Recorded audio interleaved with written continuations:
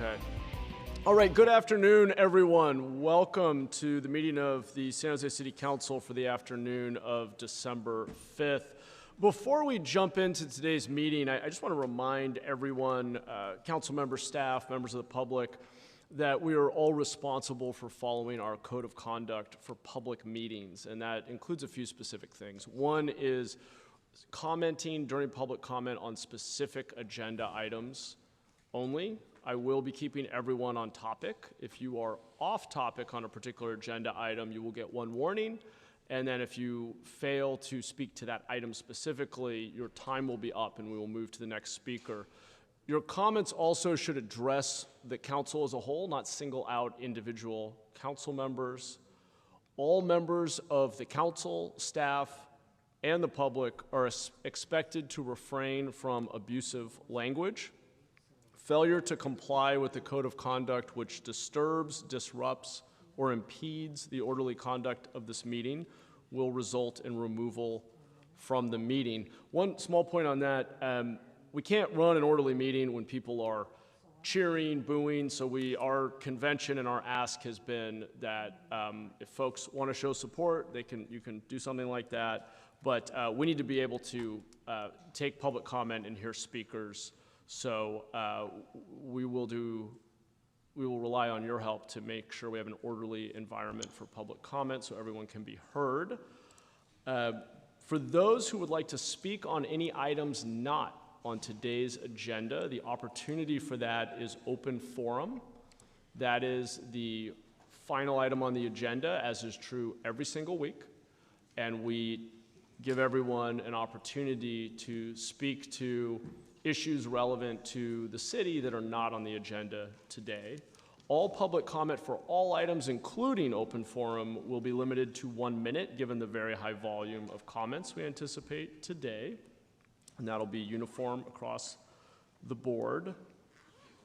And as Tony mentioned, for those who are just arriving, we do have interpreters for in Arabic, both in person and online. And I think that pretty much covers it. You know, I'll just say, we are lucky to live in an incredibly diverse city that, in which we all respect one another and support one another, and I know we're going to model that as a city today. Okay, so with that, I'd like to call this city council meeting to order and ask Tony to take the roll call. Jimenez? Present. Torres? Present. Cohen? Here. Ortiz? Present. Davis? Here. Dwan? Here. Candelas? Here. Foley? Here. Batra? Present. Kamei? Present. Mahan? Here. We have a quorum. Thank you. Okay, now if you are able, please stand and join me in the Pledge of Allegiance. I pledge allegiance to the flag of the United States of America and to the republic for which it stands, one nation, under God, indivisible, with liberty and justice for all.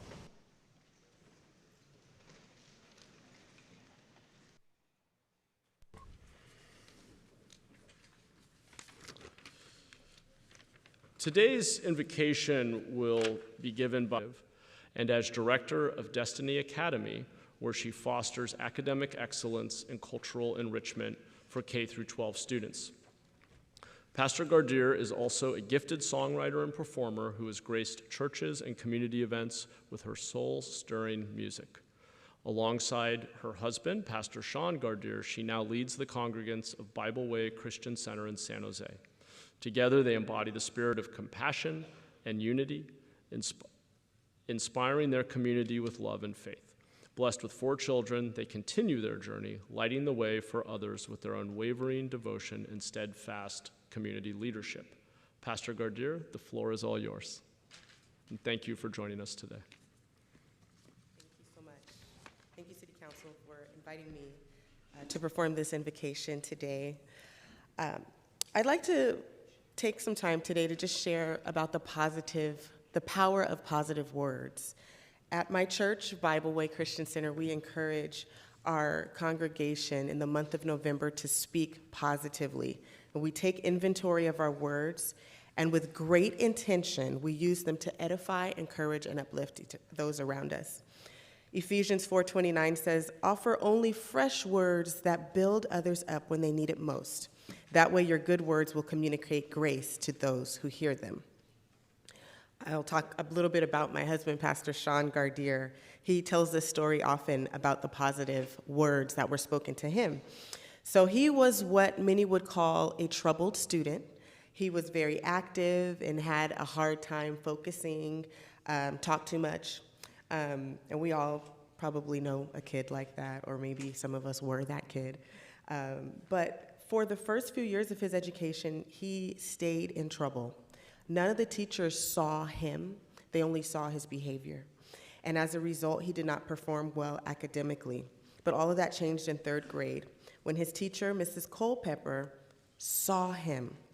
She saw that he was highly intelligent and that he needed to be challenged. And in the midst of all the trouble that he had been in, one day she held his little third grade face in her hands and told him that he was smart and that he had great potential. And on that same day, he tested for GATE, the Gifted and Talented Education Program. He qualified for that program, and from then on, he excelled academically. He became a pastor, and he's now working on his third degree. Ms. Culpepper changed the course of my husband's life with just a few words of encouragement.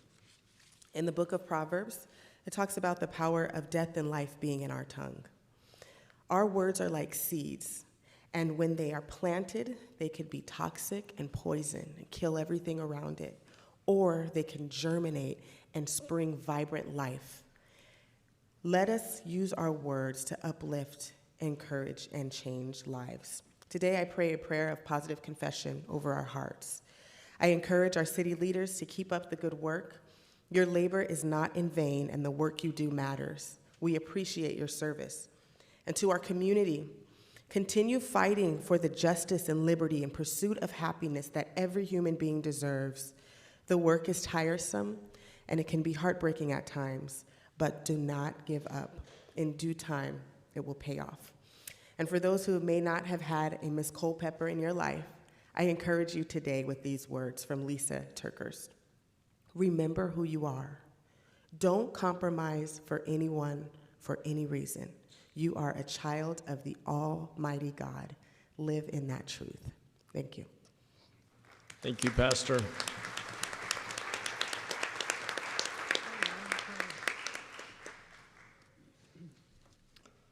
All right, we are now on to ceremonial items. Councilmember Batra, please join me at the podium, and we will recognize the Recreation of City Kids, or ROC, after-school program of the Almaden Community Center.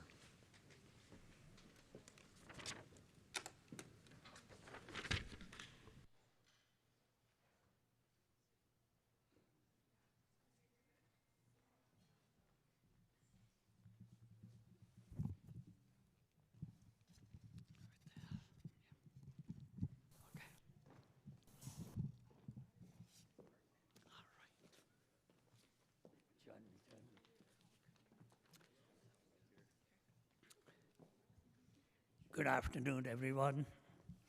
I'm Council Member Arjun Batra of District 10. I have the privilege today of presenting an award to two outstanding recreational leaders and employees of the city of San Jose, Elias Castrojon and Davius Vasquez.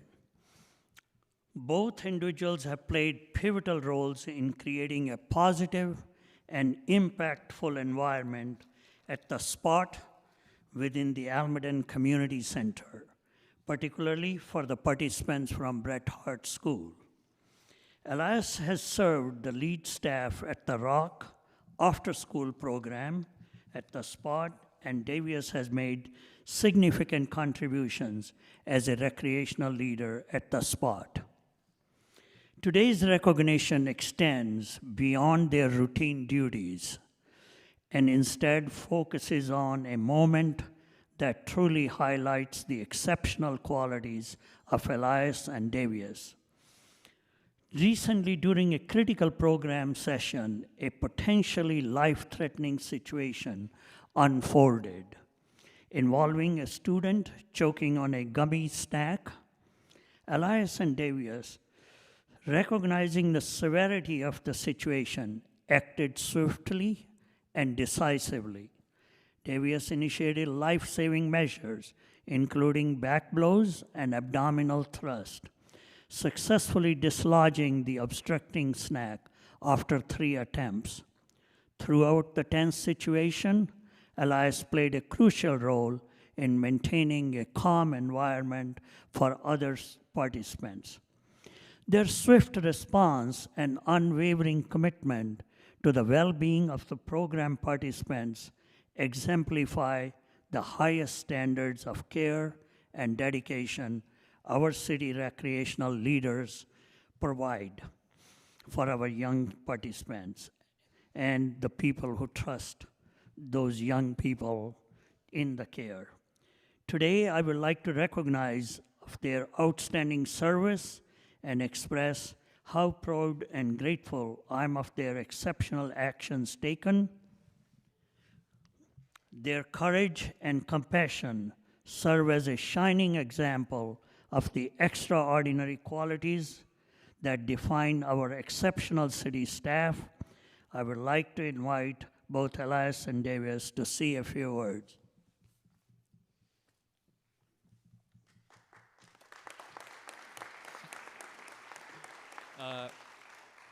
Hello, everyone. Thank you guys for the time. Yeah, thank you. I just wanted to thank you guys for the time. Thank you, council members, for taking the time for this accommodation. We really appreciate the support of all our staff. On behalf of me and Elias, we'd just like to say thank you.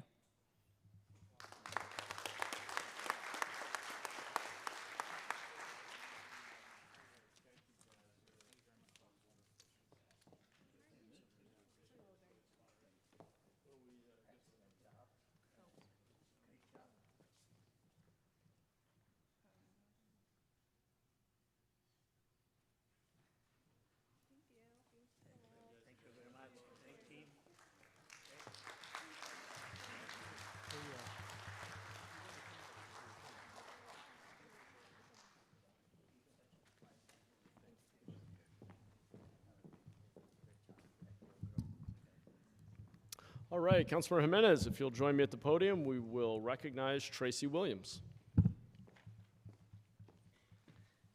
Tracy, please come up. Good afternoon, everyone. Today, I am honored to give a commendation to Tracy Williams. She has devoted her life to being an educator and helping others. She started teaching in 2001 as a business teacher at Silver Creek High School. She then became a principal at Piedmont Hills High School, and she's currently the Director of Adult Education with the Eastside Union High School District.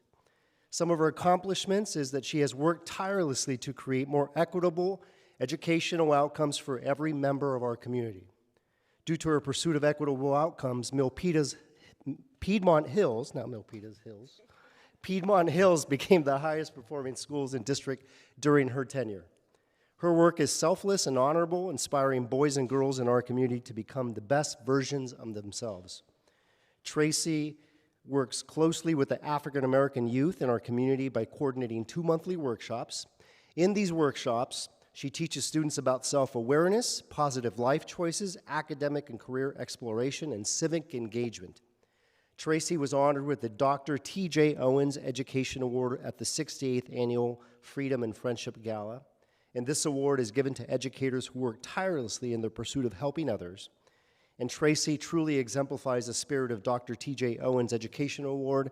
And today we honor her for her work via a commendation. Mayor, if you can give her the commendation. Let's give her a round of applause.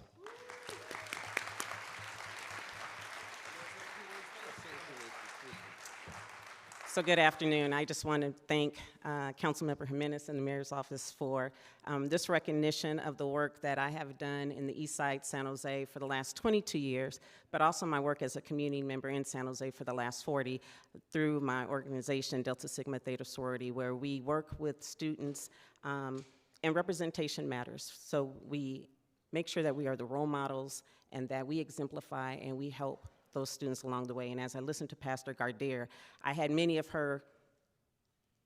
students like her husband throughout my tenure, and those students deserve an opportunity. They deserve positive words. So thank you for this recognition.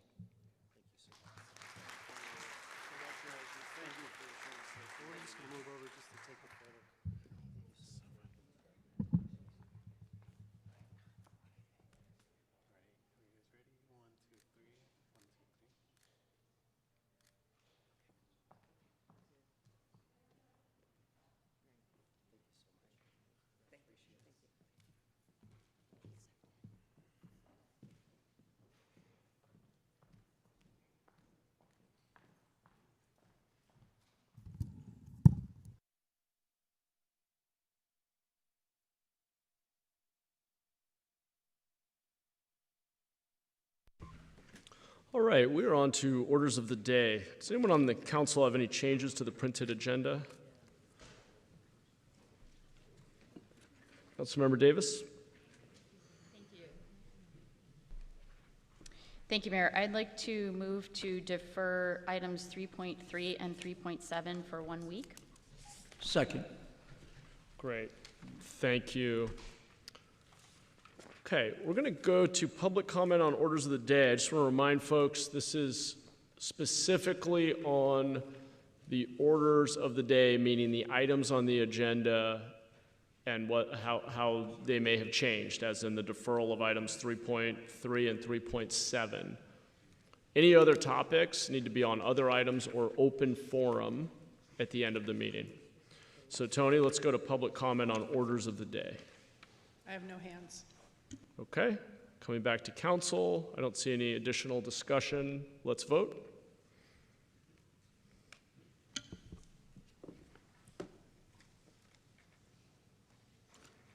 Motion passes unanimously. Great, thank you. We're on to the closed session report. Thank you, Mayor. In closed session today, Council provided authority to join an amicus brief in the state of Texas et al. Versus United States case relating to the DACA program. This has to come to Council next week for review and consideration in open session also, so it is on the agenda for next week too. Great, thank you, Nora. Next is the consent calendar. Are there any items that the council would like to pull from the consent calendar? I'd like to pull 2.13 for comment and question. 2.13? That's correct. Okay. Do you want to go ahead and ask your question or comment? Yes, just with 97% checkout rate, over 6,000 hotspot, for which 69% are used for educational purposes. I'm concerned that this project decreased the availability hotspot because the price increased. That will reduce the amount of hotspot, will disproportionately impact the low-income residents, especially students who rely on the city services. Additionally, by decreasing the amount of available device, like Chromebooks, by 10%, or approximately almost 1,000 units, student and professional will further be impacted. I would like to ask the staff, our staff, to speak to how they will disperse the cutback citywide, ensuring that the reduction will be handled equitably throughout the city. Okay, thank you, Councilor. Jill? Hi, Jill Bourne, City Librarian and head of the Digital Equity Initiative. Thank you for the question, Council Member. To your direct question about the need to potentially reduce this collection, this would be if the budget changes right now, we would be probably, our plan is to eliminate items that are non-functional, right, first, and then look at the highest usage areas of the city, and we use our digital equity index in order to make sure that we have a distribution that is aligned with usage but also need. But I also did want to point out the fact that this, what this memo states is that this is an immediate need in order to continue service, but our intention is to seek a more cost-efficient plan, because the cost changes are making it difficult for us to maintain the level of service that we need. And also, so what we have written in here is that we're going to be working to identify other options to replace this plan. Thank you. That's all I have. Great. Thank you, Councilmember. Nora, I know Councilmember Batra stepped into the green room. Do you want to just explain? Yes, and Councilmember Dewan has pulled this for comment, but we also need to have it addressed separately. from the rest of the consent agenda because Councilmember Batra has a conflict of interest on this item. So he can be back for the other items, but he cannot participate in this. Great. So if anyone's ready to make a motion, why don't we separate out item 2.13, and then once we've voted on that, we'll ask Councilmember Batra to return, and you can include both motions. Move approval of consent excluding 2.13. May we vote on 2.13 first, and then have Councilmember Batra back? Reverse that. Thank you. Move 2.13 pulled from consent. Second. Great. Okay. Thank you. All right. Let's go to public comment on item 2.3 and the rest of the consent calendar. We will be voting on them separately. So we're just voting on 2.13? Can I take public comment on both of them, and then we'll vote Okay. separately? Okay. Thank you. So this is public comment for consent calendar only. I have no hands. Okay, back to the council. Not seeing any hands. We'll vote on item 2.13 first.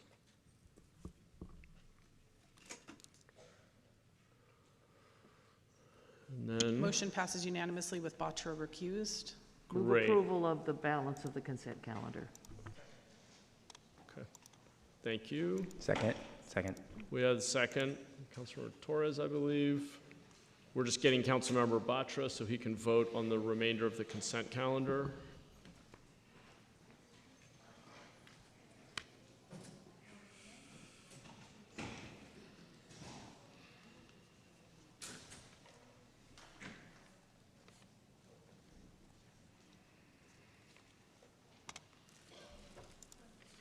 Motion passes unanimously. Okay, great. Thank you. We're on to the land use consent. And I believe there was a request to pull item 10.1A. Councilmember Jimenez?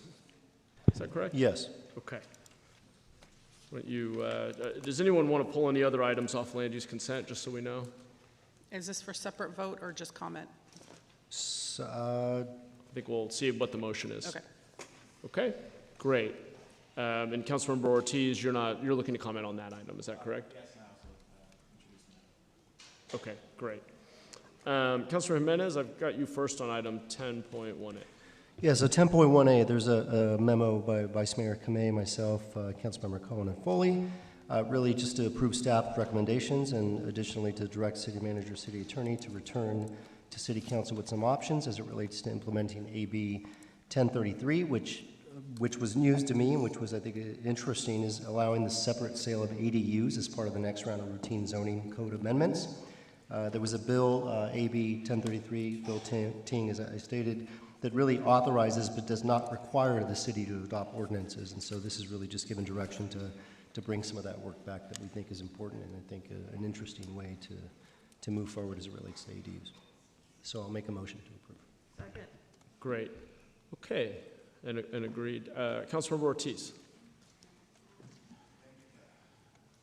Thank you, Mayor. I support the motion, but I'd also like to do a sub-motion to see if we could also include the memo that I just introduced. You'll see it on your desk right now. The City of San Jose is currently required to amend Title 20 to comply with state and eliminate commercial space requirement for 100% deed restricted affordable housing. While this is necessary to comply with the law, it will affect the well-being of commercial space and historical and cultural significant corridors. And I've had a few business leaders, including Jesus Flores from the Latino Business Foundation, reach out to me with concern. San Jose is home to many historical and cultural mom and pop shops that are an integral part of our city's history and identity.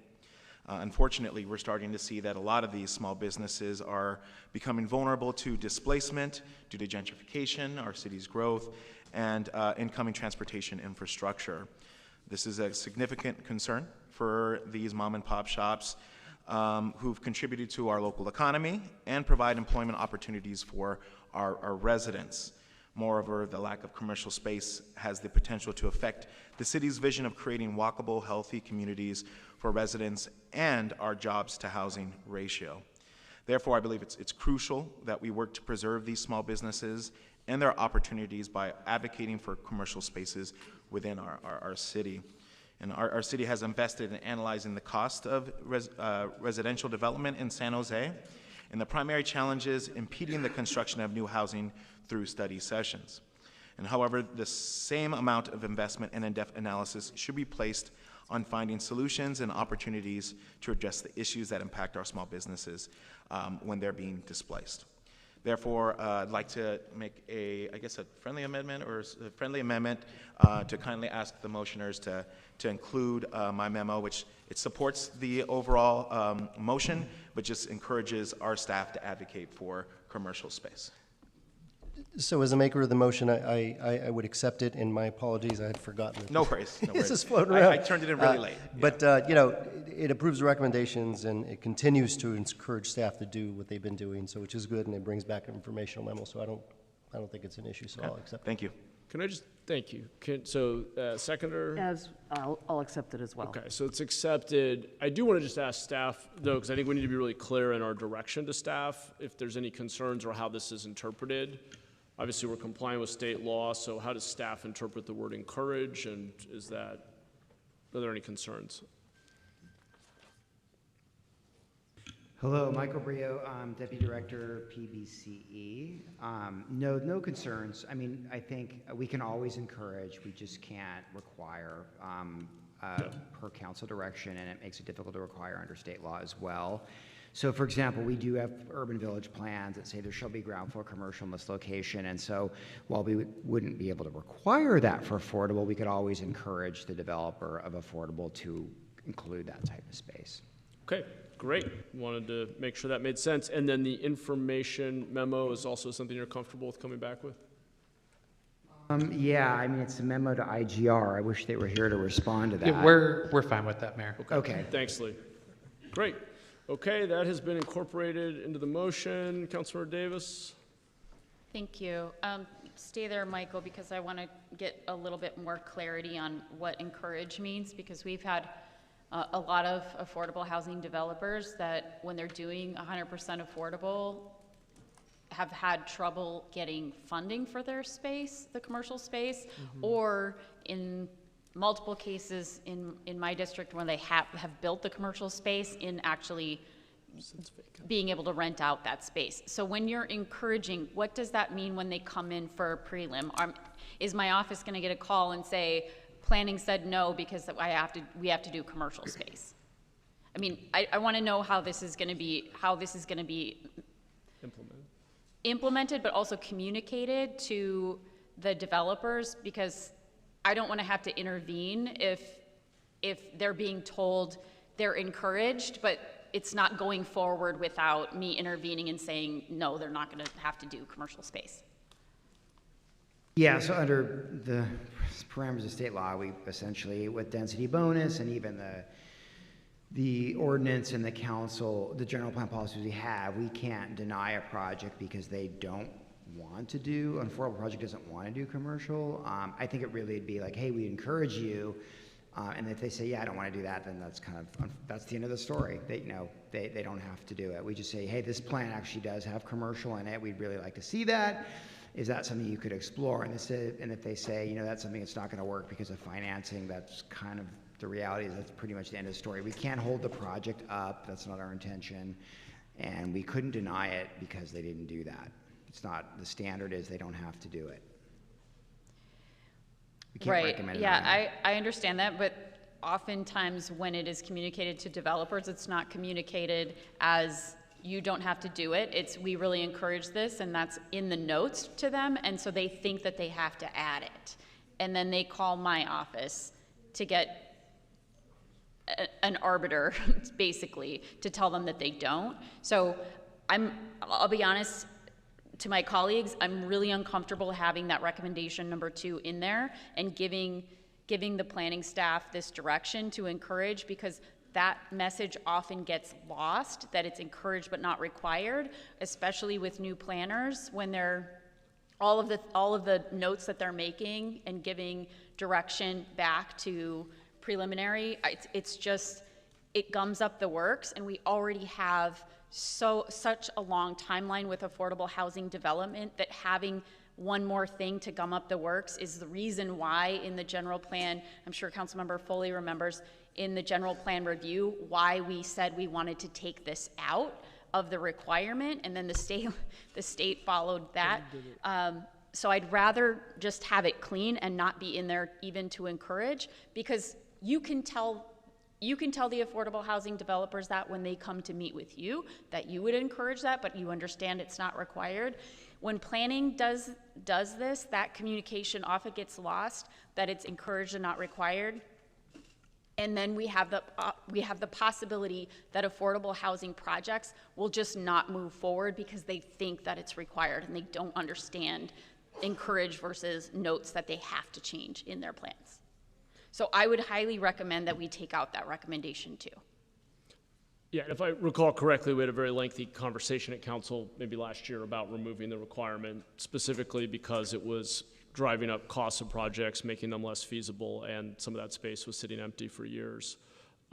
So this would be a change in the council policy we adopted last year. Let me go back to Councilmember Ortiz to see if he has additional comments. No, I'm happy to look at it. Can't be green, it needs to be red. So I don't know if there's a way we can massage the language, Councilmember Davis. I understand, I respect your stance. I want to, and I don't know if we could put encouraged but not required in the memo, or suggested, whatever. I'm happy to massage this, but I also, my support for small business, and everybody knows that I've been in the trenches advocating for small businesses way before I was in the council, and they're being displaced every day. So I'm trying to figure out something where we can meet in the middle. Councilor Davis? Yeah, thank you. I understand that, and I fully support that. I'm just suggesting that this is maybe not the way to go about increasing available space for small businesses, and that it's more likely to hinder the development of affordable housing, which I know is another goal of yours, than to meet the goal that you're trying to get to. So I would, honestly, I'm gonna vote against it if it's in there, but I would really prefer that it would be taken out, because I know that the message from council gets lost in planning as we have more and more turnover in those planning reviewers. Great. Do we have any other comments, substitute motion, or shall we? Councilmember Foley.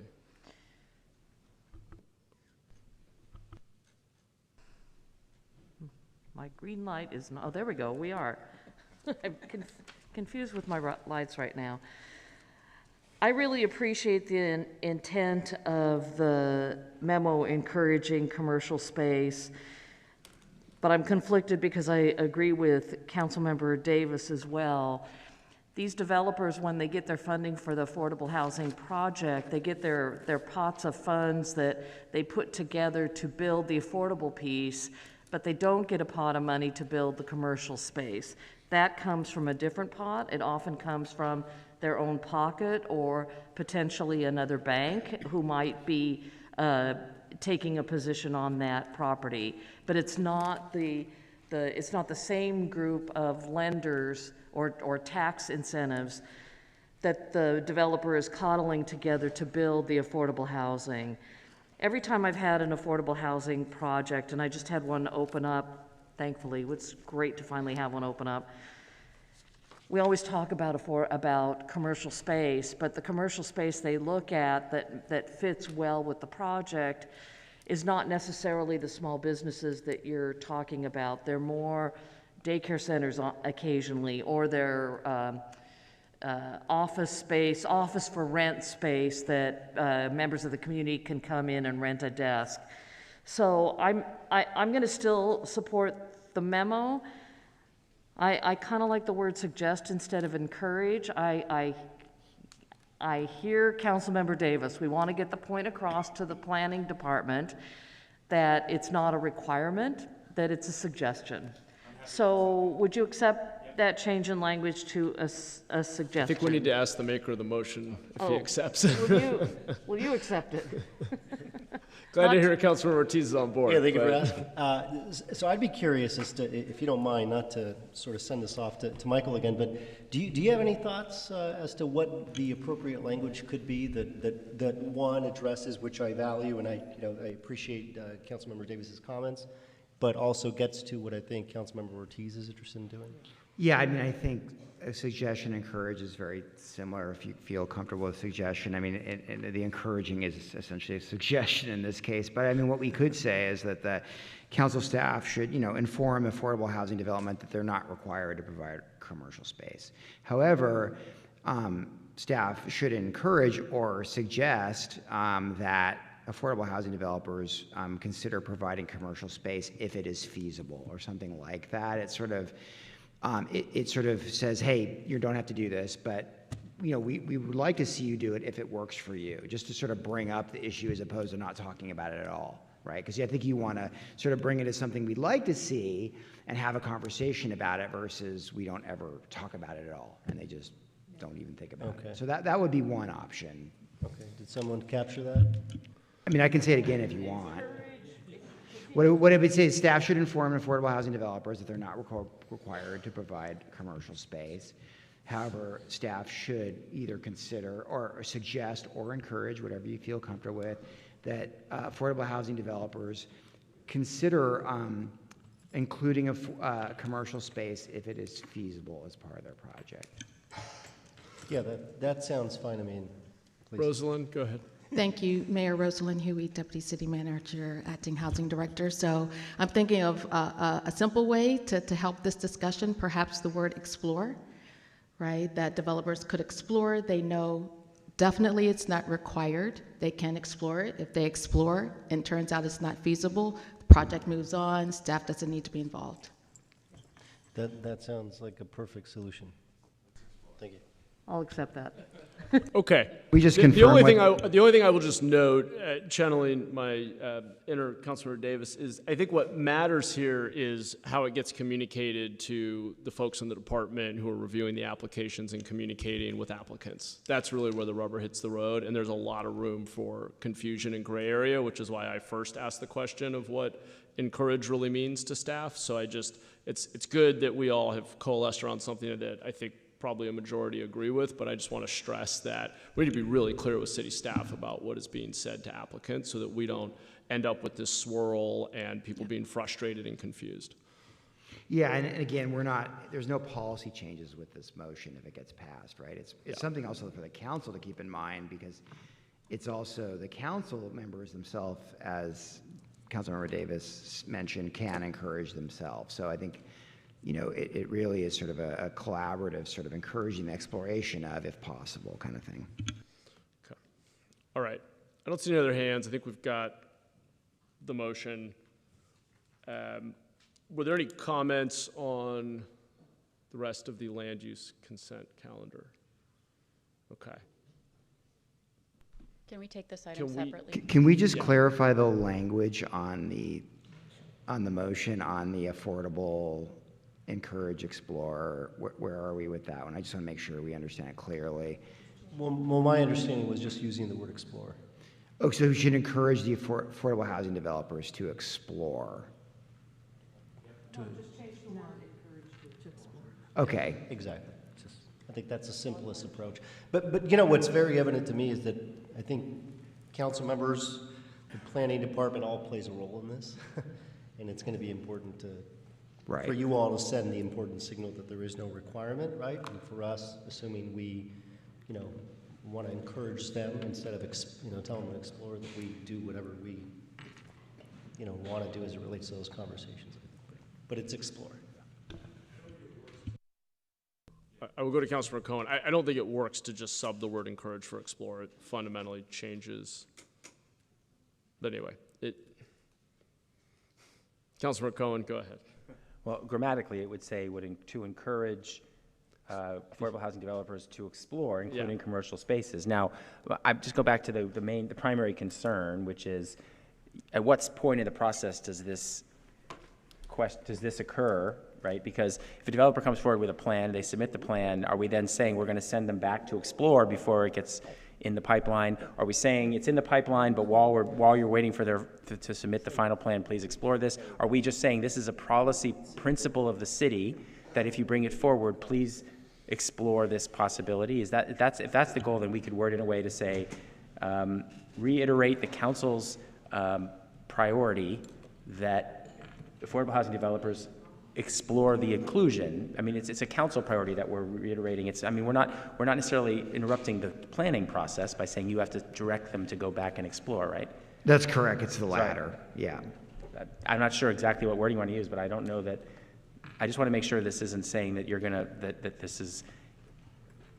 I think what Councilor adding any steps to the adding any process. extra step or any extra time, but somehow putting in some part of our process or in our policy somewhere when people submit a statement that says, please, before you submit, do your due diligence and explore whether this can be part of the project. Yeah, I mean, this is weird because we aren't talking about a policy here, right? It's just sort of an operational thing. I think operationally, we, as staff, is when a proposal comes in, we'd say, hey, the approach should really be, hey, listen, you're not required to do this. This is not a requirement of the city. However, the plan for this area would like to see commercial here, and we would encourage you to explore if that's possible in your project. And if they say it's not, that's really the end of story, because of the way state laws are. We have these objective standards that we can only enforce. So if they, and the message is pretty clear among staff now that you can't require affordable due to commercial. So, yeah. I mean, we'll have to sort of, it's also our responsibility of the management of our department to sort of how we message that to our staff, so they're very clear on that. And so we'll own that. Okay, do we need to clarify the motion? Councilor Jimenez, do you want to restate it? Yeah, what I would just say is, David, can you, I know just simply taking out I was just suggesting that the whole point here is that the council reiterates its position that we want to encourage affordable housing projects to have commercial space if feasible. That's a statement of policy principle, but I'm not sure if that's far enough or not. I mean, I think the whole idea here is that we're stating that that's our goal, and that goal should be shared with people, I think is the point, right? Yeah, that's why I was suggesting that, reiterating, that staff would reiterate to the affordable housing developers that while it's not required of you to do this, that in this given location, there is a goal of commercial space. So we encourage you to explore it if it's feasible. So I feel like we're just going in circles. So what I would just say is, I think you understand the spirit of the memo that Councilmember Ortiz, what he inserted and what I think he desires as an outcome. Be curious to hear from my colleagues, what if we're not as prescriptive on the exact language, but we direct staff to implement the spirit of the direction, if you will. I guess I'm trying to figure it, because everyone's chiming in, but no one's giving explicit sort of, this is what the language should be, what the recommendation is, but. Okay, we don't have any other hands. I'm going to move us to a vote on the item unless another hand comes up quickly. I will say, just for the record, I really appreciate Councilmember Ortiz's commitment to small businesses and the spirit of recommendation 2. I do plan to vote against it here because I don't think we're articulating clarity. I think it creates gray area. We had a very lengthy and well-informed discussion last year and decided that we believed we should remove the requirement because of the challenges it imposed on building affordable housing, and we were driving up the cost of affordable housing and making fewer projects feasible. I firmly believe that if the council members encourage developers to consider commercial space, they will consider it, and if it's feasible and the community wants it, they will make their best effort to do it, especially because affordable housing developers tend to be so community-oriented in their mission, and we have seen that play out again and again, and I think we can allow, in this case, the market to figure out if a project can sustain a child care center, a coffee shop, a credit union. We've seen that happen. We've also seen a lot of projects where, frankly, it's been a barrier and it's driven up cost. And I think we're trying to sort of make a policy, but it's not the policy. And I think we're going to confuse staff, and I think we're going to confuse the community. Super well intended, though. I really appreciate where Councilmember Ortiz is trying to go here. I also think Rec 3, you know, it sounds good to me. So anyway, as is, I'll vote against, but I don't think we should spend a whole lot more time on this, to be honest. Okay, Tony, let's vote on specifically land use consent item 10.1A, and then we'll come back to the rest of the land use consent calendar.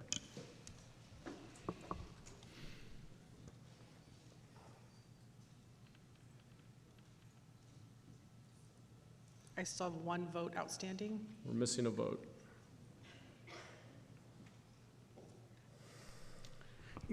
Mayor, I just want to be clear that are we voting on the one item which you just said? We're voting on the motion, which includes both the group memo from Council Members Jimenez, Cohen, Foley, I'm sorry, and Vice Mayor, and then the blue memo from Council Member Ortiz with some not quite clarified modification of the word encourage to encourage developers to explore commercial spaces within 100% deed restricted affordable housing. Okay. All right. Thank you. Okay. Okay. I believe Motion that passes passed. 7-4 with Mahan, Davis, Dewan, and Batra voting no. Okay. Thank you. We're back to the land use consent calendar. We still have, I believe, just one additional item. Is that correct? Item 10.1B. Do we have a motion? Move approval. Okay. I apologize. We need to take public comment. Yeah. Brian Darby. And this would be for both items. Yes, on either item. Oh, no, I was just going to tell you that it was very helpful picking that out and explaining it. Thank you. Okay, Paul Kurtzberg.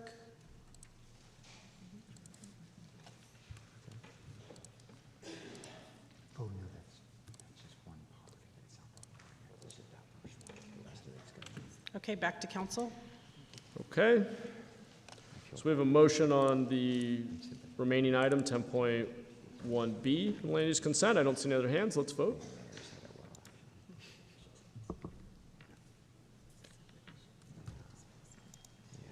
Motion passes unanimously. Okay, thank you. All right, we're on to item 3.1, report of the city manager. Yes, thank you, Mayor. I do have a report today for the City Council and the community. I am very pleased to share that Infinera, a semiconductor company in San Jose, has been selected to receive a $14 million grant over 5 years from the California Governor's Office of Business and Economic Development. The Cal Competes grant program is one of California's main incentive programs to leverage tens of billions of dollars of federal funds available under the Creating Helpful Incentives to Produce Semiconductors, or CHIPS Act. The CHIPS Act is designed to encourage the growth and expansion of semiconductor manufacturing and research and development. As part of this grant agreement, Infinera will hire an additional 235 employees for both its San Jose and Sunnyvale offices and is completing its new fabrication facility in San Jose, supporting the Attracting Investments in Jobs and Housing City Council focus area. I'd like to thank the City Manager's Office of Administration Policy and Intergovernmental Relations and acknowledge the Mayor's Office for their assistance with the grant. I would like to also commend the City Manager's Office of Economic Development and Cultural Affairs, who've been working with the company on their expansion since 2019. Thank you. Great news. Infinera is a fantastic company. Just had a tour there earlier this year, and want to thank City Administration for working closely with our team to get that letter of support in, and congratulations to Infinera. That's a great thing for our community. Okay, thank you, Jennifer. We're on to item 3.4, amendment to the city's pay plan for the Director of Retirement Services and Chief Executive Officer and other classifications. There is no staff presentation. Why don't we go to public comment first on item 3.4? Brian Darby. Yeah, just to appreciate the effort, the people who run the, can you hear me okay? Yes. Oh, yeah, I appreciate the effort that it goes into keep funding the retirement for people. And having somebody who's on retirement now, you have to really appreciate how all that work that people have paid into is helpful. I hope that you continue with the careful work and trying to maintain the level that those people need. Thank you. Okay, I inadvertently gave 2 minutes, so just a reminder, this is 1 minute. Ruthie Callahan. Yes, thank you. Ruth Callahan speaking for myself. I can't think of, and I hope I'm on the right one because I just joined. Is this about the pay raises or retirement? Yes, this is item 3.4. Retirement. Office of Retirement Services, City Pay Plan. Okay, I can't think of anyone who deserves raises less than the chief executive officer. The city is declining. It's socially de-evolutionizing with the drug addiction and the homelessness and the lack of any kind of. I think you're city talking about movement. item 3.7, annual merit Okay, increases. that's That what I item was thought. deferred to next. Thank you. Okay, thank you. Back to council. Okay, thank you. Back to the council. Councilmember Davis. I think Councilmember Foley was pushed her Oh, I'm button sorry. first. That's strange. Okay, I saw your hand first. Councilmember Getting Foley. shut down. Go ahead. That's okay. Do we want to have the two representatives from Retirement Services here? Do they want to speak for a minute each, or just in You can case that call we have on any them if questions? you Okay. like, but there's no staff presentation. If you want to make your comments or if you want to ask them a question, you're welcome to. Okay, good enough. Thank you. Councilmember Davis and I are the council representatives to the retirement boards. I sit on the Police and Fire Retirement Board as the City Council liaison, and Councilmember Davis sits on the Federated Board as the liaison. I'd like to thank the retirement boards for their continuing to work as stewards of our retirement plans. Not only do our employees count on these retirement plans, but also our residents. The health of the retirement plans directly impact our general fund and our ability to deliver critical services to our residents. I'd also like to thank the administration for the work that they have done to analyze the special salary adjustment in response to the memo that I issued alongside Mayor Mahan and Councilmember Davis. It's important to ensure any special salary adjustments are fair and in line with the city's policies and practices.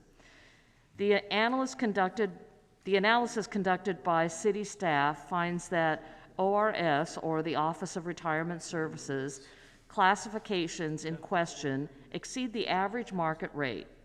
The city aims to have all classifications at the average market rate. Additionally, the analysis from the administration shows that there are currently no vacancies among the relevant classifications, and there's only been one resignation since 2018, which was then filled at a rate faster than the city's average for filling vacant positions.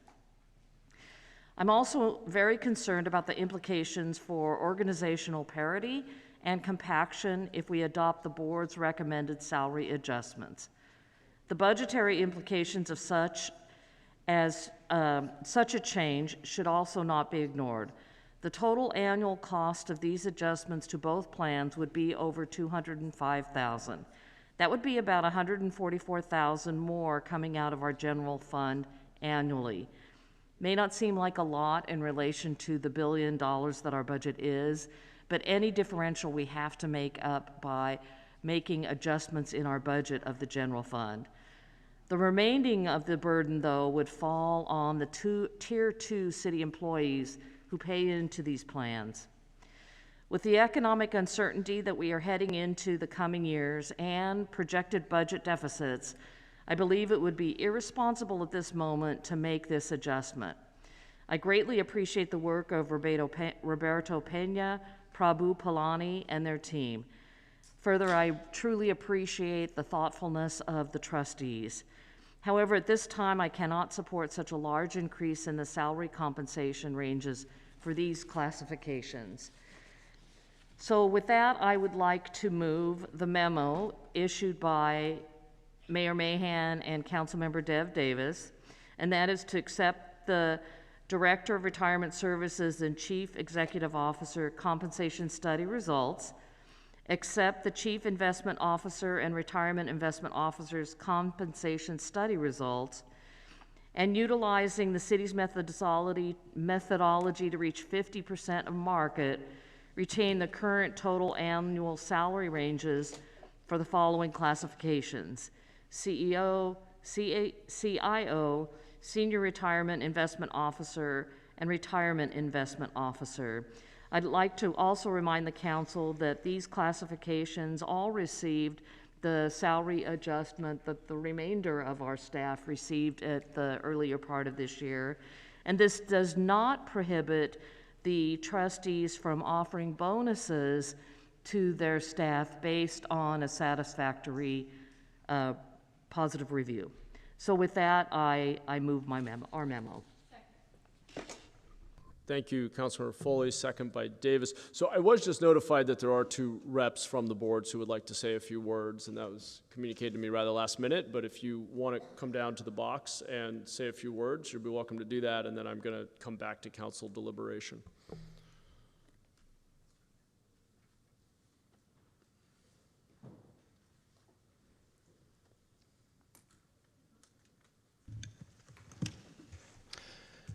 Mr. Mayor, City Council members, my name is Andrew Gardner. I am a trustee on the Police and Fire Retirement Board, and with me is Trustee Anurag Chandra with the Federated Board. I also chair the Investment Committee and am the Vice Chair of the JPC. If it's okay by you, we have both of us have a couple minutes of shared responses that we like to address that towards the memos that were on the agenda today, if that's okay with you. Sure, if you both have a couple minutes, I think the council would be interested. Go ahead. Okay. So in regards to the memos that were written by Mr. Mayor, Councilmember Foley, and Councilmember Davis, along with the supplemental memo from Jennifer Chambry, there are about 3 items that I think are important to address. One is the methodology. 2 was the organization parity and compaction concerns, and the 3rd is the cost. So at the heart of the methodology that we use and how it's different from the way the city uses it is the cost of living adjustment that is added into the methodology that we use. Our comparables that we use, there's 4 from the Bay Area, and then there's 3 from Southern California. Since we're limited on our comparables in the Bay Area and we do search statewide, we do take in a cost of living adjustments for that, and that's why we do it. This is a methodology that's been used and been used in the past. The last 2 times we came here was in 2017 for the CIO comp study, and then in 2018 for the CEO comp study. And in both of those situations, the City Council adopted our recommendation, which included the methodology that we are currently been utilizing this time around. The second item that I want to talk about is about the organization parity and compaction that you guys are really concerned about, and we understand that completely. I think there's an opportunity here to address that at the same time looking at the IO's pay. If we look at the 50th percentile based off of our study, the CEO and CIO salary ranges would not change whatsoever. But the IOs shows it's 9% below the 50 percentile. And so we're if we pivot and adopt the 50th percentile based off our methodology, we are still addressing the concern around the parity issue, but we're also addressing the need of the IOs and them being under 50%. And the third one is the cost. The cost that was talked about in both of the memos about $205,000, of which about $144,000 would come from the city side. That is based off of 1, if we went to the 70th percentile, and 2, if on day 1 we adopted this new range and moved every single employee up to the very top of the range, then that would be the true cost. But the reality is, on day 1, if something is approved, there is no cost because we have no intentions of moving people's salaries. All we're doing here today is asking for an adjustment to the range for the future. And if we were just looking to look at only the IOs at the 50th percentile, then we're talking about less than $100,000.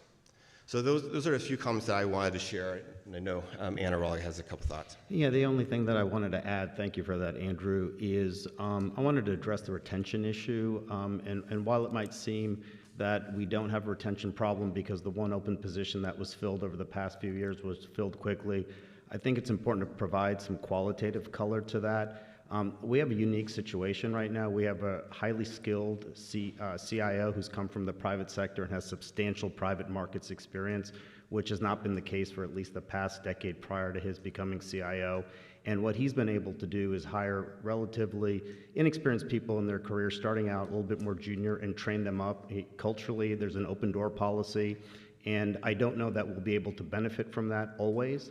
And as Trustee Gardner mentioned, our pool of applicants is statewide, and so we need to be attractive. The way that, with the methodology we used, which we've used a couple of times previously with Koff and Associates, is kind of the standard that's used among the jurisdictions that have independent ORS and pension plans.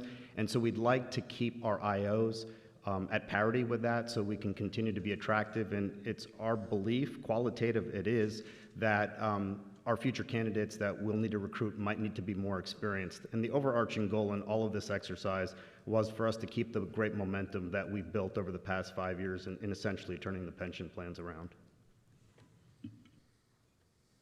Okay, thank you for those comments. Let me turn back to my colleagues. Councilmember Davis. Thank you. I also want to thank you both for coming today, and thank you and the rest of the boards for your service to our community on the pension boards.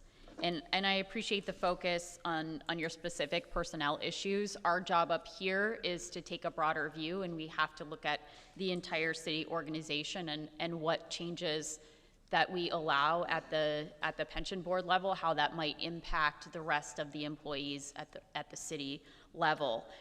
You mentioned a statewide pool of applicants. We often, when we're going for police chief, are actually looking nationwide for our applicants. So we have a methodology that we use all the way across the board, and I think it's important to be clear that our policy is the same for the entire organization, and the Office of Retirement Services is part of the city organization.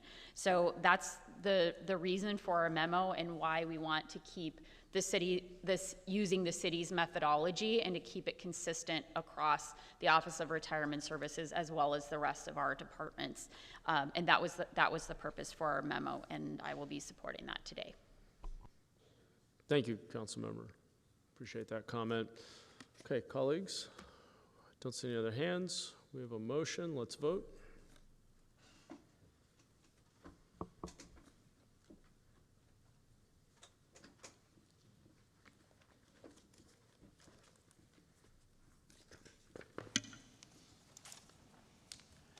Motion passes 10-1 with Batra voting no.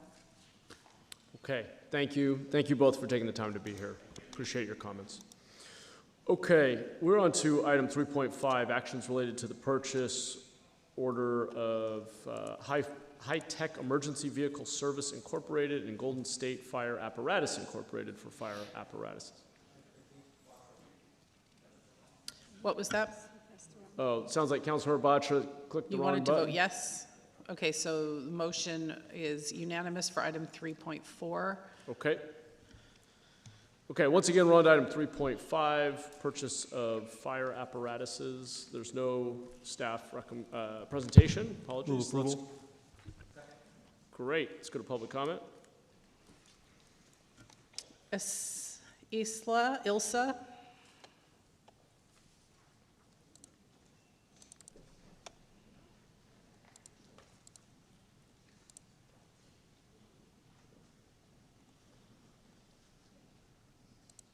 Okay, I'm going to move on to Brian. Thank you. I just want to say my uncle was a firefighter, and the new equipment, the apparatuses for the breathing and things, I think this is what it's for. But anyways, I'm really glad that I encourage people to do that. Our firefighters deserve the very best. And thank you for that. Take care. Paul?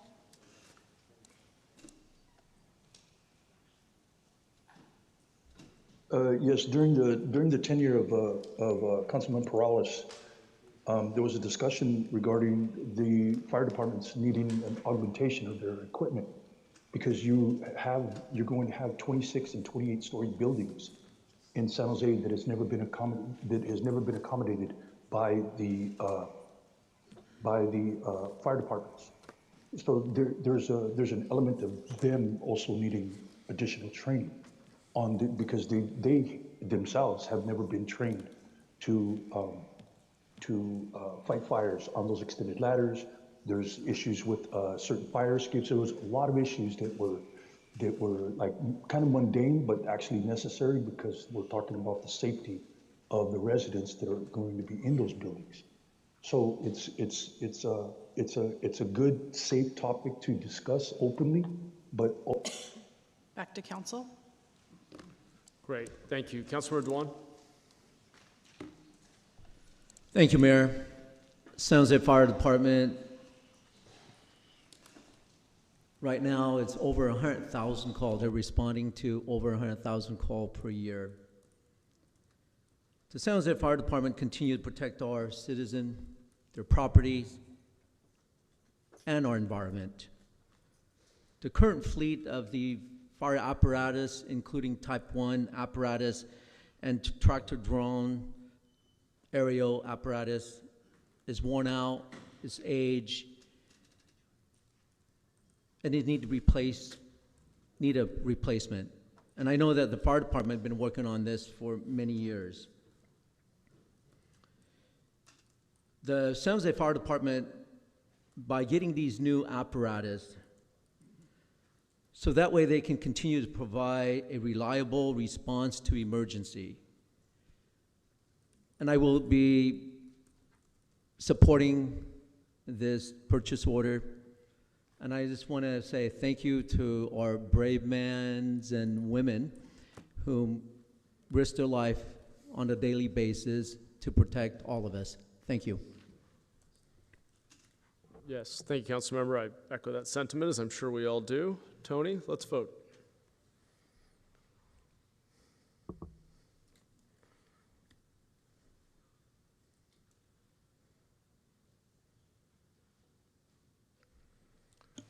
I'm still waiting on one. Sorry, who are we waiting on? Oh, Vice Mayor, sorry. Didn't see you'd stepped away. I didn't notice that either. Okay. Motion passes unanimously. Great, thank you. On to item 3.6, report on bids and award of contract for the construction of the Police Department Fire Training Center relocation. This is a Measure T project. Don't believe we have a staff presentation. Second. Great. Thank you. That was Councilor Jimenez, second Vice Mayor. Let's go to public comment on item 3.6. There are no hands. Okay, back to council. I don't see any further discussion. Let's vote. Was there a hand up? I'm sorry. No, it's okay. I had my hand up. I'll just say very briefly before we vote. Long time coming. Want to thank Public Works for all their facilitation of the RFP.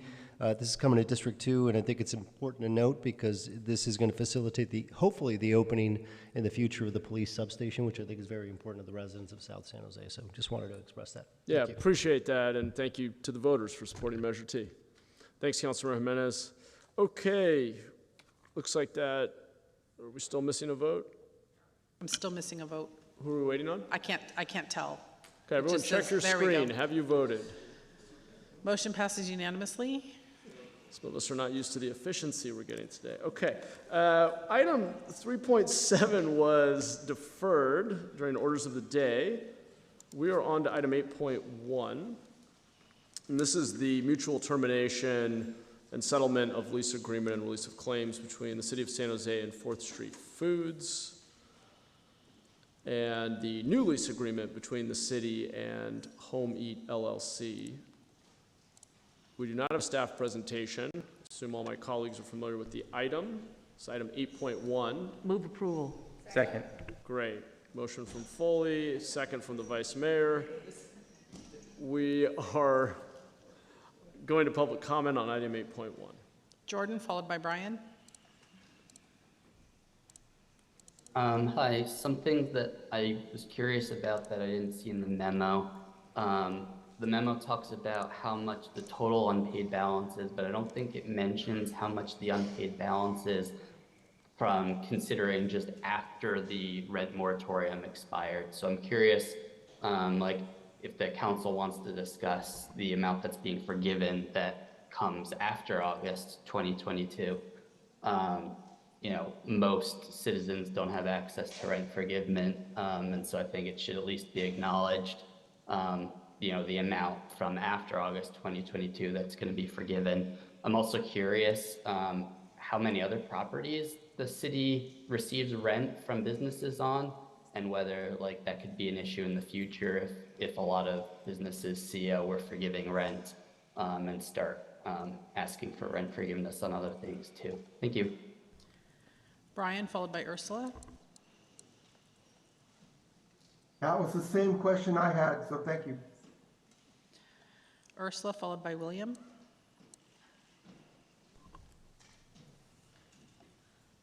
Hi, can you hear me? Yes. Phenomenal. I just want to say fuck the niggers and Jews. No, that is, What? no. What's wrong with that? Tony, that's not on topic. William, followed by Oded. Yeah, excuse me, good evening. Excuse me. We need to be able to continue the meeting. As I mentioned at the beginning, we are not having chants, cheers, boos. We will handle anyone who's off topic. We'll have their mic cut off if they fail to listen to the warning. Let's continue. William, followed by Oded. Okay, can you hear me? Yes. All right, great. Good evening or afternoon, City Council. I just, like, I don't know what to do about this lease agreement. You know, I think we should turn it into like a concentration camp. It's not on for topic. niggers and Jews. That is Oded, not on followed topic. by Paul.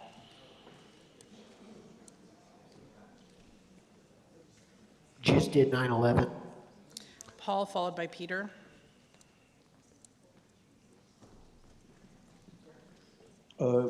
Yes. What I'd like to talk about is like the other side of the coin that Brian was talking about, which is the rents that you were charging for these. I mean, the city is becoming very, very, like, I mean, generous. The square footage in downtown prime real estate. I mean, this is some of the most expensive real estate in the world right now, is downtown San Jose. And you charge this business only $12,000 a month. You could get double that. And so you're basically bringing daddy warbucks to, you know, certain organizations and certain people. That's not your money to do that with. You know, it's not your role to forgive debts. That's a debt owed to me, not you. So you're exercising a power that actually is not legitimate because it's not your money. Peter, followed by Zeke.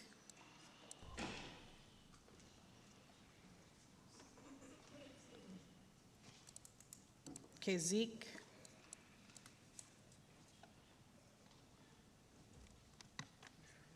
Yeah, all Jews are kites. That is not on topic. Back to council. Okay.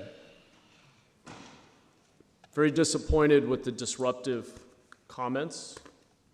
I would ask everyone to stay on topic or you will be cut off if you can't comment on the topic at hand. Councilor Torres, do you want to speak on item 8.1? Yes, I did, thank you. And before I do speak, I can't believe that our Zoom bombers are back. Those comments are very hurtful to our community and shouldn't be allowed. And again, I'd like to thank the mayor and our city clerk to make sure that they get cut off, because my blood boils when I hear racist language. So I don't want to prolong the meeting. The business that's coming in on 4th Street, it's a Chinese restaurant that is very, very affordable to our community. We all know that it's been an eyesore for the past few years since the pandemic ended, and it's very unfortunate to see Flames go. That's where I had my graduation party when I graduated from San Jose State, so it's very unfortunate to see Flames go. But what is being offered is a cuisine for our downtown and for everyone. So I'm glad that my colleagues moved to approve item 8.1. And so with that, that's all I had. Thank you. Great. Thank you, Councilmember. Yes, this is going to be a great thing for the block. I don't see any other hands. Let's vote.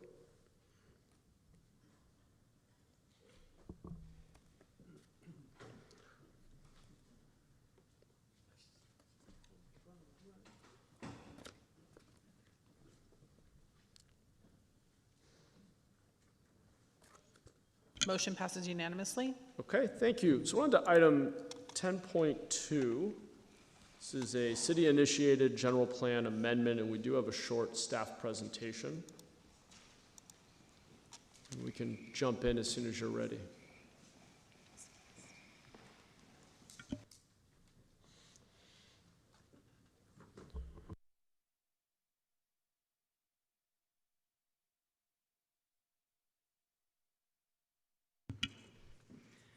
Mayor, City Council, thank you. This is Ruth Cuetos, Principal Planner, and I'll be giving a brief update on item 10.2, the affordable housing overlays in North San Jose. So we are here to discuss two proposed housing overlay districts in North San Jose that will help us in our commitments to achieve our regional housing needs allocation goals per the housing element update. And the two overlays are listed here. One is to facilitate affordable housing. The other one is to facilitate mixed income housing throughout different sites in North San Jose. Both of these overlays will have a minimum density of 75 dwelling units per acre and will allow for a ministerial streamlined review of qualifying projects. In total, we're adding 5 new sites to the AHO, Affordable Housing Overlay Zone and General Plan Overlay, 13 new sites in the Mixed Income Overlay, and moving 5 existing Transit Employment Residential Overlay sites to the Affordable Housing Overlay and removing 2 other sites from the Tarot Overlay. As I mentioned, this stems out of our commitments that we've made in the adopted housing element plan for the 6th cycle. These 2 overlay districts are very similar to the transit employment residential overlay districts that we have in place now in our zoning code and in the general plan. The overlay districts and the general plan overlays will allow existing sites to continue with, if they have industrial park or commercial office space, they can continue with that use or they can redevelop to that use. So the underlying zoning district would still apply. The following slides are maps of the sites that we are requesting the changes to. These are affordable housing sites along Tasman and North First and Zanker. We also have sites in the Rincon area, which is within North San Jose, but it's within the Rincon area urban village plan. The mixed income overlay is generally centered in our transit employment areas, again, along North First, mostly south of Tasman, and then a concentration of them between Montague and Trimble. This is an overview of the proposed development standards. So this is what you would see in the zoning ordinance if this were to be adopted. The allowed densities, building heights, setbacks, these are all very similar to what's existing right now with the transit employment residential overlay. And that concludes staff's recommendation, staff's presentation. Great, thank you. Let's go to public comment first. And again, this is specifically on item 10.2, city-initiated general plan amendment.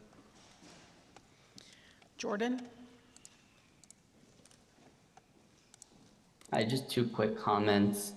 One is with the setbacks, just one thing to consider is that a lot of the apartment complexes that build straight up to the curb or close to it don't have a lot of room for putting trash containers and dumpsters. So just, I guess, related that when these properties get developed, that the city work with developers to make sure there's places to put the garbage that don't impede on the bike lane and other forms of active transportation.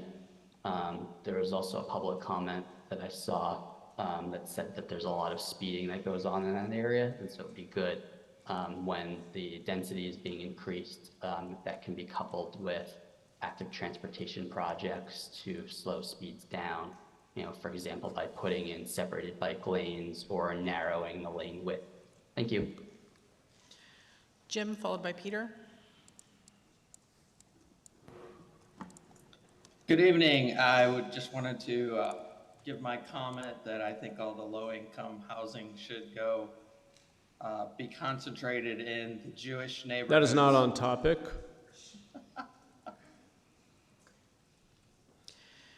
Peter, followed by Amir.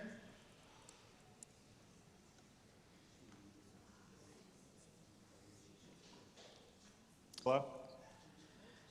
Hello? Go ahead. Yeah, I think we should raise rent for all niggers. That is not on topic. Amir, followed by Yaron.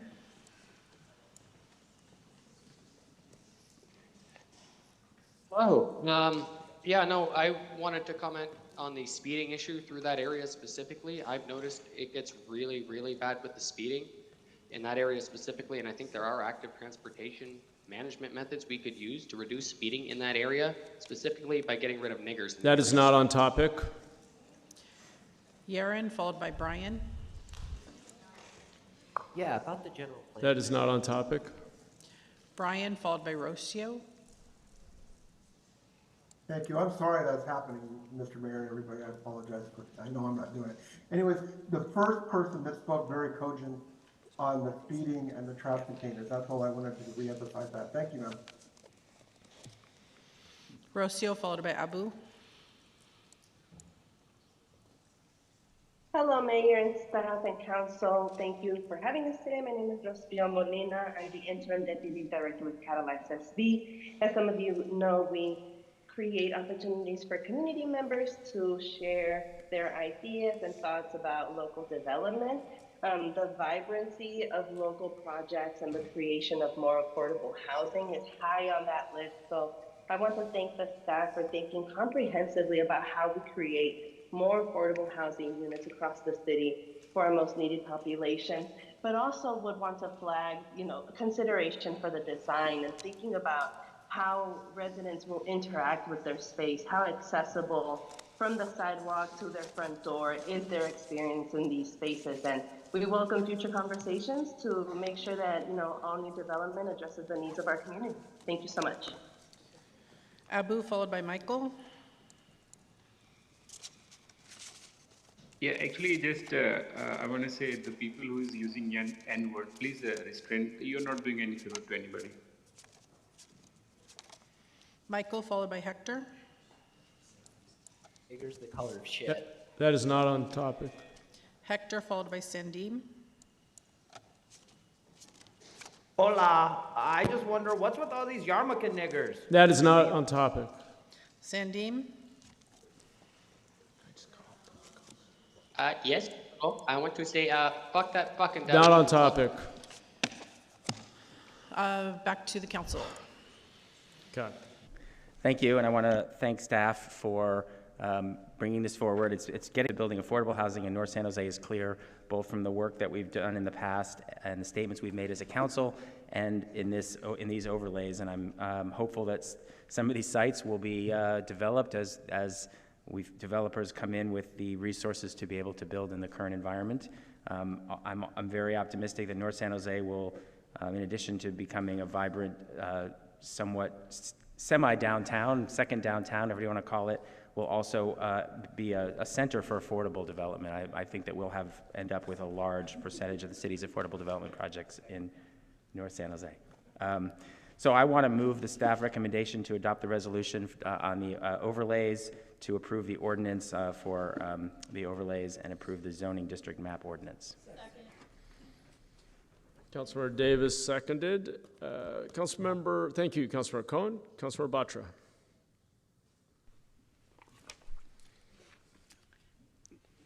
I got a couple of comments and questions. Thank you very much for that proactively moving these into both the affordable homes category and in especially the mixed income housing, because as you know, I'm a big proponent of mixed income housing so that the communities really become more uniform rather than get segregated.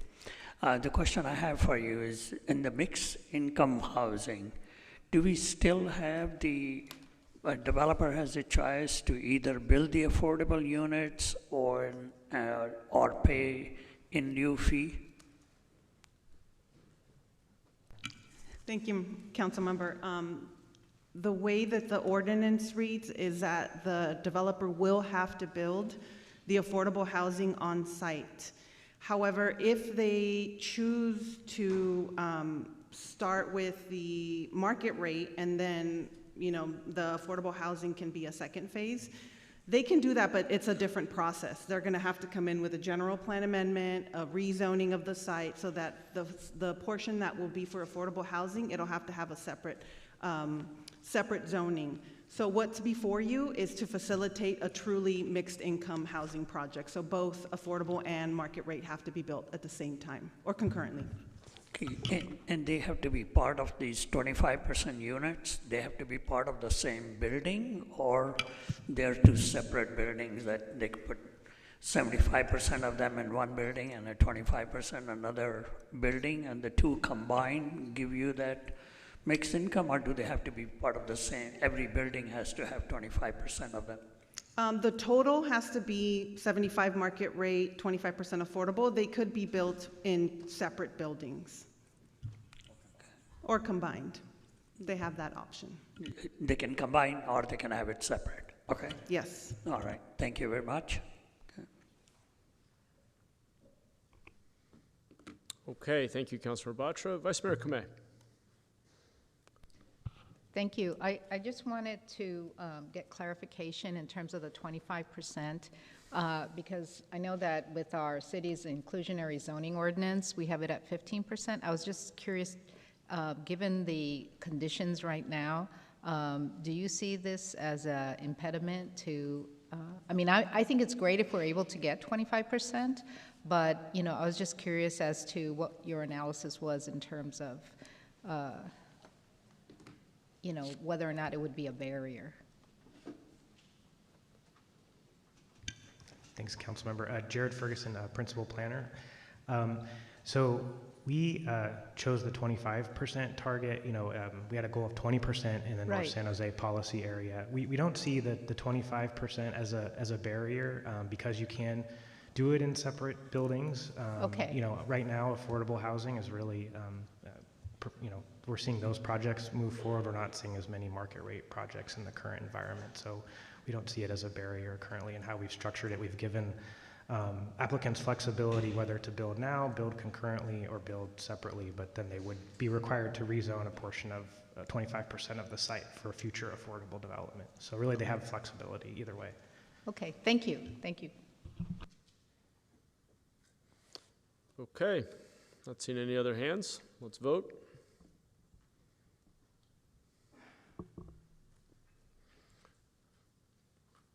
Motion passes unanimously. Thank you. Okay, thank you to city staff. All right, we're on to open forum, which is an opportunity for members of the public to comment on city business that was not on today's agenda. I want to thank everyone in the chamber today for being patient and allowing us to get through our agendized items. As we transition to open forum, I want to just encourage us to continue voicing our opinions respectfully. We are, as I mentioned, blessed to live in an incredibly diverse city, and it's certainly my hope that we can be a model, be a beacon of hope for the world that represents a place with open dialogue, mutual respect, and peaceful coexistence. Certainly we're not all going to agree all of the time, but it's important that we have free speech in our public forums and that people have an opportunity to freely and safely, without intimidation, voice their public opinions, and that's exactly what open forum allows folks to do.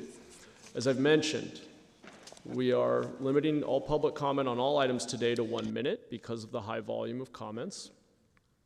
Also, just remind folks that we cannot conduct this in an orderly way and hear from everyone with a lot of noise and commotion. So Tony is going to explain in a moment how she will manage calling the comment cards for people to come down and queue up. I also know there will be a temptation to express support or opposition to comments that are made. We will not have that. If you would like to express support, what we often have people do is something like this, or thumbs up, or jazz hands, or whatever you want to call it, but Tony needs to be able to let people know when they're up next so that they can exercise their free speech and so that their elected representatives can hear their speech. So Tony's going to manage that very thoughtfully, and we need to be able to hear her. And we just ask everybody to stay respectful and patient and listen, and we'll get through this together and make sure people are heard, which is what this is all about. So I want to thank my colleagues and everyone for their patience and attention, and we're going to move into open forum. Tony, do you want to share a little bit about how this is going to work? So I'm going to call up to 5 names at a time. When you'll just come down the center aisle. We have reserved seats. The security officers will direct you to take a seat in the reserved seat. And when you come down, it's no particular order. If you hear your name, come down. We have speakers in the wing, so I'm trying to speak a little slowly to make sure that everybody can hear me. Some of the names I call will be people from the wing. If you are in the wing and you hear your name, you'll come down the hall to the side door. There'll be somebody there to direct you. But right now I'm going to start with 5 names. I think these people are all in the main chambers. If you have spoken and you are free to leave the chambers, you don't have to stay, but you're also welcome to stay. But just know we do have overflow people as well. And as people leave this chambers, we'll bring those people over to the main chambers as well. So let's start with Jenny, Albert Chavez, Rachel Batish, and it looks like Maga Ketchum.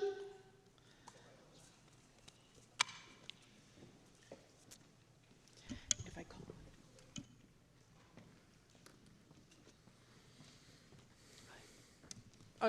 Before you speak, also, could you say your name? Because that way we can mark off the card so we know you've spoken.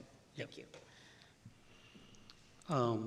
Hi, I'm Albert. I'm a resident of San Jose District 2. I'm requesting council members to add a Palestinian resolution to their next meeting agenda on December 12th in support of a ceasefire in Gaza. More than 15,000 deaths have been confirmed, and a horrifying amount of those deaths are infants and children. On top of that, millions are constantly being displaced. They're given false hope and false direction to move to a safe space that doesn't exist. As a resident in San Jose, I see the rapment, the homelessness in our city, hundreds of unhoused people living in creeks. Instead, we send our tax dollars to support this war. We don't approve of our tax dollars funding this war. I'm so sorry, can you move the mic slightly closer to you? Yeah, sorry. Thank you. I just wanted to get through this really quick so I didn't miss my minute. Instead, we send our tax dollars to support this war. We don't support our tax dollars funding this war. We demand a stop immediately. Furthermore, our city needs to stand up for our friends in our community. Across the nation, we are seeing acts of aggression towards American Palestinians. This is wrong. With the silence of our city, we're saying that we will tolerate it. We cannot tolerate any hate or allow any. Thank you. Next speaker. Also, Charlotte Casey, come down. So I'll add a new name every time somebody speaks.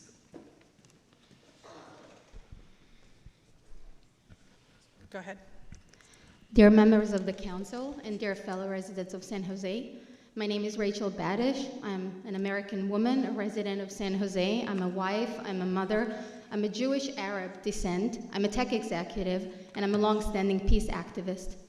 But for the first time in my life, I'm extremely concerned about my and my family's safety, and I'm afraid I'm not the only one. Since the October event, there has been an increase of almost 400% in anti-Semitic incidents across the US, including California. While the situation in Israel and Gaza is alarming and keeping most of us here at nights awake, we must also acknowledge that any statement that this forum would promote, whether calling for ceasefire or the release of women and children and hostages,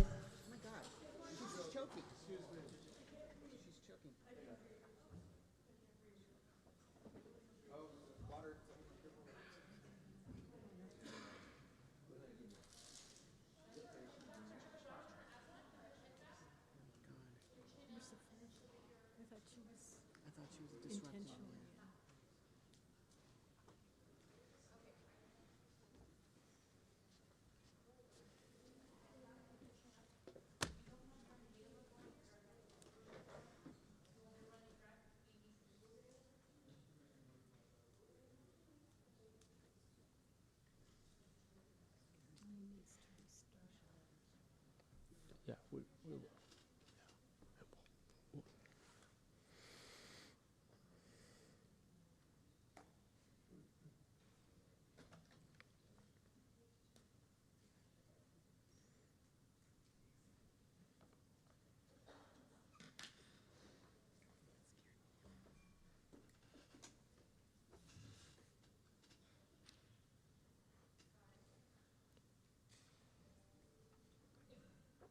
Tony, can we, yes, I'm assuming you're okay? Okay. Please signal us if you need anything. Thank you, Sergeant. Okay, Tony, can we put some time back on the calendar? Maybe go back to, I don't know, 30 seconds, 45 seconds, whatever, wherever we were.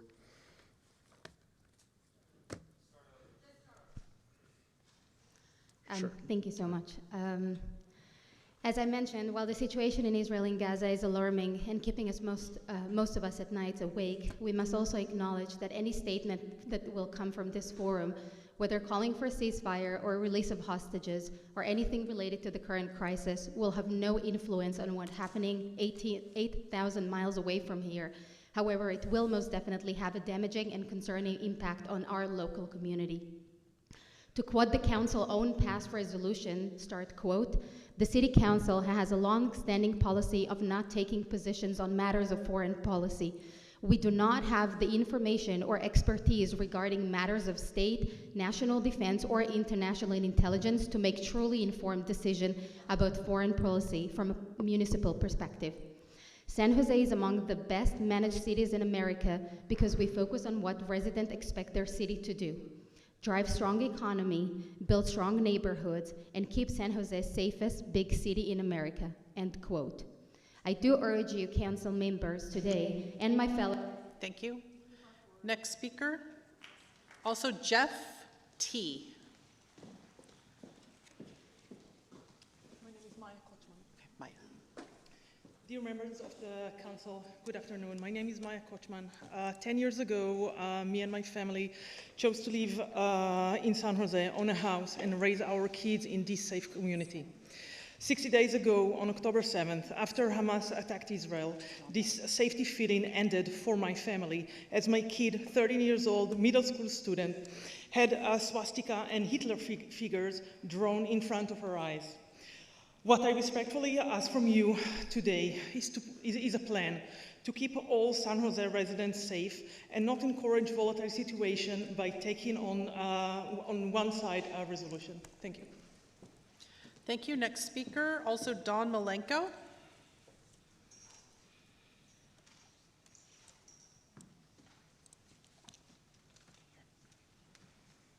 Good afternoon, council members. My name is Charlotte Casey. I'm with the San Jose Peace and Justice Center.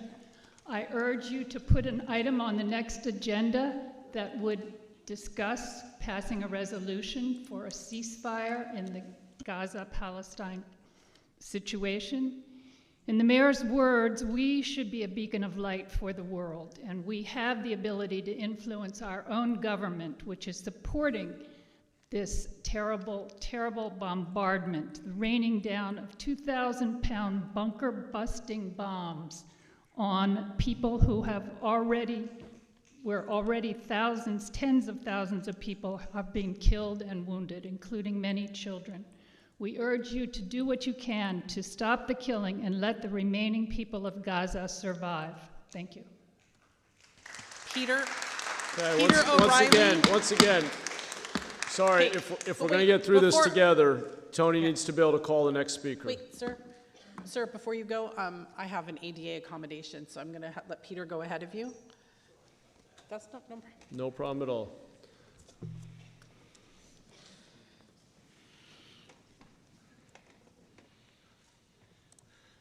My name's Peter O'Reilly. I grew up in San Jose, I'm 69 almost, and couple weeks. I'd like you guys to vote eventually on passing an immediate ceasefire on Palestine. There's a genocide going on, and we need to stop it of the Palestinian people. And it's not Hamas that Israel's getting, it's the Palestinian people that are the ones being killed and genocided. So I wish you would put this on the agenda for your next meeting so you can vote on it. Thank you. Thank you. Next speaker, Lisa Levenberg, come on down. Thank you. Good afternoon, council members. My name is Jeff T. I'm a Palestinian American, and I identify as a human. I ask that you call for a ceasefire immediately. A ceasefire defined calls for the ending of Israel's merciless killing of Palestinian children and civilians. It calls for ending America's aiding and abetting of the killing of Palestinians through the use of American tax dollars and military aid provided to Israel. Calling for a ceasefire ends the promotion of hate and crimes against Arabs in America. The lack of a call for a ceasefire simply amplifies and emboldens pro-Zionists to commit crimes against Arabs and other pro-Palestinians. A ceasefire will allow us to define our American culture as one that speaks to humanity, peace, and demand an end to genocide. A ceasefire says, let's end racism. Zionist terrorist practices are akin in ideology done here in America by the Thank you, your time. Next speaker, also Goldie, come on down.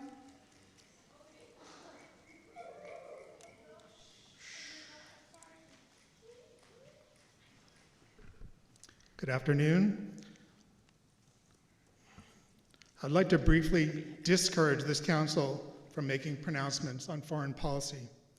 I'll just point out that there were no calls for a ceasefire on October 7th, when Hamas was firing barrages of rockets at innocent people and also committing the most horrific crimes imaginable against babies, children, women, elderly, in ways... I'm sorry, sir, one moment. Excuse me.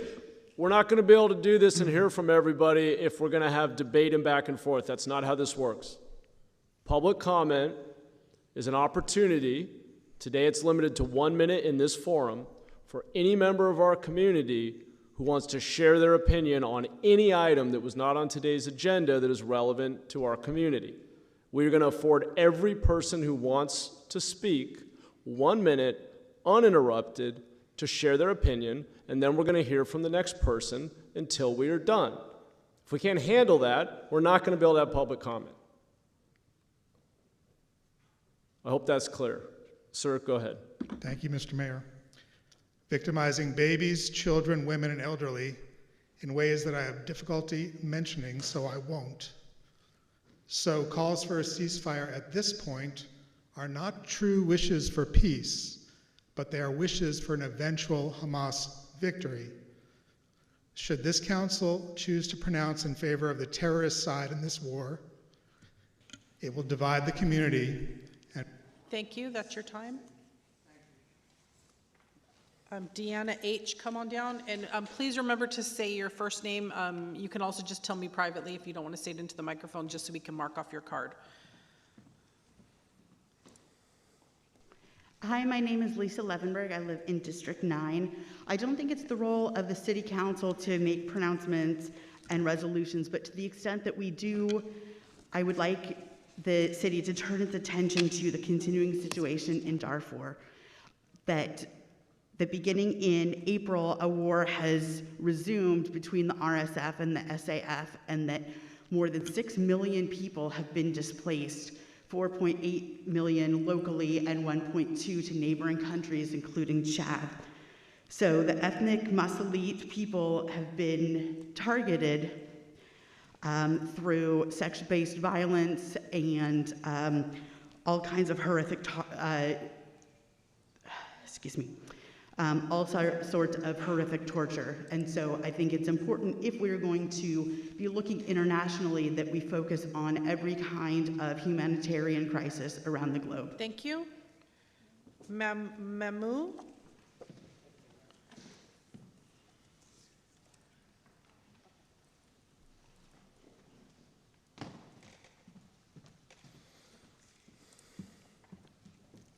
let me know when I'm ready. You ready? Go okay, I'm ahead. on the clock. Okay, hello, my name is Sarah, and I'm thankful very much for have the opportunity to come up and talk to you guys. I absolutely think we need to have a ceasefire immediately, and I think we need to call for the immediate liberation of Palestine for many different reasons. We don't need to go into every single cause now as there's not enough time, but it needs to be something that needs to be in the forefront of all of us as we're all Americans, and this is American funded. Another thing I would like to ask is that we bring an agenda for the Palestinian resolution on December 12th. So, and I also want to thank you, Matt, because I voted for you, and I also used your Causes and Brigades applications in my early advocacy days. So upon that, I am very confident in asking you to spearhead this and be one of the first people to call for a ceasefire. Thank you. Yes, ma'am. Thank you. Next speaker, also Yusra, come down. Is this you? That's me. Hi, my name is Dina H. So thank you for allowing me to speak. In the parking lot after my son's graduation, I watched as off-duty firefighters pounded on my son's chest, trying to revive his heart after a cardiac arrest. With blood all over his face, all I could say was, why don't they stop? Why don't they stop? Why don't they stop? Because I knew if they stopped, he would be okay. You're all very smart people and empathetic, and I know you know what's going on in Gaza is not okay. 10,000 children now are dead.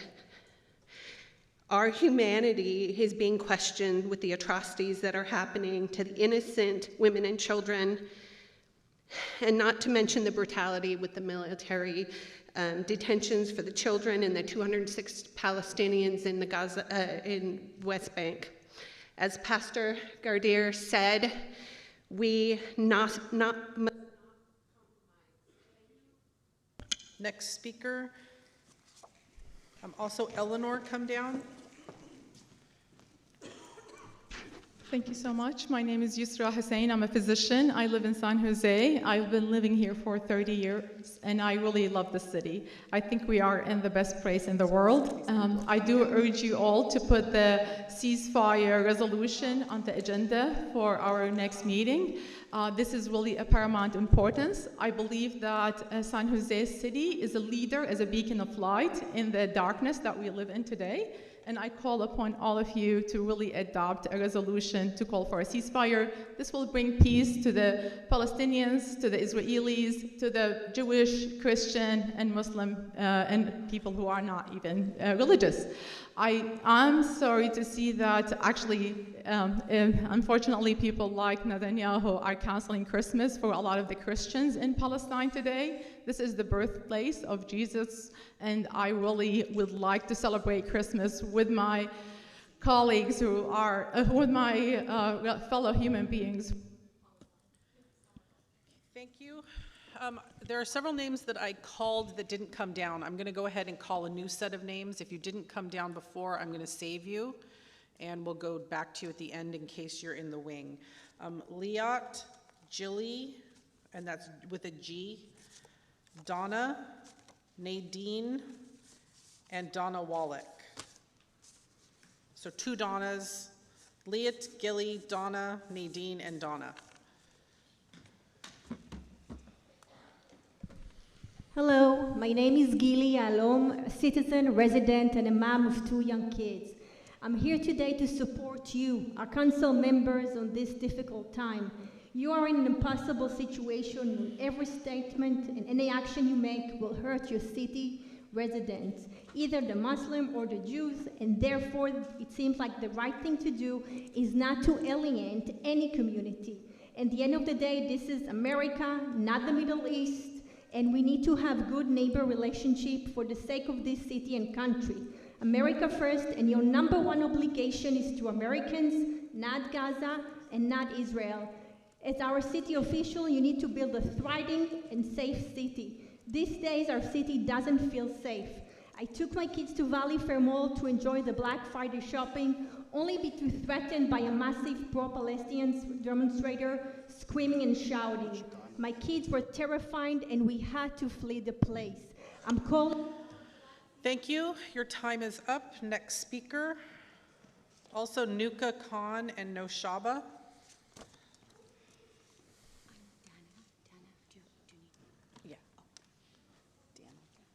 Hello, council members. My name is Dana Samhori, and I'm urging this council to quickly introduce a ceasefire resolution to the next agenda on December 12th and vote on the resolution.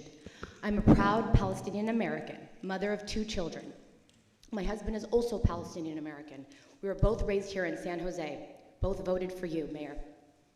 Just as a history, both my grandfathers on both sides were expelled in the 1948 Nakba. We are now seeing the worst catastrophic killings, slaughtering of children, worse numbers than that 1948 Nakba. The US government uses our taxpayer money to arm the Israeli military that is now killing countless family members. The 1,000 people that had died in just the missile, that American missile that hit just yesterday, could have been alive today if it wasn't for our taxpayer money. Again, I am seeking this council to please hear our plea and call for the ceasefire. Thank you. Your time. Next speaker.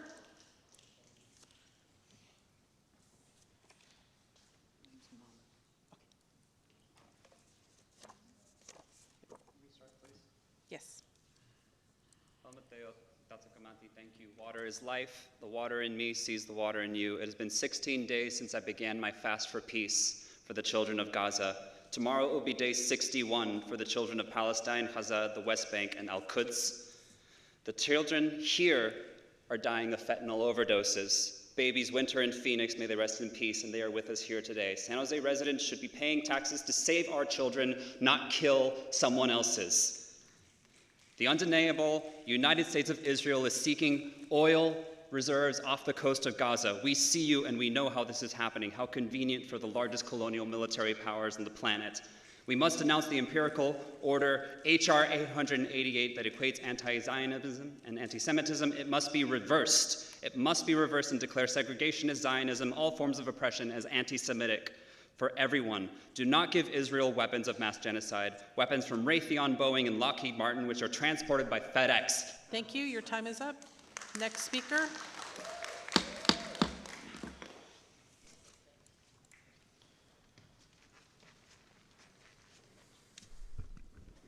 My name is Donna Wallach. I am Jewish and have Israeli citizenship.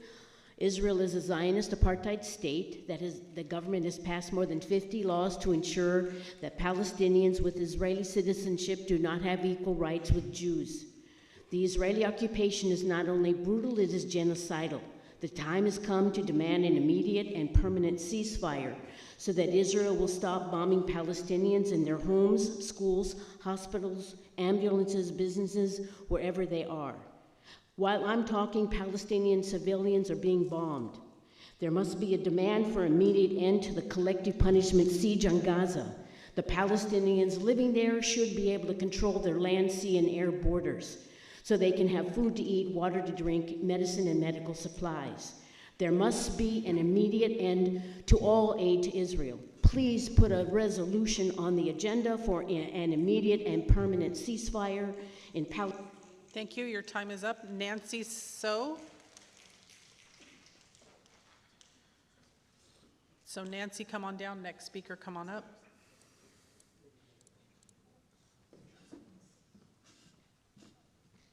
Hello, my name's Donna. I live in District 6 and work in San Jose. I'm married to a Palestinian and have 2 Palestinian daughters who also live and work in San Jose. Thank you. I'm here today because I'm urging the San Jose City Council to agendize a ceasefire resolution and to call to end US aid to Israel and vote yes on it. We have all seen the horrific images of Palestinian women and children that have been killed by Israeli forces, and the reason that we're here today because the US is complicit, we are all complicit because our taxpayer money funds this genocide. I ask you as a parent and a human being to move quickly and stand on the side of peace and justice. This is not a war, this is a genocide, and we have an opportunity to say, not on our dime. Thank you. Thank you. Next speaker, Also, Mayina Ulkarim. All right. My name is Nadine. I'm a Palestinian. I'm a resident of District 6. And I actually want to share why we are so insistent on pursuing local government resolutions for a ceasefire. Firstly, you represent us. When elected representatives see an unprecedented tidal wave of public rallying for a common cause, it is your job to listen and act. We will not get tired of asking you to do the right thing. Not only will that go against who we are as descendants of historically oppressed people, but also this genocide against the Palestinian people is impossible to ignore. And it's happening on our dime. We are therefore forced to resist being complicit. The local government and community is crucial for grassroots, bottom-up power building through narrative and culture shifting. This is critical for San Jose as a global metropolitan city of wealth and power. So I ask my council to agendize a ceasefire resolution for the next meeting on December 12th. Vote yes. We stand ready to... Thank you. Time. Also, Elizabeth Agramont Justiniano. Come on down.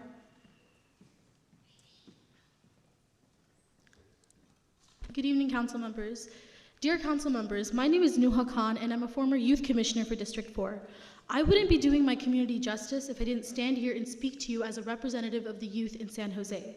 Since October 7th, thousands of Palestinians have been killed in Gaza. The World Health Organization and the United Nations have deemed the region as a catastrophe. Over 1 million have been displaced. The numbers are only rising. The one message I want to get across to all of you is that a call for ceasefire will stop deaths on both sides of this war. The question is, what side of history do you want to be on? We demand that you recognize the release of all hostages, unrestricted entry of humanitarian assistance to Palestine, and the protection of innocent civilians. It is time for San Jose City Council to call for immediate ceasefire. Thank you. Thank you. Next speaker, Natalie Bree, come on down. And Nicholas Sala.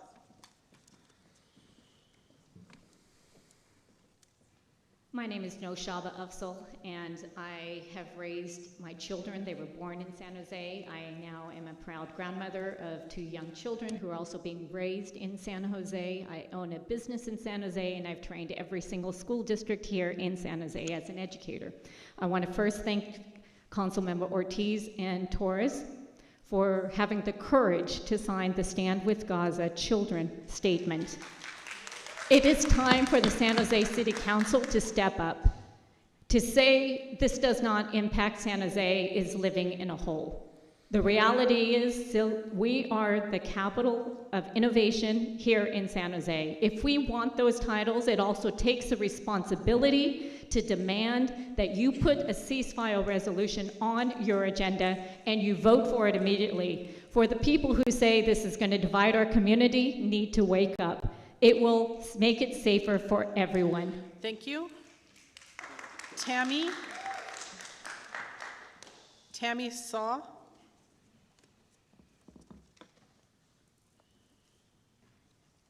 Good evening, council members.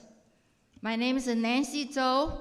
It's an Asian American living in San Jose. I'm speaking today as a human being.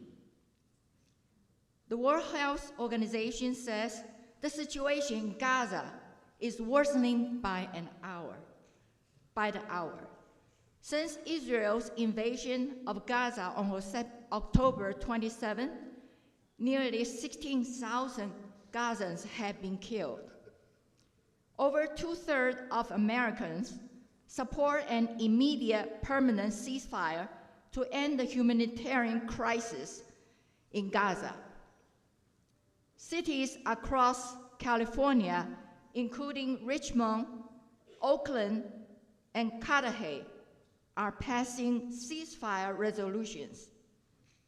I urge San Jose City Council to initiate and pass a ceasefire in Gaza soon. Thank you. Thank you. Next speaker, Fawaz Harara, come on down.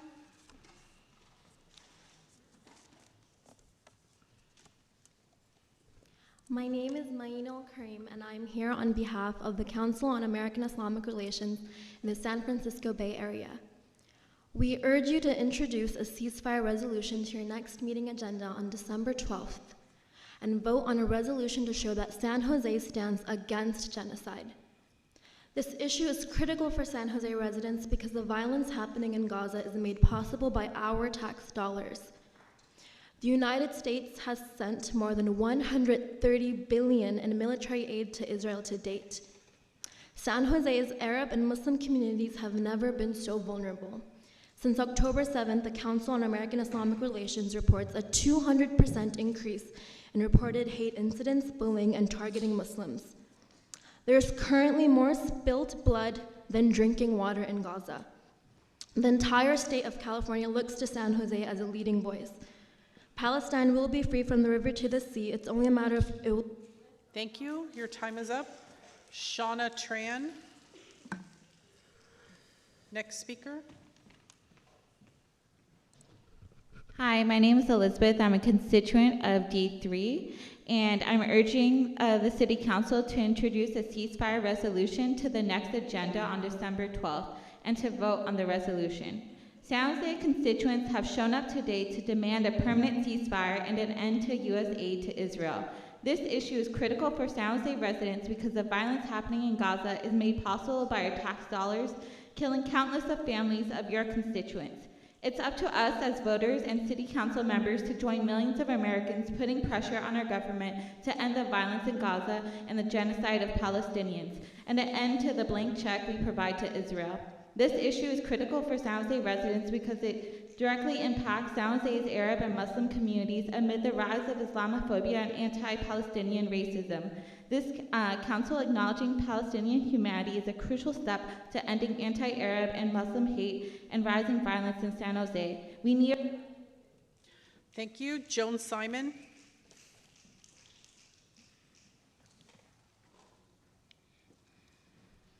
Hi. Hi, everyone. Thank you so much for being here, and thank you for your time. My name is Natalie Bui.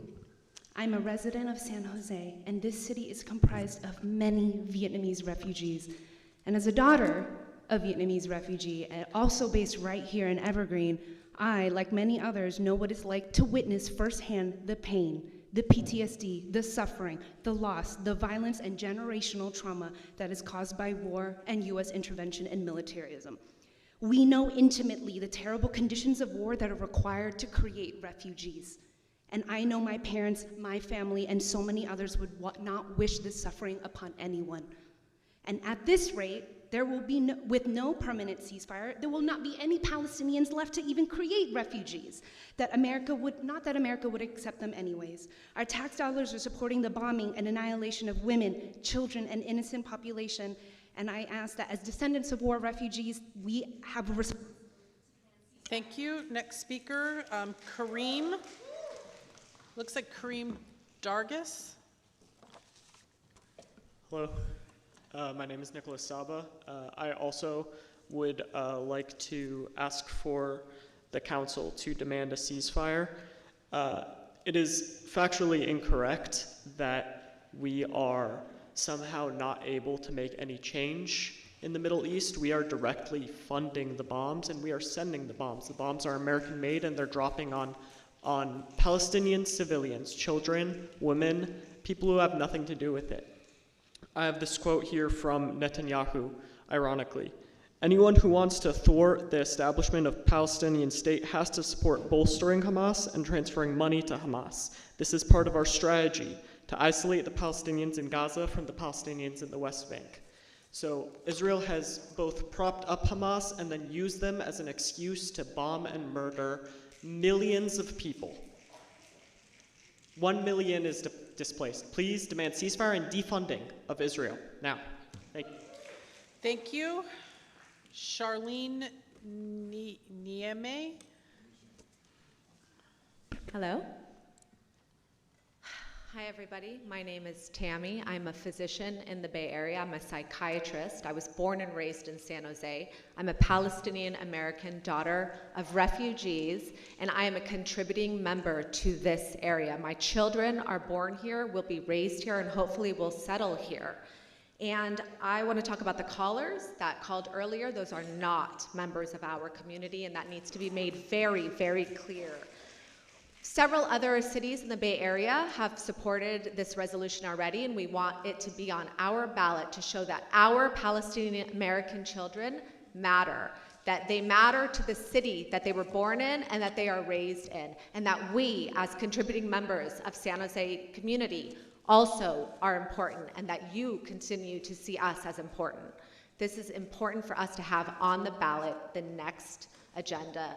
Thank you. Thank you. Next speaker, Amani Hamed, come on down. Hi, I'm Shauna. I am born and raised in District 8, and I am the daughter of 2 Vietnam War boat refugees. I am calling upon council members to represent your constituents in adding and voting for ceasefire resolutions to your next meeting agenda in order to address the genocide, the ethnic cleansing, and the ongoing war crimes in Gaza. Please do not look back in the future and express regret that you should have done more in this moment to speak out against Israel's ongoing genocide against Palestinians in Gaza. We must stand on the right side of history now. You have the power and the responsibility to take action. Please demand permanent ceasefire, free Palestine, San Jose for Gaza. Thank you. Thank you. Next speaker, Rondu Gerard. I'm also going to send one of my staff over with some of the speaker cards from the wing to bring some of the wing people over. Go ahead. Assalamu alaikum wa rahmatullahi wa barakatuh. Peace and blessings be upon you all, especially to you, Ms. Foley and Ms. Davis.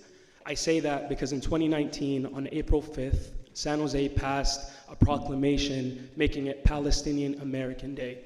We did that with the SJP and San Jose State. San Jose State also divested a few years ago because what's happening is not new. It's been happening for the last 75 years. I just had a son. He's born to a Palestinian mother and a Palestinian father. My family's from Haifa. He'll never be able to go back. But for my Jewish brothers and sisters who have children who are born in America, they're more than welcome to go to Israel and more than welcome to have Israeli citizenship. This is not right and this is not fair. We're calling for a ceasefire because all of you showed distaste for the words that were said earlier. Imagine children being killed and dismembered. Thank you. Next speaker.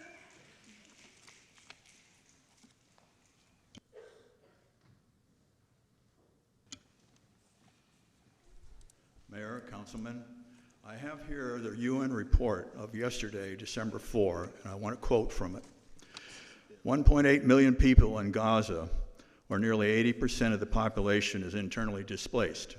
Now, San Jose has a population of about 971,000 per the U.S. Census Bureau as of July 1st, 2020. Imagine 2 times the entire population of San Jose migrating south to Gilroy in a matter of a few minutes notification. I quote again, the UN shelters communicable diseases such as diarrhea, acute respiratory infections, and skin infections, including lice, disease outbreaks such as hepatitis, are including people that are women that are pregnant, have given birth, or are breastfeeding, or are recovering from surgeries. Thank you. Your time is up. Next speaker.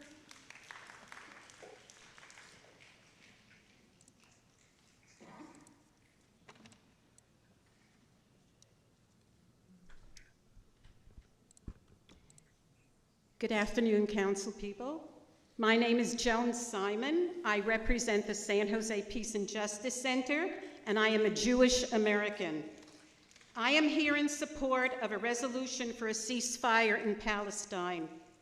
I believe San Jose should join San Francisco, Oakland, and Richmond in approving a resolution to stop the killing of thousands of men, women, and especially children.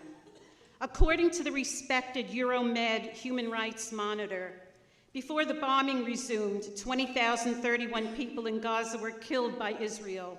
Almost 90% of them were innocent civilians.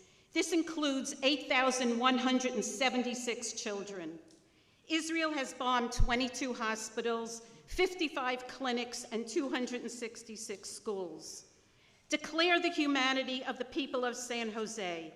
Adopt a resolution for a ceasefire to stop this war. Thank you. Next speaker.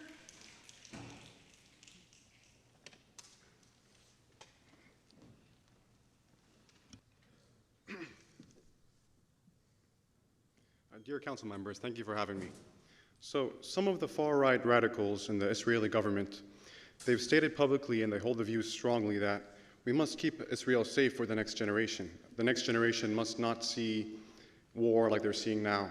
And we agree with this, but the way they're going about it is they want to eradicate all of Hamas. Now what's going on right now is the rate of civilians dying to Hamas is way out of proportion. So if you continue down this rate, what's it going to look like in the next generation?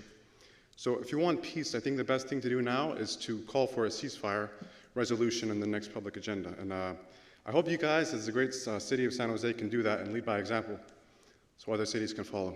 Thank you. Thank you. Next speaker.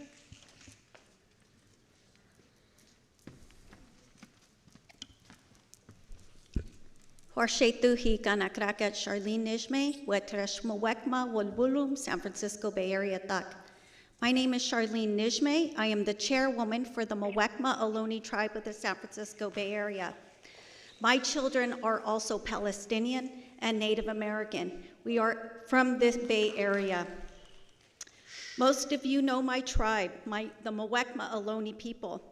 I have been in your offices requesting a resolution that supports my tribe's fight for federal recognition, our fight for self-determination, our fight to exist as a sovereign people.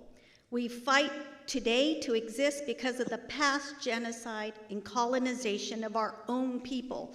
The same is happening today to another indigenous community in front of us, the Palestinian people. We Native Americans, we are the children of genocide and colonization, and we must never be silent. Ignorance is no longer justifiable. Thank you. Next speaker. And I'm not seeing my wing people coming over yet. Wait, I think I just heard the door, so I'm not going to call any more names. Go ahead. Good afternoon, Council. My name is Amani Hamid. I'm both Palestinian and Irish American, making me twice over the product of refugees in this country. I'm here to call on you to pass a resolution for ceasefire, not only because you have so many people in this community, this diverse community, from many different backgrounds, speaking up for the humanity of the Palestinian people, but because we can both commit to fighting anti-Semitism and commit to recognizing the humanity of the Palestinian people at once. The technology that is being used to wholesale murder and collectively punish Palestinian people is manufactured in the Bay Area, not just the hardware, but the software, the surveillance technology, everything. We have a duty and a responsibility as the Bay Area, as San Jose, as the cradle of the Silicon Valley, to end this and have it not be done in our name. It is done with the support of our tax dollars and with the blessing of our silence, and it must end. Please, please pass a resolution for ceasefire. Thank you. Thank you. Next speaker, Faten and Omar Sharab, come on down. And also Fatima. I'm sorry, just before you begin, Tony, I've lost the timer here. Is it still up? Which timer? The speaker's timer was on our screen until at least two. I think it timed out. I'll reshare it. It only lets me share for a certain amount of time. Thank you for letting me know. Yeah, no problem. Go ahead. Hi, I'm Rhonda. I was born and raised in San Jose. I'm a Palestinian American, a tech employee, and a mother of two. I live in Almaden, and I voted for you, Mayor Matt Mahan.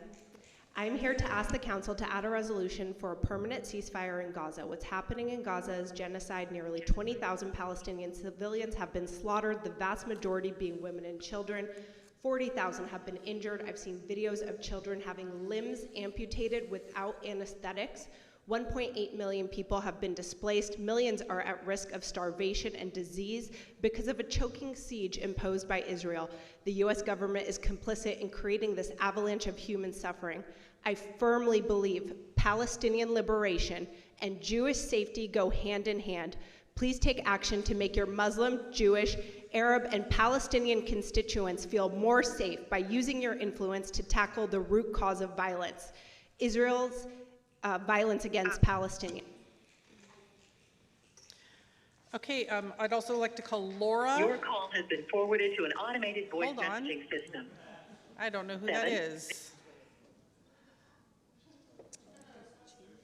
That was actually our chamber. Do you guys know what that was? Okay, I'd also like to call Laura, Mike, and Leslie. Go ahead, thank you. My name is Fatin. I live in District 1. I have lived in San Jose in the Bay Area my entire life. I want you to look at me and bear witness that as of this morning, I lost 7 additional members of my family. And in the last 2 months, we have lost over 100. So when people say this is something over there, that is discounting my experience, my family. They are not human shields. They are not terrorists. And I stand before you here. Over 15 years ago, I sat next to an elected official that I also voted for. And I told him, back then, my family was being bombed. And he looked at me in the eye. And he said, well, they must be terrorists. So I want you to understand, this is important. Thank you, your time is up. Aisha and Aya. So I have Aisha Khan and Aya El Zarqa also being called. And please let us know your name, thank you.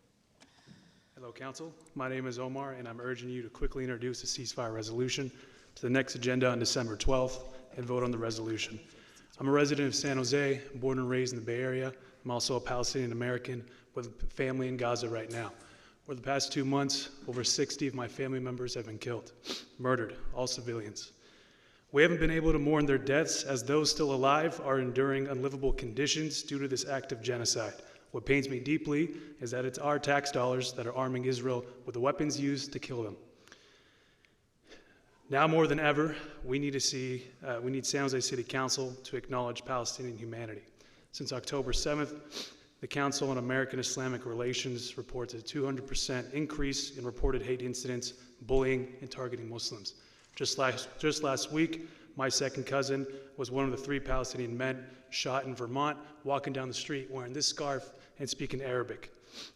Our communities are more vulnerable. Thank you, your time is up.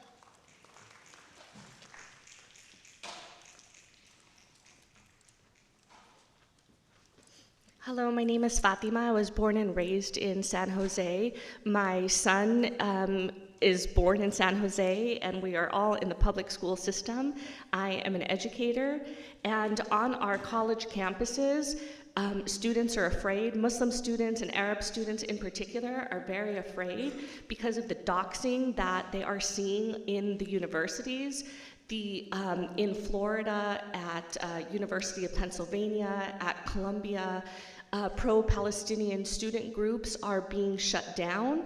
And you might have heard about what happened at Harvard. Pro-Palestinian activists their pictures were put on a truck and then driven around to intimidate and scare them. And so I'm urging you to pass a resolution, a pro-Palestinian resolution, also asking for the end of occupation, a right to return, and an acknowledgement of the apartheid. Thank you. Next speaker.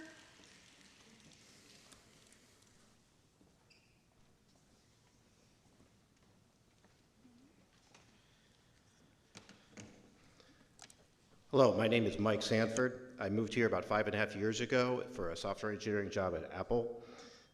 I urge for a ceasefire resolution for the next agenda. I have visited Gaza, I have visited West Bank and Jerusalem. I was shocked at the inequities that I saw when I was there.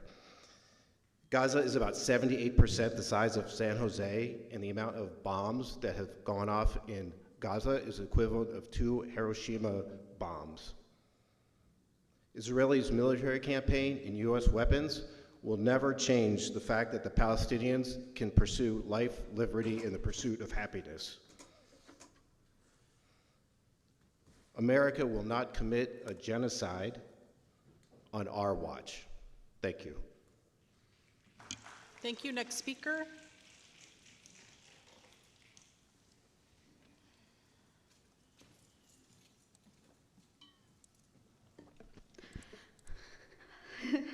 Hello, my name is Laura, and I'm afraid of public speaking, but I'm here in the name of humanity. I moved to San Jose this year, and this is my first of many meetings I plan to attend, and I hope to be a part of the beautiful history of having San Jose pass a resolution next meeting calling for a ceasefire, because I am here for humanity, for all children, all mothers, all fathers, because war will never be the answer. Army violence is not the answer. We want our tax dollars to fund schools, not bombs. Palestine will be free, and our liberation as humans are all connected, and our money is funding this, so we need a ceasefire now. I wore this bow to represent Alma, pulled by the rubble this week. They are real humans, children, fathers, uncles, aunties, grandparents, mothers. These are real people with real lives, and they need our help, and we can help them. Thank you. Thank you.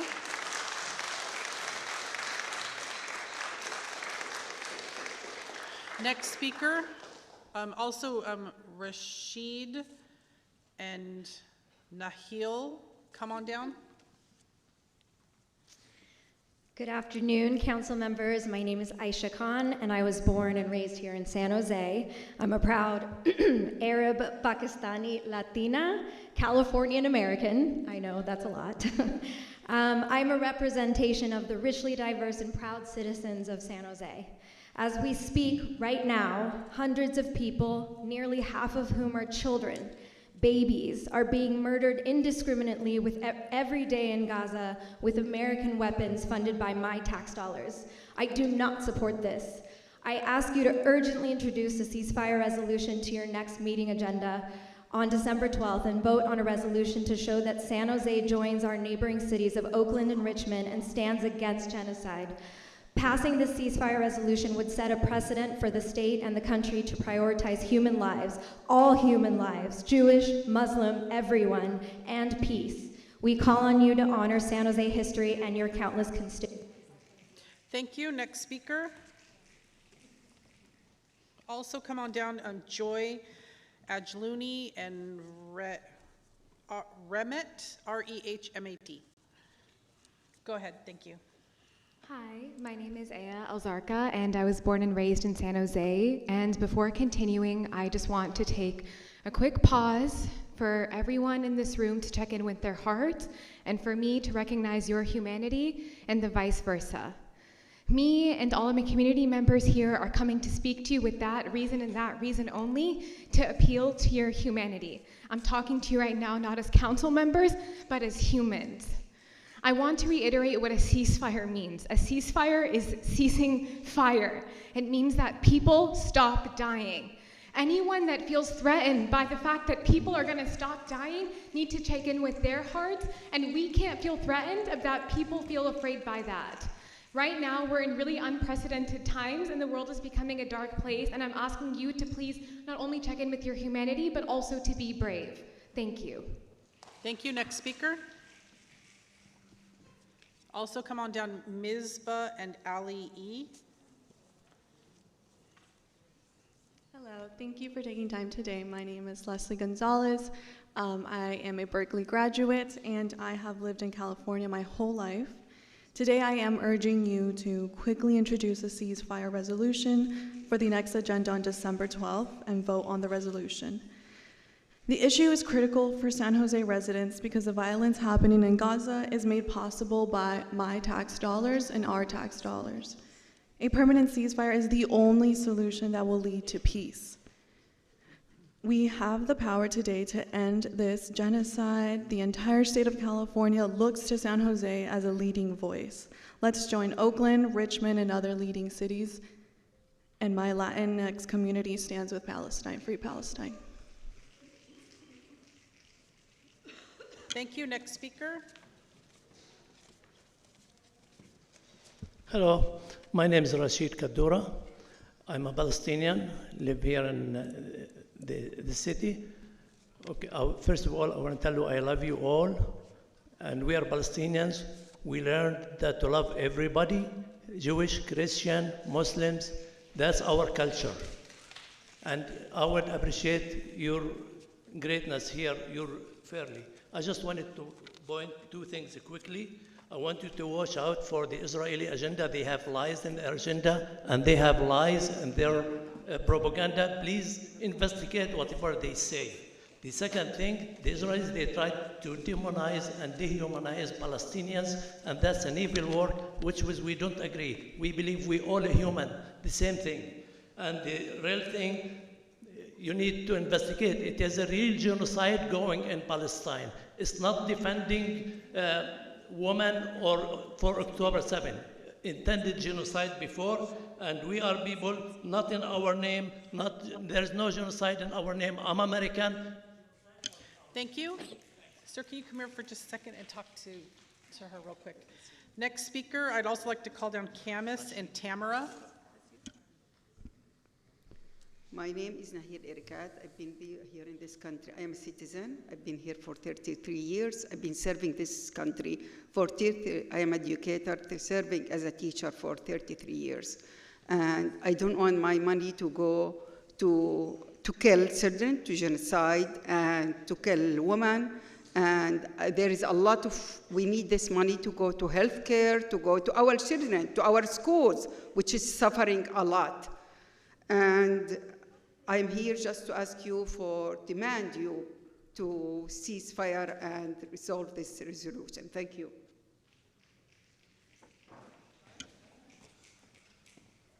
Thank you. Next speaker.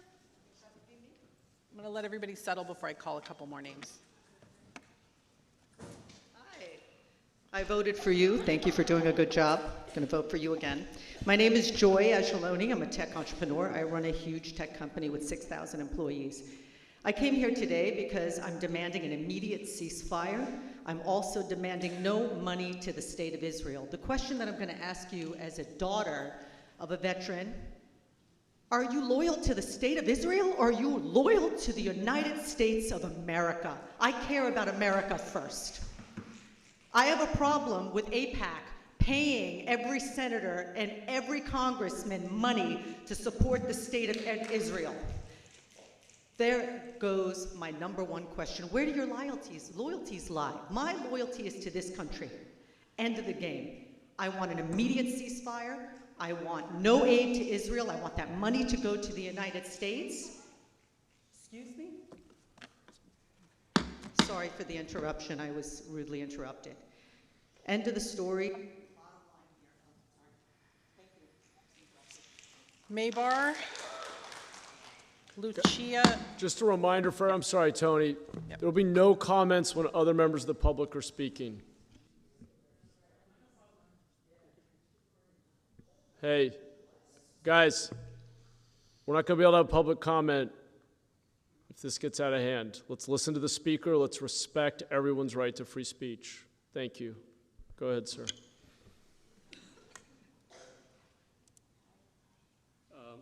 I'm Ali. I'm a human being who lives in San Jose. First of all, if someone doesn't want others to speak or to make a statement, this is probably because their argument is very weak, their propaganda is not working anymore, and everyone knows that. Second point is, if anyone thinks this is self-defense or it's complicated, not a genocide, let's just imagine one thing. A building in Tel Aviv or here in San Jose, a residential building is taken over by terrorists. And they do build their headquarters down there or do tunnels or whatever they do. Would you be accepting you or the US government or Tel Aviv or the Tel Aviv government to destroy the whole building with families in there? And probably not, absolutely not. And that's the difference between someone who believes in human life and someone who deliberately commits genocide. If your kids, your family, your parents are in this building, you will not just make a statement, you will do everything in your hands to save the human lives of children there. Thank you. Next speaker, I'm going to call a couple names, but I want to say that I've got several duplicate cards, and I'm trying to pull out the ones where I know they're the exact same name. But if you've already spoken and I call your name again, you can't speak twice. So if you already spoke and I call your name, just let it go. Maybar and Lucia Ruiz, come on down, and speaker at the microphone, go ahead. Dear council members and mayor, nearly 20,000 Palestinians have been killed by the state of Israel, and this number increases each day. I urge you to add a resolution calling for a ceasefire to the next meeting agenda. Calling for a ceasefire does nothing to jeopardize the existence of Israel, but not having a ceasefire jeopardizes the existence of Palestinians. Think about that. I've had friends who've lost their entire bloodlines in Gaza. The al-Bakri family lost 22 members, and I've seen the impact it has on him. You may see them as statistics, but most of us don't. We engage with them. They are family, friends, and colleagues. This is not just a story for you to imagine. This is a reality. Be on the right side of history. Every minute of complacency is another loss of human life, another loss of a beautiful, innocent child like your son or daughter you go home to. The U.S. government holds immense diplomatic power to save Palestinian lives, but has refused to take serious action to do so. Thank you. Next speaker. Also, I have several people with the same first name, so I'm going to call Maya Acharya next. I have other Mayas in the list, but this one is Maya Acharya to come on down. Thank you. Good afternoon, elected City Council. My name is Tamara, a proud Palestinian American, and I'm here to urge you to quickly introduce a ceasefire resolution to your next agenda on December 12th and vote on a resolution to show that San Jose indeed stands against genocide and is in step with the vast majority of your voters. We ask for a ceasefire in Gaza to put a halt to the human suffering, to protect civilians, and to promote a real diplomatic dialogue. A cessation of hostilities is crucial to prevent further loss of life, address humanitarian concerns, and create an environment conducive to real peaceful negotiations, to a lasting resolution to this conflict. San Jose has a legacy of challenging boundaries in historic and present-day diversity. Early immigrant populations of Latinos, Japanese, Filipino. Thank you. Next speaker. Okay, we're on to the next speaker. Thank you.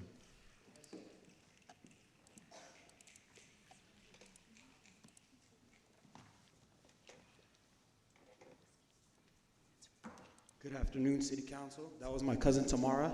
I put in my card about 30 minutes after hers, and that's our ancestors putting us together back to back. I wrote something, but I thought I would look you guys straight in the face and talk personally, more accurately to you guys. We demand a ceasefire, and that's just the bare minimum. That's the floor, not the ceiling. This is a genocide. The children that are being killed are surpassing the amount of children at the rate of the Holocaust. You guys have a museum for the Holocaust. We need about 10 museums right about now. I'm Palestinian. Our family's from Bethlehem, from Jerusalem originally. I was born in San Francisco, and this is a humanitarian crisis. I don't think Netanyahu's thinking about the consequences and all that he's doing in the region. He's saying that he's going to bomb Beirut. This has nothing to do with Hamas. This has nothing to do with the religion. They hijacked religion 75 years ago. All Jews, Christians, and Muslims got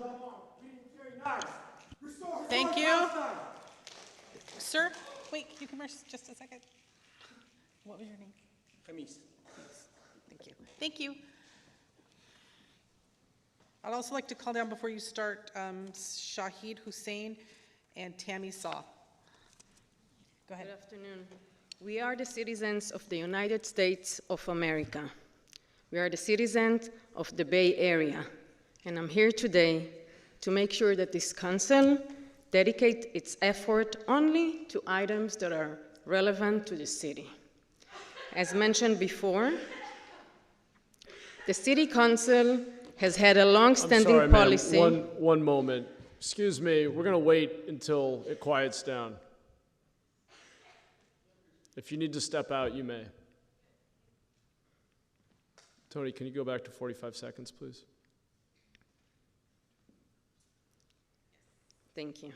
Go As ahead. mentioned before, the City Council has had a long-standing policy of not taking positions of matters of foreign policy.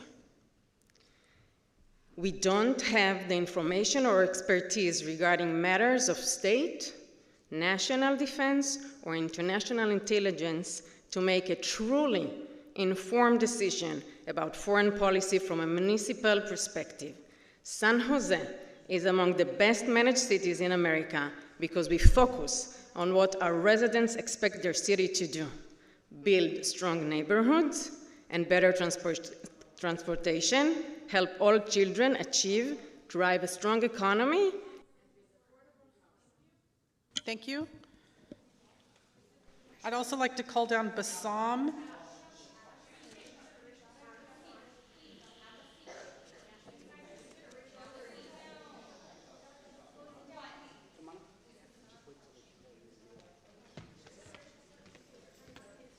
Hi. Hi, everyone. Wait till it's Do we want to wait?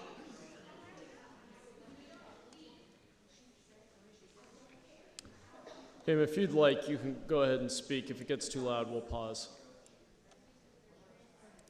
You can go Okay, ahead. hi, hello everyone. Hope you can hear me. My name is Lucia, and I'm urging you quickly to introduce a ceasefire resolution to the next agenda on December 12th and vote on the resolution. I'm a resident of District 3.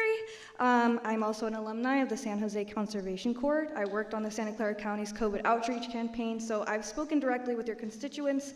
I've even worked in some of your election campaigns personally. We were praised for our service, and I, along with many community organizers, ask that you justly represent the diverse community that has shown up today in support of a permanent ceasefire in Palestine. San Jose is the country's 12th largest city. We have a legacy of challenging boundaries, and we are the capital of Silicon Valley, so it is not only our country looking to us, but the world. And the world has been clear in its call. We must protect our Arab Muslim community members and their families, and that goes hand in hand in using our power to end Israel's aggression towards Palestinians. And San Jose State... Thank you. Rabia, Merida, Taro Pali, come on down. Go ahead. Hi, my name is Maya Acharya. I was born in San Jose, have lived my whole life in Silicon Valley, graduated from Stanford, and currently live in San Jose, as does much of my Indian American community. I'm also a queer music maker, and under my artist name Makes, I've had the honor of performing multiple times at Silicon Valley Pride here in San Jose, and I just want to say that a free Palestine is a queer issue. No more queer pride without a free Palestine. As the so-called capital of Silicon Valley, when our city speaks, it speaks with power. There is an ongoing genocide by Israel against Palestinians, and tech companies with ties to our city, such as Google, are actively invested in this genocide. So we're not going to find moral clarity from tech power. So we are asking our elected officials to join the people, their voters, in speaking out against the genocide of Palestinians, pushing for an immediate, lasting ceasefire, divesting our city from genocide, and calling upon our state and national leaders to stop sending aid to Israel. Thank you. Next speaker. I'd also like to call down Ann, it looks like Ann Pendoza, L.A., no other name given, and Jonathan D. Good afternoon. My name is Bassam Sadiq. I'm a resident of District 4. I'm here to urge the City Council to introduce and adopt a resolution for the permanent ceasefire in Gaza. To put a stop to all the killing of the civilians so far. As of this morning, 16,000 people have been killed, 41,000 injured, 70% of which were women and children. Those numbers do not include the 260 killed and 3,600 injured in the West Bank. To put these numbers in perspective, that is equivalent to an elementary school population size of killing a day. Last week, there were 7 days of pause. What that did, that paused the killing of 2,100 people. It did not stop. Thank you. Next speaker. I'd also like to call down Will and Maria, and that looks like M-A-R-J-A. Go ahead. Good afternoon, council members. Thank you for letting us speak. My name is Taro Polly. I'm half Irish and half Filipino, so my family knows as well as many others the pain of colonization at the hands of other nations, including the United States. So I would like to join voices to urge a resolution for an immediate ceasefire in Gaza. The belief that San Jose in the United States has no say in foreign affairs is incorrect, as our money and our tax dollars go to fund this genocide in Israel. And I, as a San Jose citizen, I do not stand for that, and I would like these council members to speak for my voice. Mayor Matt Hahn, I know you said that San Jose is a very diverse community, so I would like you to listen to these diverse voices and to be our voice for us, and to urge President Biden for an immediate ceasefire in Gaza. Thank you. Thank you. Next speaker.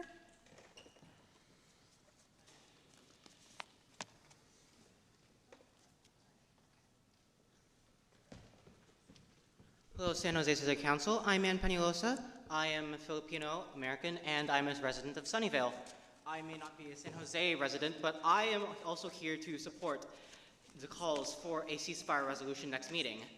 And I just want to say, even though, yes, we have, even though San Jose is such a diverse place, it's the fact that we have bombs that are going off, being built in our neighborhoods, in our backyards, in our cities. At least Sunnyvale's, Lockheed Martin is only a bus ride away from City Council.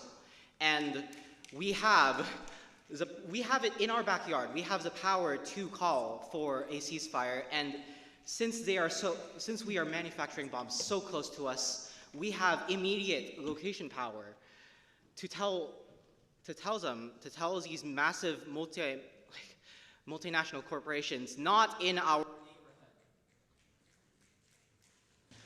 Thank you. Next speaker.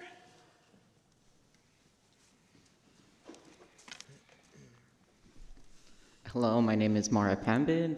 I'm a resident District 3.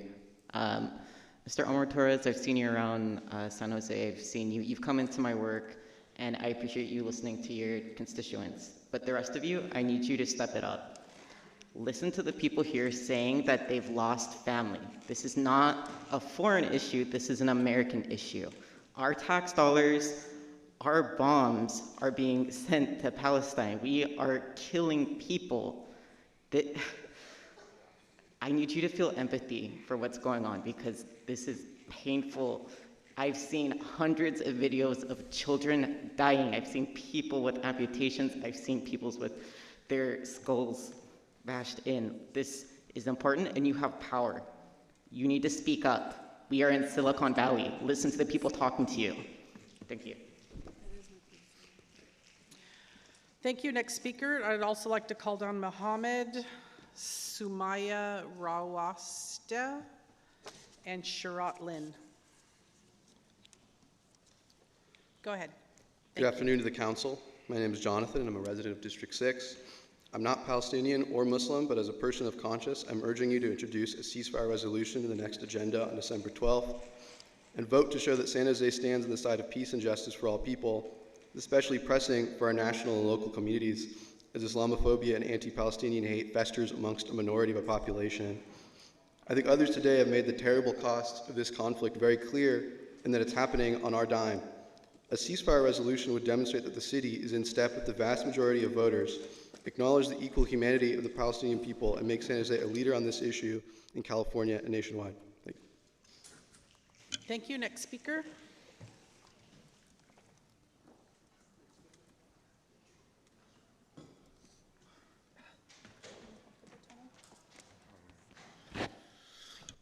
Good afternoon to the City Council. Thank you for having me here. let's just get right to it. I am demanding a ceasefire in Gaza, a demand that humanitarian aid be allowed into the area unconditionally, and that all military aid that the U.S. has given to Israel be cut off without any conditions either, and that the U.S. also, and that all you take a stand against the forced expulsions that's going on and the constant attacks on Palestinians who are being targeted regardless of where they've been fleeing to, their homes, their hospitals, even roads where Israel has made them go through to leave have not been safe either. And I'm also demanding that this council also take a stand against the constant, attacks of pogroms in the West Bank as well by. Wait, sir. What's your name? Well. Thank you. Next speaker. Also, Maya Ayubi, come down. Hello, everyone. My name is Sumaya Rawashte. I was born and raised in the Bay Area, and I am a marriage and family therapist practicing here. I'm here to ask you who were appointed to support your residents, to place a ceasefire resolution on the December 12th meeting agenda and to follow the footsteps of the cities of Oakland, Richmond, and others across the state and country. This is not just a matter of foreign affairs. It's a matter of the safety and well-being of your own San Jose residents. As a member of a nonprofit organization that supports Muslim college students across the state, MSA West, that has been on the front lines of supporting Muslim college students who have experienced harassment, discrimination, doxing, verbal threats, physical violence, and more. Students from elementary school to university level have experienced all of the above. Workers have been discriminated against, laid off, students have been suspended. This is a matter of your own citizens, and it is important that you take it into consideration. Thank you. Thank you. Next speaker.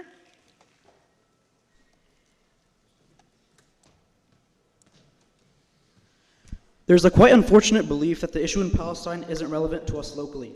However, here in the United States, a 6-year-old boy was stabbed 26 times for being Palestinian. 3 boys were shot just for wearing the kufiyya, similar to the one I'm wearing today. A U.S. congressman claimed we were going to turn Gaza into a parking lot, and today the U.S. House is voting on a resolution which seeks to label people who support a free Palestine as anti-Semites. So let me be clear, this issue does affect us locally, and we no longer feel safe here at home. Now is the time for the politicians that represent us to speak out. If genocide isn't enough, then maybe the threat to our community will convince you to add a ceasefire resolution to next meeting's agenda. Matt Mahan, when you were running for mayor, you came to my mosque and made me believe that you were running for the community. I'd like you to prove I was right by supporting your community and calling for a ceasefire. A ceasefire resolution protects people both at home and abroad. You don't need to be an expert on foreign policy to know that human lives matter. This did not begin on October 7th. This is a 75-year occupation and apartheid.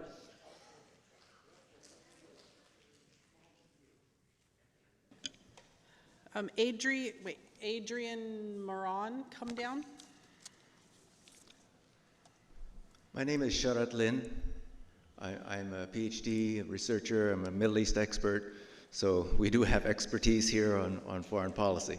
But this is not a matter of foreign policy.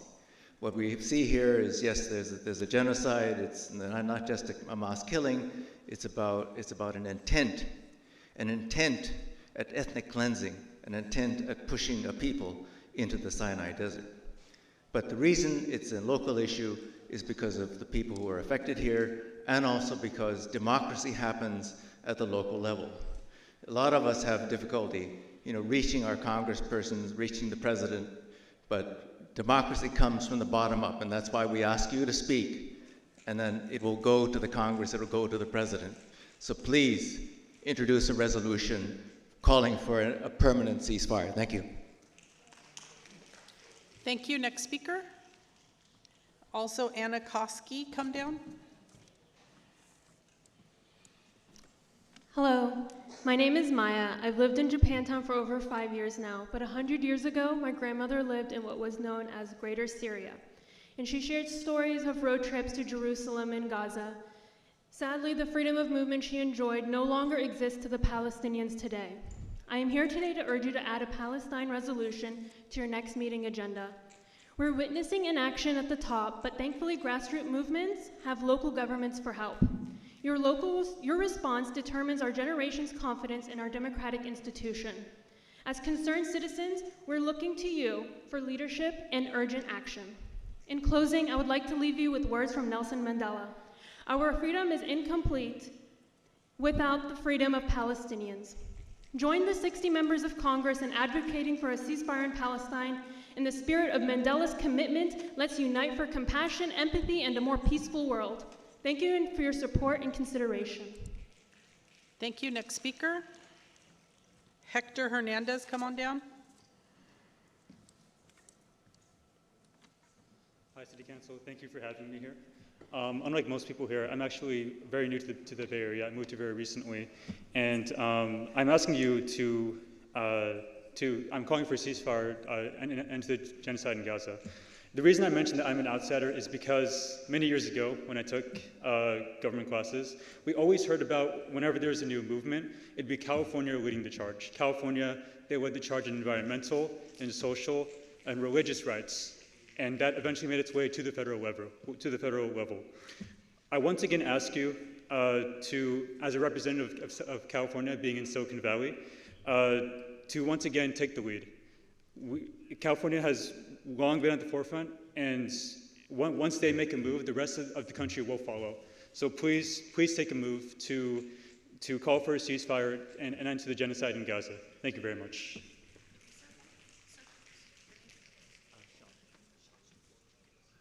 Thank you. Next speaker, also Dylan J. My name is Adrian, and I live in District 3. I urge the City Council to find the strength and sense of justice within yourself to do the right thing and quickly pass a ceasefire resolution for the genocidal conflict happening in Palestine. I hope you all follow the Oakland City Council's decision to refuse to condemn Hamas as well. Please keep the Muslim and Palestinian citizens in mind, as Islamophobia has been on the rise since October 7th. I hope everyone in this room recognizes the importance and necessity for forming coalitional movements. As a queer Latina, I believe it is the responsibility of everyone in this room to stand up for all communities suffering under colonial oppressions, especially Palestine. Zionism is an evil genocidal rhetoric, and I hope we can condemn Zionism and stand up for Palestine in all ways that we can. Thank you so much for everything you've done so far. Thank you. Thank you. Next speaker, Sigil, come on down. Hello, council members. I'm a Jewish refugee from the former Soviet Union and a proud U.S. citizen for the past 30 years. My family moved to this country to be able to live in peace, embracing our cultural and religious roots. After October 7th, brutal, unprovoked killings of Israeli citizens, civilian citizens, what we see is the rise of anti-Semitism and Jewish hate propaganda here in the US and in this area in particular. Please focus on keeping San Jose safe and secure for all of its citizens, and let Israel protect its citizens. Thank you. Next speaker.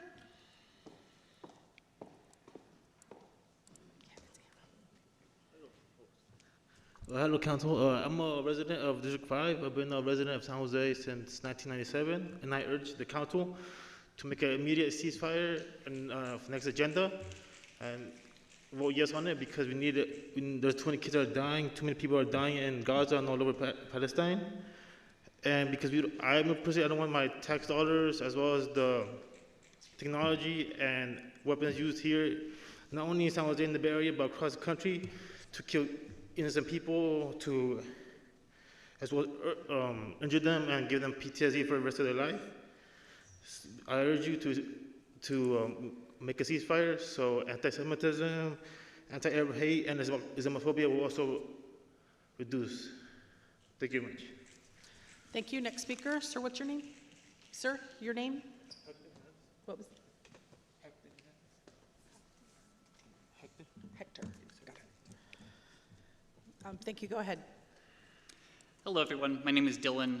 Many people tonight have voiced dissent towards our tax dollars being used to support Israel's oppression of Palestinian people. My family shares that opinion.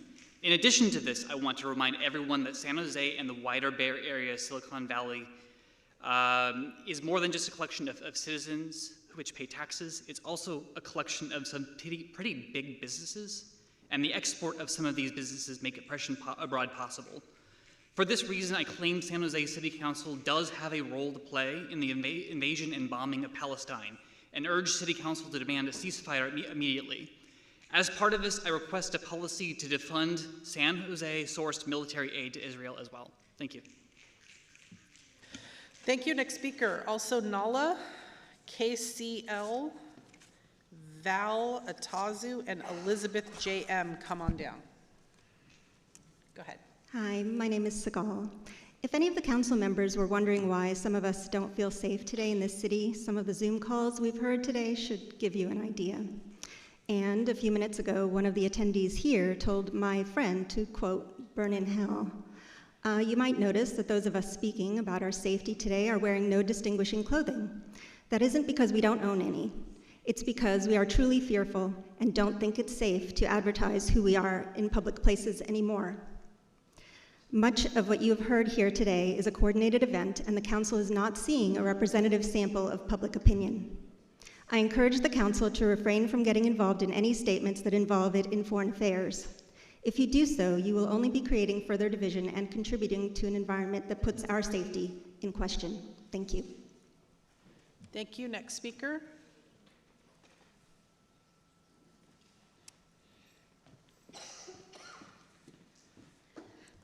Hello everyone, my name is Marwa. I am a San Jose resident, a mother and grandmother of a child who was born and hopefully will be raised safe in the city of San Jose. I am here to urge you to call for a permanent ceasefire in Palestine and to keep Americans' taxpayers' money for the construction of our country rather than for the destruction of other countries. For the health care to give hope and life rather than for taking away children's lives, and to fix the image of the United States of America that was ruined all around the world due to the support of the genocidal apartheid entity of Israel. There is nothing more anti-Semitic, anti-human, and anti-American than murdering children and their loved ones. So please put out a strong resolution and represent us and say it out and say it loud and clear, not in our name. Thank you so much.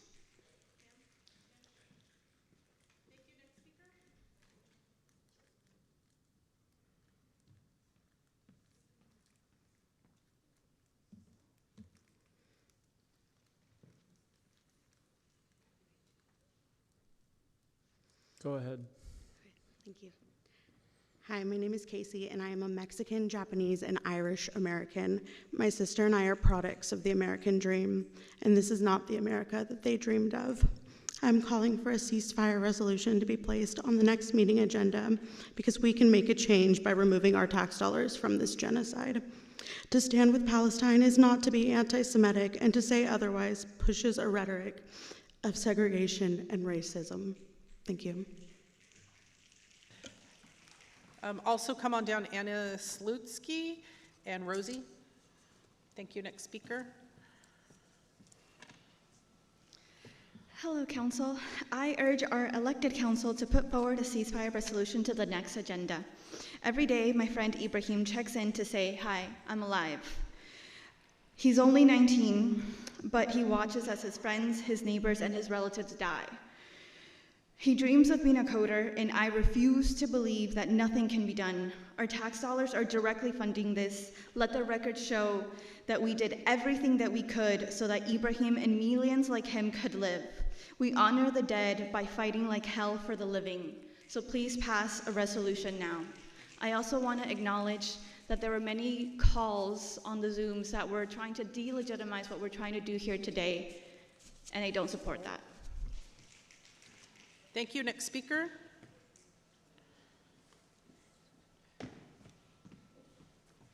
Hi, Hi, my name is Nahala Mola, and I'm a teacher in the Franklin McKinley School District. I am urging you all to quickly introduce a permanent ceasefire resolution. I grew up around so many Palestinians in this community who were forced out of their homes in Palestine and who have had to find comfort in our beloved city of San Jose. I hope that we stand with them and show that we see and value their lives, their families, and their people. It's up to us voters as city council members to join millions of Americans putting pressure on our government to end the violence in Gaza and the genocide of Palestinians and an end to the blank check we provide to Israel.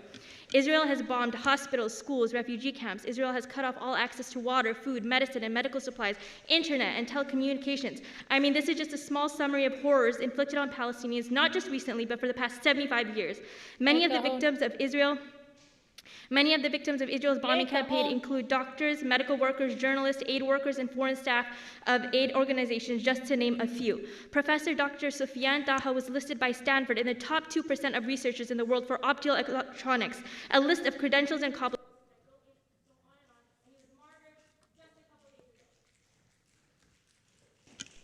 Thank you. Next speaker.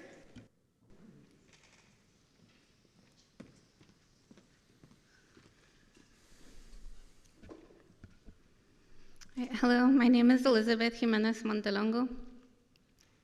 I'm a visual artist, a poet, an education facilitator, and a mother. As a Mexican Chicana of indigenous ancestry and a resident of Ohlone land, I ask the San Jose City Council members to vote to pass a resolution demanding a ceasefire of the so-called war of Israel on Gaza. Please demand an end to the genocide, a stop to the murder of Palestinians that is being carried out by the government of Israel with our tax money. Support a ceasefire to protect the Palestinian people being persecuted in Gaza and the West Bank. Do it for them, their families here in the United States, and for the safety of all Palestinians and Jewish people in the United States. Please support a free Palestine, end to apartheid, a homeland not founded on invasion and murder of indigenous people. Support peace. Thank you. Mona and Huda, come on down. Next speaker.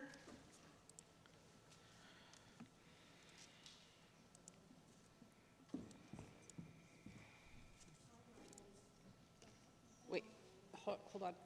Excuse me, just one moment. We'll get the mic on and then reset the timer. Just 1 second. I need you to reset that. Okay. Let's go back to 1 minute. Yeah.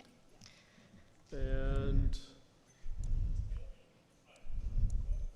you can go now.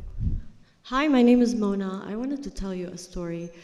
I personally know the doctor, the plastic surgeon who went to Palestine on October 7th to help all the Gazans kids to reconstruct their faces. I personally talked to him a few days ago and I was crying like crazy.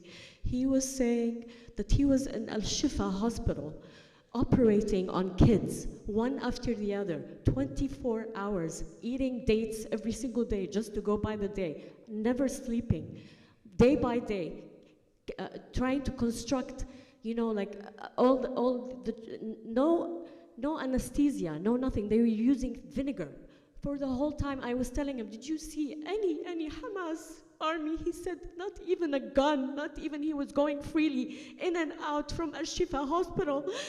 He didn't even see one person with a gun.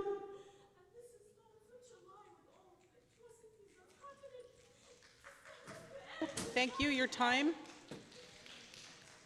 Lou Demas and Stan. So I have Lou Demas, Stan, and Guled Roble. Go ahead. Hello, council members. I urge you to follow in the steps of Oakland and to place a ceasefire resolution on the agenda for the next council meeting on December 12th. We have heard that the city council does not focus on international politics, and we understand that. But looking around this room, this issue is not an overseas one only. Our families, our friends, and our colleagues have lost more family members than we can fathom using our tax dollars, and it won't stop. For a community that has long faced silencing and dehumanization, a ceasefire resolution from the San Jose City Council does make a difference for the Palestinian community and beyond. It has been mentioned, safety has been mentioned a lot, and safety is very important for everyone in this community. You'll see that many of us who are wearing keffiyehs are also wearing masks because we are being doxxed. I am a student in San Jose State, and at our sit-ins, we have Zionists come and take videos of our face. Thank you. Okay, so you guys, okay. Wait, don't start it until I start mine, because they need to sync. Okay. Thank you. Next speaker. Go ahead.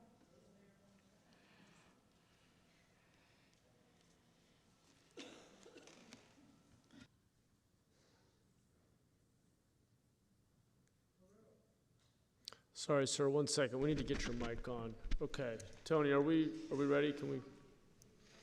Oh. It's on? Yes. Yeah. Just want to reset the time. Hello. Okay, go ahead, sir. I'm a Jewish American citizen of San Jose.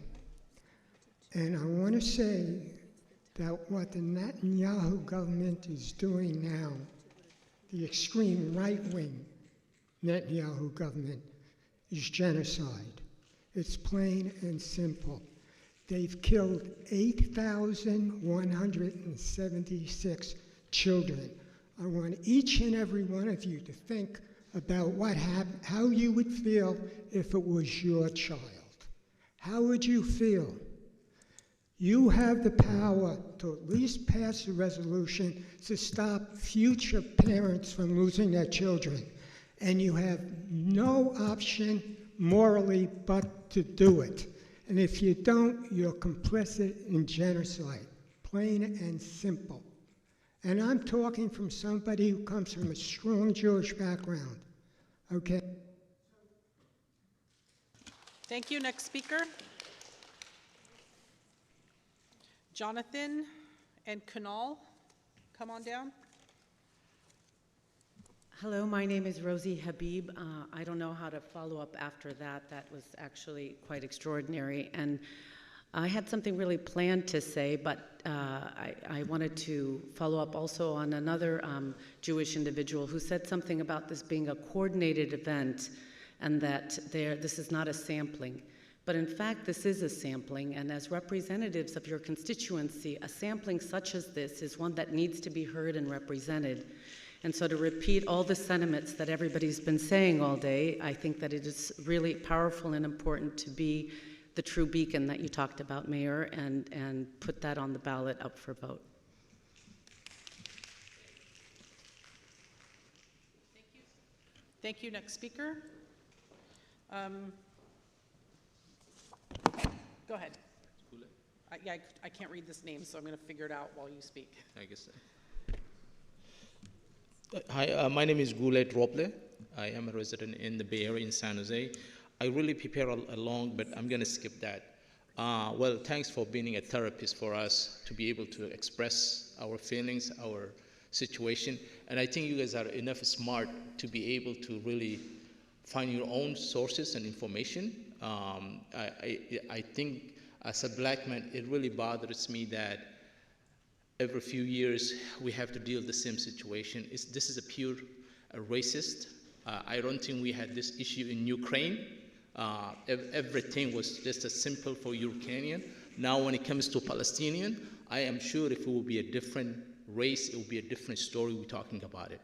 I don't have that much time, but this is just purely simple. I think this needs to be stopped. And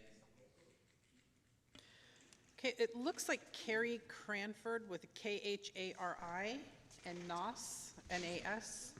Come on down. Next speaker, come to the mic.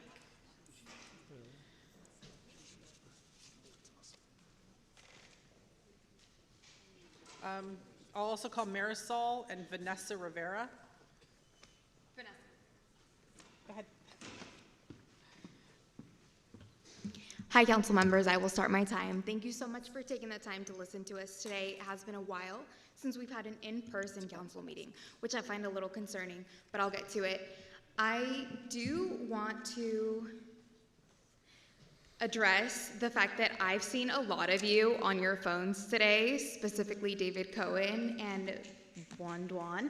I find that extremely disrespectful, but I'll get back to it. We want a ceasefire resolution seen on the docket for the next meeting. Thank you. Other than that, I do also want to speak to specifically if any of you are afraid of the backlash you may receive for supporting this resolution. Speaking from someone who has worked in elections for a couple of you, know that the people of San Jose will support you. We will back you up and we will defend you against the critics. I'm done. Thank you. I also have Natasha, and it says running mouth.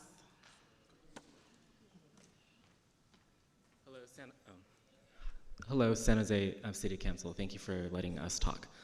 My name is Jonathan, and I am a graduate from the University of San Francisco, and I currently work in the food industry. I would like to ask you to make a permanent ceasefire.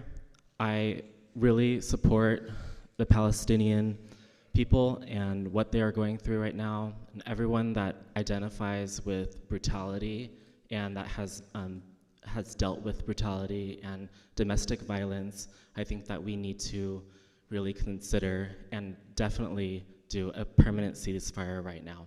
And there's another really good documentary that is very informing. It's called 5 Broken Cameras. Thank you. Thank you. Next speaker.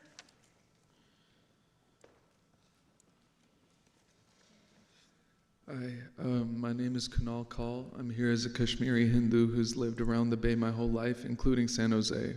Though this is not family ties, and I unfortunately have not lost loved ones like many of those who've spoken on this floor today, I resonate with the Palestinians who've had a British partition divide their people and their land. I'm very sure the far right-wing Likud party does not represent Jewish people, just as ours in action is not representing us. As taxpayers and piggy banks for the IOF and the Iron Dome itself, allowing the 1.9 million Gazans as well as Palestinians in the West Bank face another Nakba, this mass displacement and effective genocide under the guise of self-defense is in itself indefensible. With the death toll well past 15,000 civilians and 7,000 children already after 75 years of apartheid and 2 years in an open-air concentration camp with intentional power outages and 95% non-potable water and destruction of humanitarian aid trucks from Egypt. Your time, can I get your name?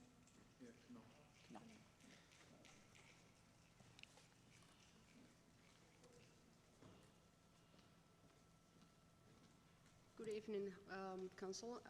I want for you, for all of us, what... Nice. We just couldn't hear you, so we're just fixing the mic. Oh, sorry.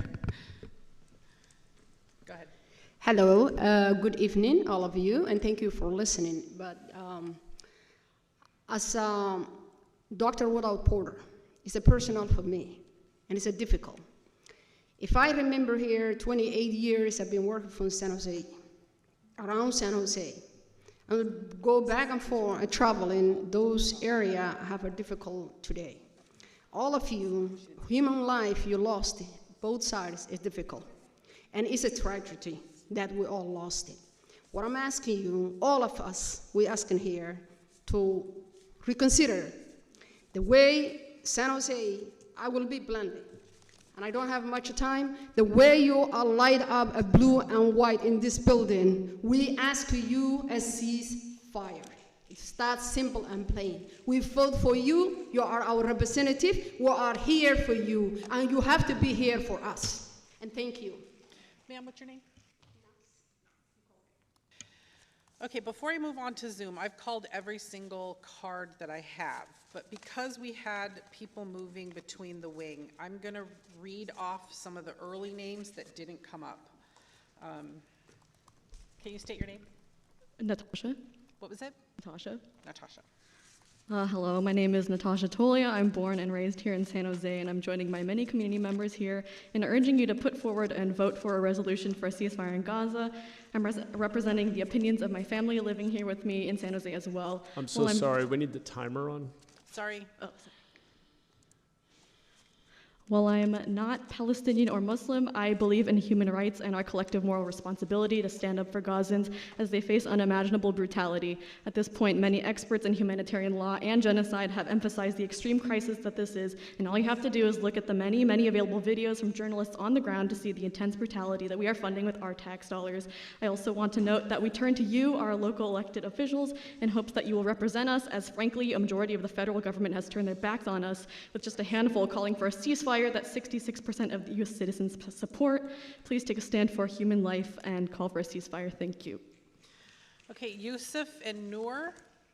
I'm also calling some of the older names, Jonathan D, Dylan J, and L.A. Next speaker.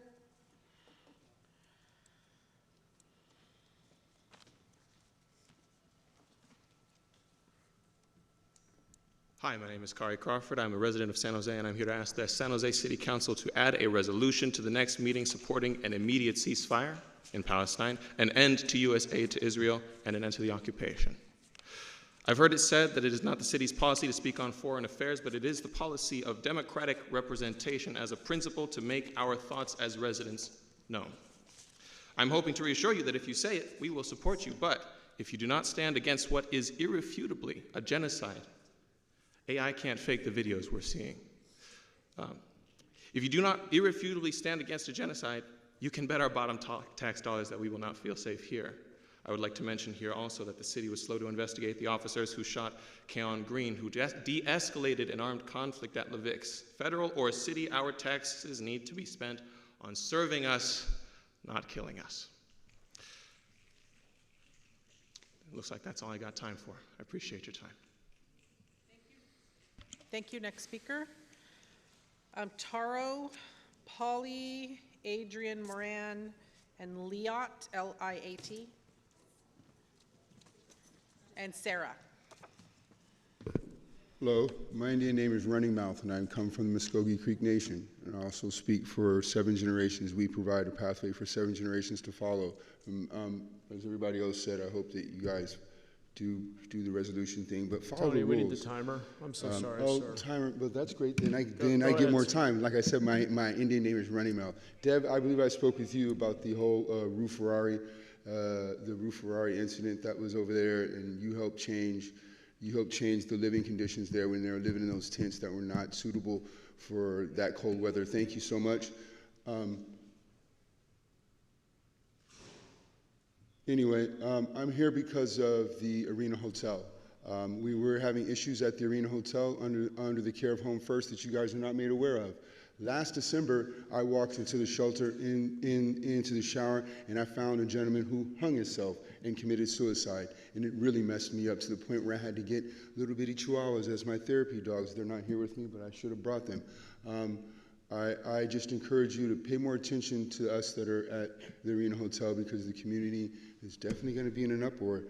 Good luck, everybody. Thank you very much. Thank you, Deb. Thank you. Next speaker.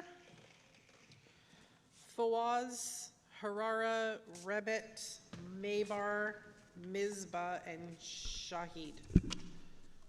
Go ahead. Yeah. Hello, my name is Marisol Diaz. Many of you actually know me. Hello. I'm here to demand that you cease fire and stop funding the genocide in Gaza. You say it's a foreign policy, Mayor Mahan, then stop sending our money over there, because we can use it here. And you already know that. You're working on homelessness, so why are you sending our money over there? And as for everybody else, keep in mind that we voted for you. We can vote you out. We would love to support you, but you need to support us. Unanimously, everybody here wants you to bring this next Tuesday and vote on it. So please do the right thing, not just for us, but for yourselves. Thank you. Next speaker.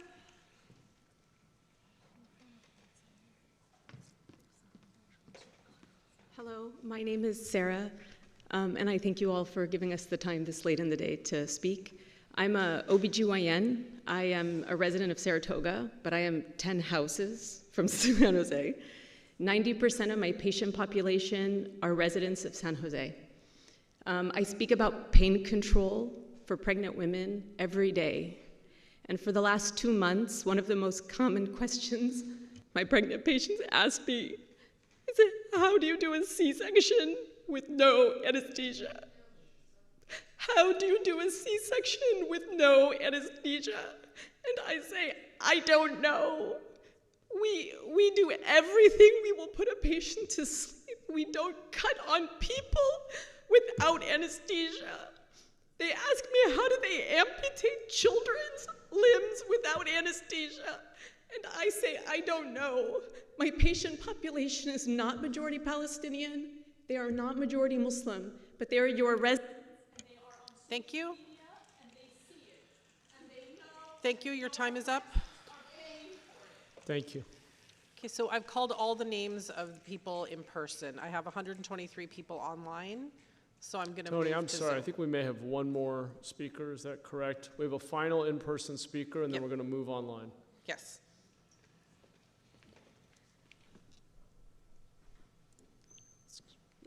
Go ahead.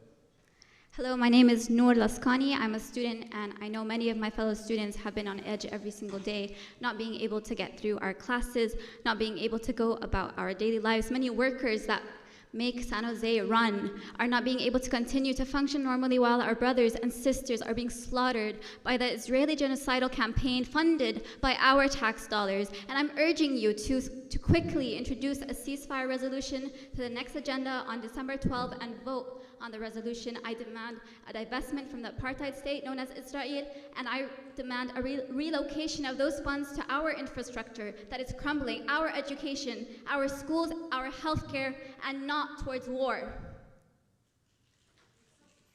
Next speaker.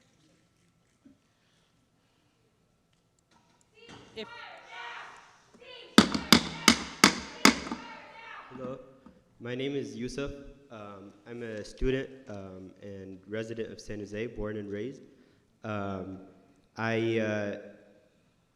It is very important that we stand against this genocide going on currently in Gaza, and even the murders and attacks going on in the West Bank of Palestinians. We've long known that these settlements are illegal, that Israel continues expanding in. And we're seeing now U.S. bombs, the most recent shipment of U.S. bombs being thrown down on these Palestinians in residential buildings. These are bunker bombs, and these are clearly not bunkers. They're residential buildings. It's not really a complicated issue. And so I am expecting to see the introduction of a resolution. Thank you. Next speaker. Online, I have Alondra, followed by Abu.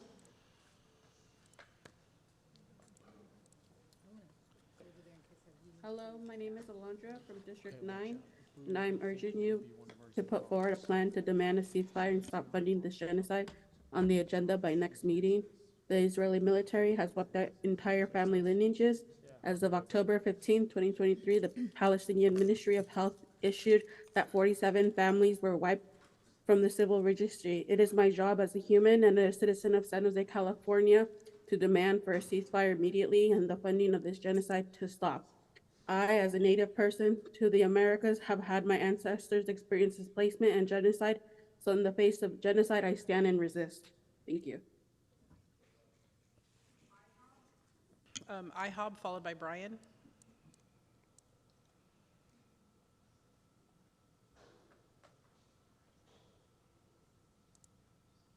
Okay, I'm going to move on to Brian, followed by Rebecca.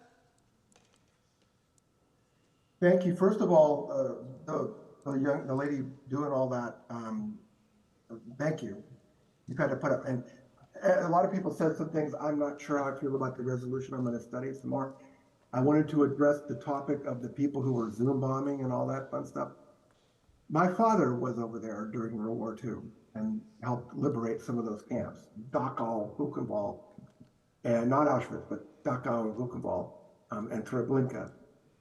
And they were there. It really did happen. And we ran out of time. It's a hard time to do this, but the T4 program happened too.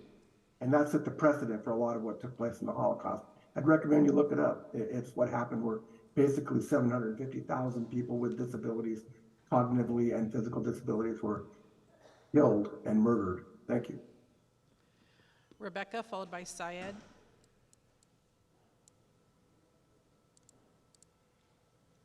Hello, my name is Dr. Rebecca Nepomuceno. I am born and raised here in San Jose, and I am urging my elected officials to introduce and vote yes on a permanent ceasefire resolution regarding the genocide of Palestinians this coming December 12th. Please join other Bay Area cities like Oakland and Richmond and call for a ceasefire. This ceasefire not only impacts the people in Gaza and the West Bank, but also people right here in San Jose, where hate crimes against Muslims and Arabs have risen in the last 2 months. As an American, it is wrong that I have no say in where my tax dollars go, such as them currently being used to fund this genocide.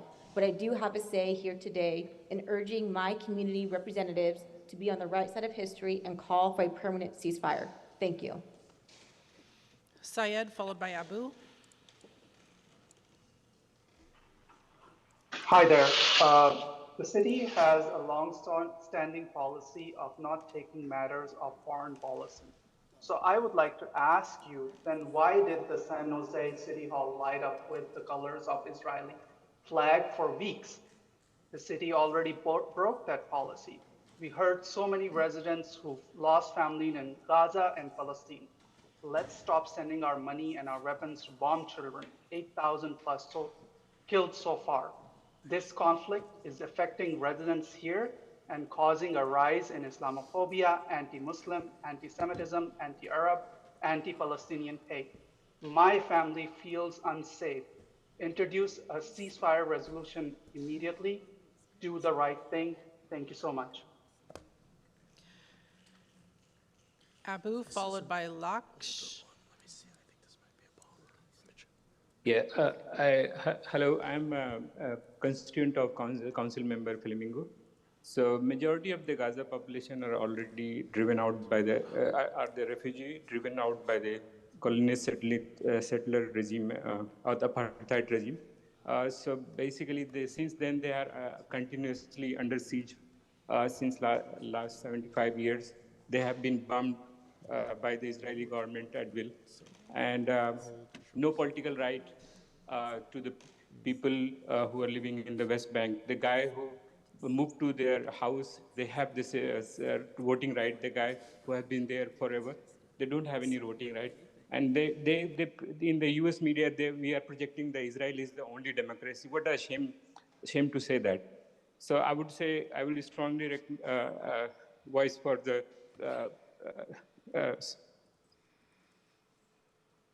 Laksh, followed by Rami.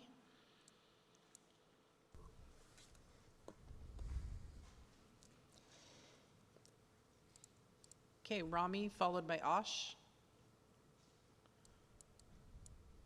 Hi, am I audible? Yes. Hi, my name is Rami, and I'm a Palestinian and member of this community.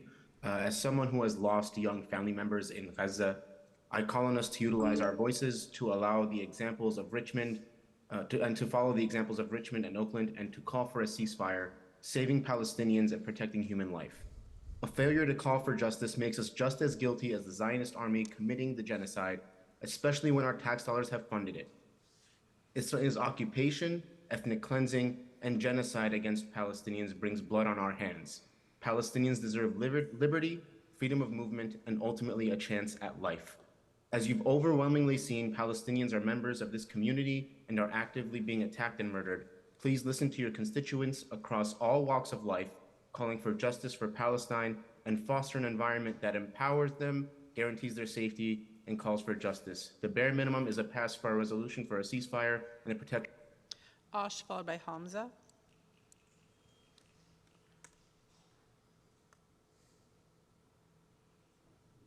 Hello, my name is Ash. I decided to join the Zoom meeting to propose the addition of a ceasefire resolution to our next agenda. I didn't really know what to say until we were interrupted today by some Zoom bombers. I think they're a prime example for why we should call for a ceasefire. There's been an increase in both anti-Semitism and Islamophobia in our country, shown by some of these Zoom bombers. We've also had a shooting of 3 Palestinian students in Vermont and the murder of a Palestinian child in Illinois. We have a duty as people whose tax dollars are going to this genocide to call for peace and liberation. All of our struggles are connected, no matter how far away we are. This is a diverse city, and many people, including those in this hall, have lost family in this genocide. Calling for an end to it is taking the side of humanity. Thank you. Hamza, followed by Krista De La Torre.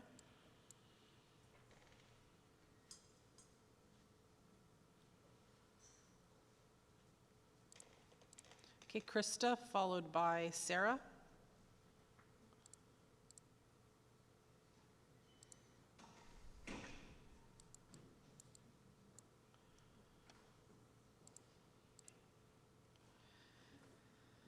We accidentally unmuted Sarah. So Sarah, you're first. Krista, we'll go to you next.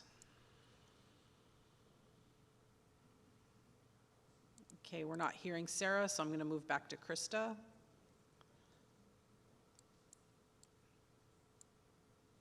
Hi, good afternoon, Council. My name is Krista De La Torre, and I urge you to agendize a ceasefire resolution for your December 12th meeting. 1 minute is not nearly enough to speak to the horrors happening right now in Gaza. And, Richmond and Oakland have already passed resolutions calling for a ceasefire. The San Francisco Board of Supervisors is expected to discuss a resolution this Tuesday. And it's not uncommon for Bay Area cities to take stances on overseas tragedies. Throughout history, there have been cities who have taken stances on wars, human rights abuses, immigration policies, and other matters traditionally outside the purview of municipal governments. Resolutions reflect our values, and the people of San Jose want a resolution that supports peace and justice. So I urge you again to agendize a ceasefire resolution next week. Thank you. Fauzia, followed by Gilbert.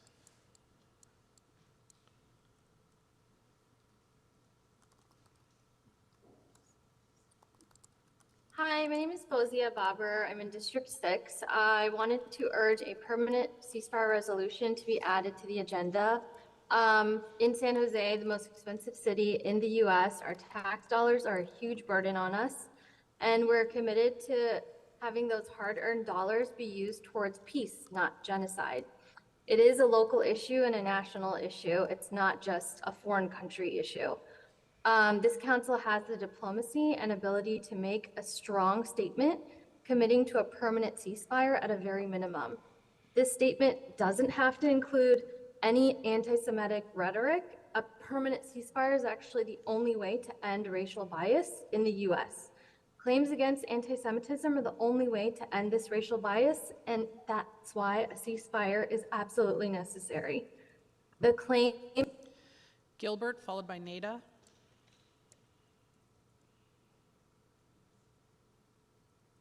My name is Gilbert Fix. I urge you to pass a resolution calling for a ceasefire. Gaza is now a graveyard for children. It is a genocide. It is a Holocaust. Entire families are being bombed in their own homes, a dozen people killed at one time, and while fleeing to safety promised to them by the occupation. Schools, hospitals, and churches are being bombed. We must take a stand to stop this Holocaust. This is collective punishment paid for by our own tax dollars. Please vote in favor of the ceasefire and let's stop this racist genocide. Nada, followed by Paul. Hi, my name is Nada, a Palestinian from Gaza. We need to add a ceasefire resolution to the agenda. We must call for an immediate ceasefire in Gaza, along with the end of the siege on Gaza by Israel and the end of US aid to Israel. We need a ceasefire, not a pause. Over 20,000 Palestinians have been killed by the Zionist regime since October 7th. 1.8 million people have been displaced. These numbers are greater than the Nakba in 1948, where over 15,000 Palestinians were killed and over 800,000 were displaced in order to establish the illegal Zionist state. This resolution will also support Arab and Palestinian residents of San Jose to show that San Jose does not stand with genocide. 3 American Palestinian students were shot by white supremacists for wearing kufias and speaking Arabic. Not adding a resolution will continue to dehumanize Palestinians and put a target on our back. Free Palestine. Paul, followed by Free Palestine.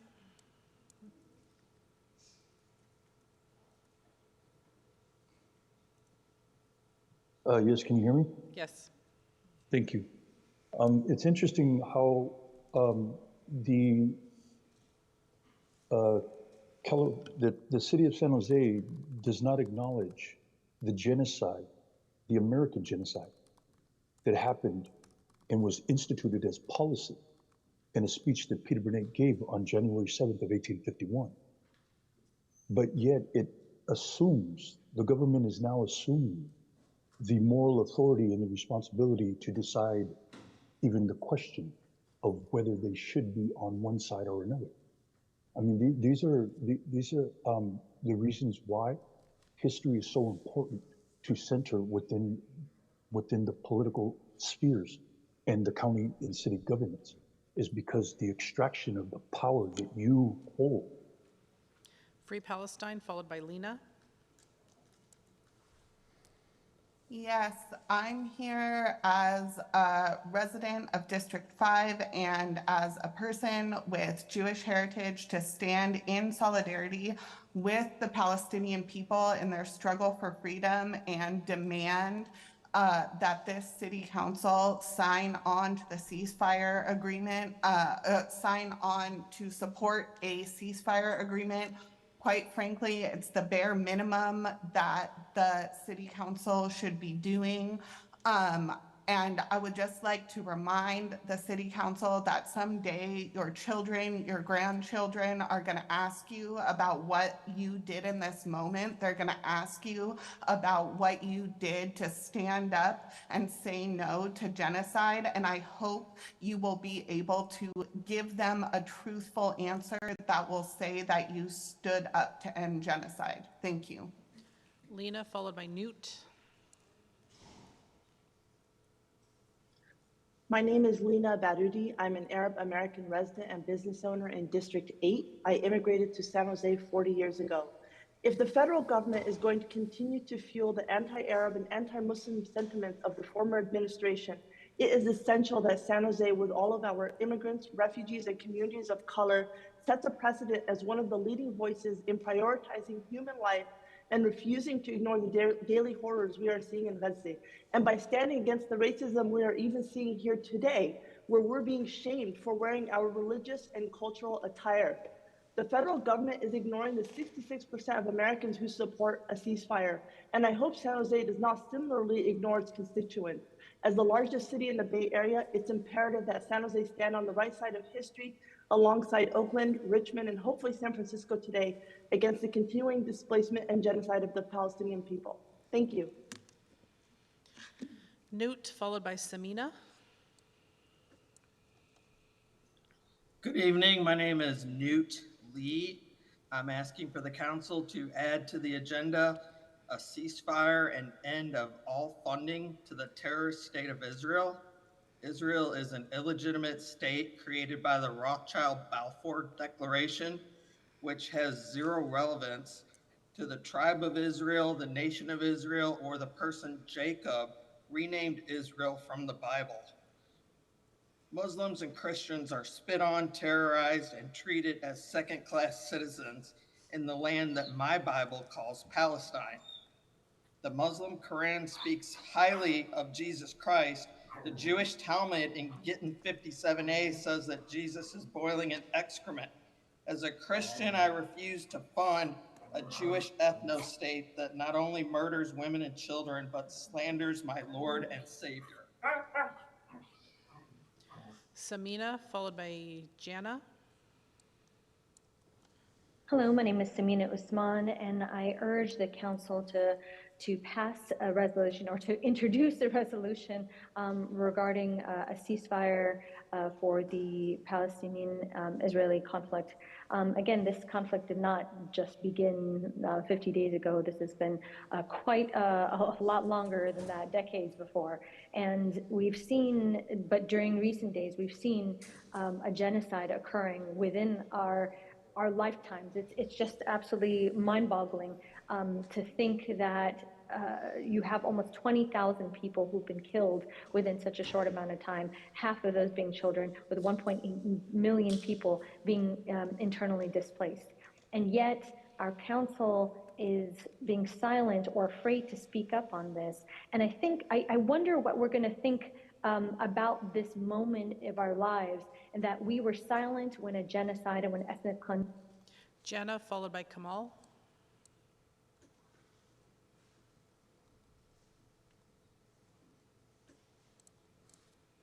Okay, Kamal, followed by Blair.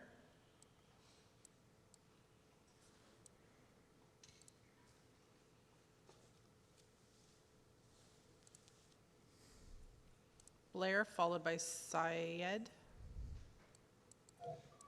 Hi, Blair Beekman. In respecting everyone's good efforts today and our current local national security concerns at this time as well, it's important that people of local U.S. communities can also be considering how to continue better ideals and good practices that include ideas of reimagine, health and human services, and good tech accountability at this time as well. Collectively, these ideas of open democracy, positive sustainability, and ideas of peace can help the local level in this country stay out of the democracy of war and its war economy. And working on openness and peace at the local level can simply give good examples and best practices for all sides in Israel, Gaza, and the Middle East at this time as well. From initial Hamas violent extremism that should be very much questioned and has created many new choices at this time, including Israel possibly clearing out the majority of Palestinians in Gaza, how can all of this be a process of negotiation instead of war? Good luck on how we can work on this together. Thank you. Syed, followed by Diana.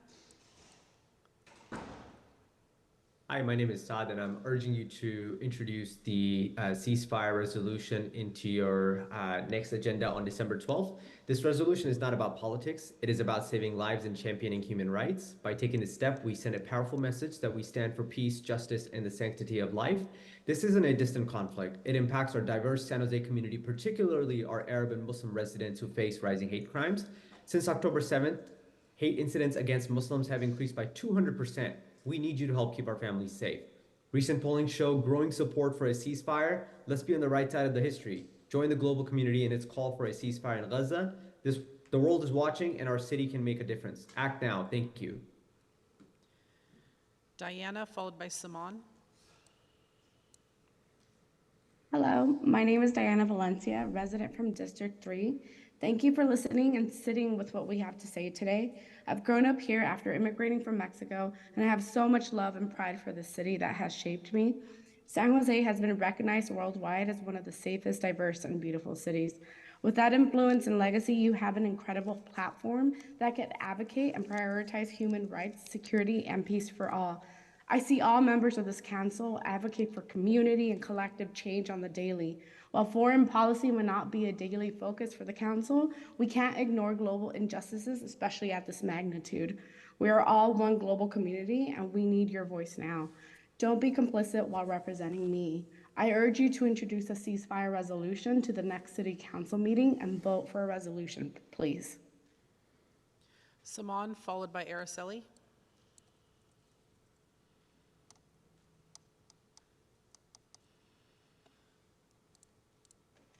Okay, Araceli, followed by Anam. Hi, good afternoon. My name is Araceli Rueda, and I urge the city of San Jose to adopt a resolution for a permanent ceasefire. Recognizing the unethical and immoral nature of bombing and killing children doesn't require foreign policy expertise. Supporting a ceasefire and expressing solidarity with the Palestinian people is not synonymous with anti-Semitism. It's crucial to move away from the "but Hamas" rhetoric. Hamas is not present in hospitals, schools, and residential homes that are the targets of attacks. Protests and rallies, including those at Valley Fair Mall, signify necessary actions even if they cause discomfort. Just imagine complaining about not being able to shop in peace while children in Gaza fear the next bomb. This stark contrast emphasizes the urgency for meaningful change. I hope San Jose follows the lead of Oakland and Richmond in passing a ceasefire resolution. Thank you. Anam, followed by Sandra. Hi, my name is Anam. I wanted to first thank the council for their patience this evening. While it is convenient for local governments to separate themselves from foreign policy, this disregards, one, how the genocide in Palestine has divided our local community, and two, our democracy. Senators and Congress members listen to cities. As a resident of your city, you are my voice. Our community needs the city to add an agenda item to draft a resolution that urges for a ceasefire. Netanyahu's regime does not have the best interests of Palestinians nor Israeli civilians. We have no space for anti-Semitism, nor Islamophobia, nor any other frivolous division being put between us and our beautiful city. Our council needs to lead by example that calling for a ceasefire is calling for the end of a genocide. A resolution is needed to build safe communities where we can grieve together, educate each other, and restore hope. Thank you. Sandra, followed by Rupini.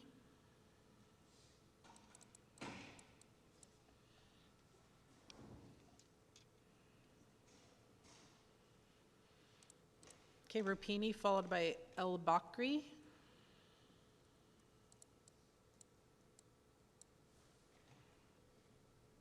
Hello, I'm Rupini. I join the people here in demanding an immediate ceasefire resolution and divestment from the terrorist state of Israel.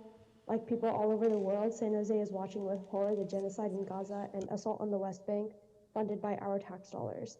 While people in Gaza dig their children from the rubble with their bare hands, politicians in the US and Israel are spewing dehumanizing rhetoric that has endangered Palestinians from Gaza to right here in our communities.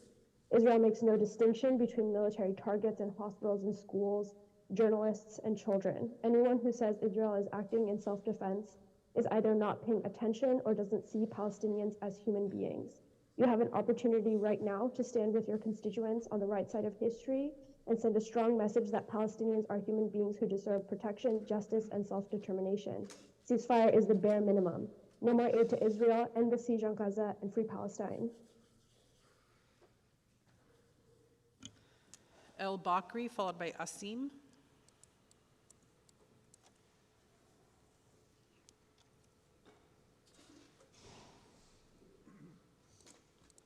Okay, Asim, followed by Naima.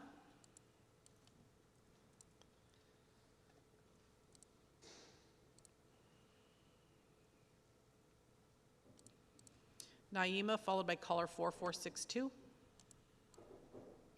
Hi, I grew up in District 6, born and raised, and I am urging the council to take on the resolution to demand a ceasefire at their next meeting. I want to say that my cousins and my aunt in Gaza have been displaced multiple times now. They're homeless, they're dealing with sickness. So this is affecting people here in our city. When I walk down the street with my kufiyah, when my 13-year-old wears it to school, I am terrified that, we or he could be attacked. So this resolution does affect the citizens of this city.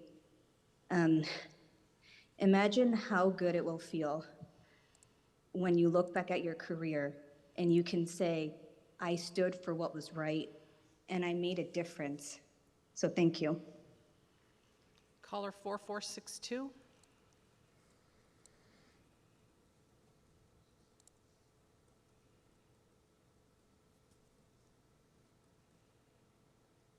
Hi, my name is Tanya. I'm a resident of San Jose in District 2 and a Palestinian American and daughter of a Palestinian refugee. I beg the council to introduce the ceasefire resolution immediately.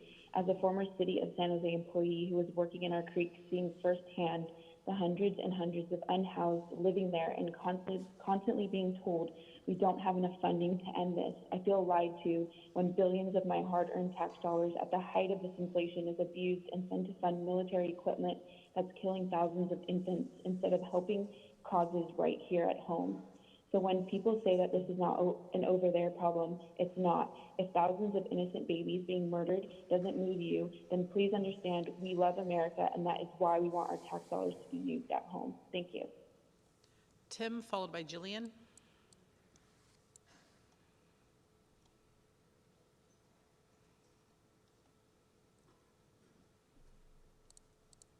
Jillian, followed by Nada. My name is Jillian, and I've lived and worked in San Jose for most of my life.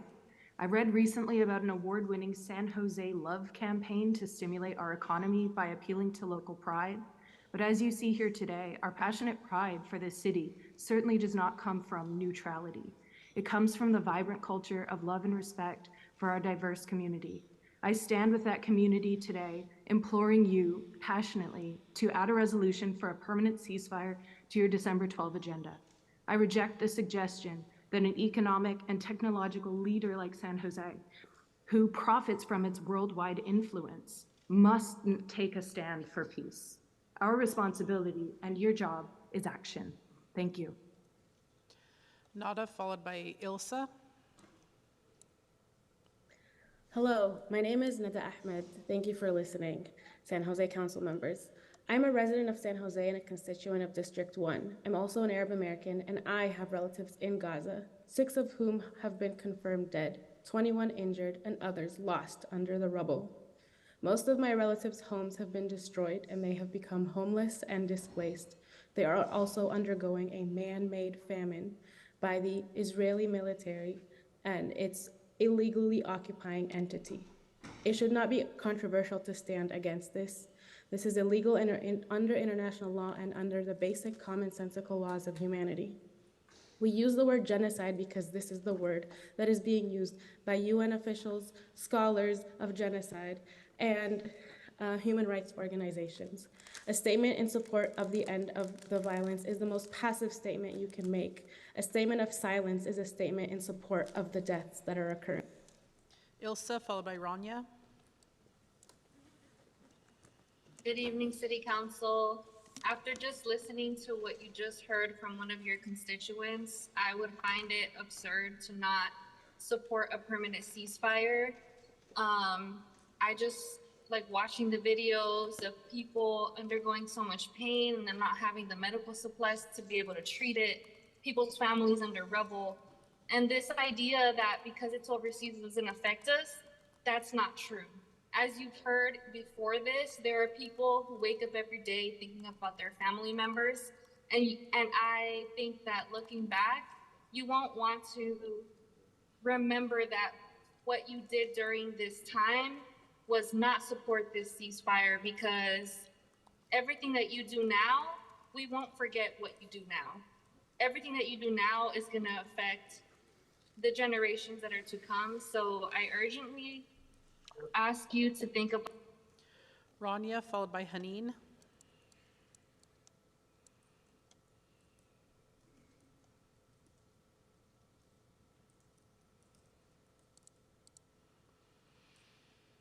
Hala, followed by Vanessa.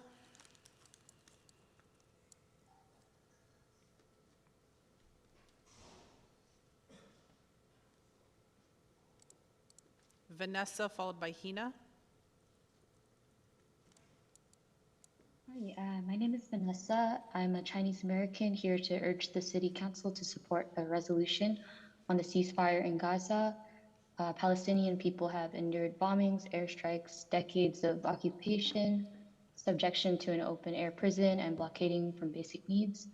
And especially in the last few months, the Israeli government has killed over 14,000 Palestinians and displaced over 1 million.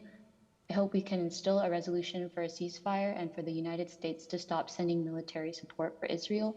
And finally, for humanitarian aid to be given passage to help any civilians suffering in Gaza. I hope San Jose can send a message that liberation for all is contingent on liberation for Palestine. Thank you for this time to speak. Hina, followed by Laksh. Oh, no. Yeah. Hello, my name is Hina Farouk. I'm not Palestinian and I'm not Israeli. I'm only a human being speaking on behalf of other human beings that do not deserve to be bombed to shreds. If this amount of active intentional damage was happening anywhere else in the world, maybe then we would speak up and would have called for a ceasefire days or even months ago. I would hope every single person just for a second imagine this happening in our own streets. Would we not want another city or another nation with a lot of power to speak up for us? We can live in our perfect little bubble and keep our eyes closed as long as it's not happening to us, but this is no way to live. That is not humanity. We must stop funding this genocide. We must stop creating and sending bombs to be used on innocent people. We do not need foreign policy expertise to know killing people and allowing one child to be murdered every 10 minutes is completely wrong. We need a ceasefire resolution now. Please add it to your agenda and use your powerful voices to create peace. Laksh, followed by Ahmed. Good evening, Council. My name is Laksh Basin and I live in District 6.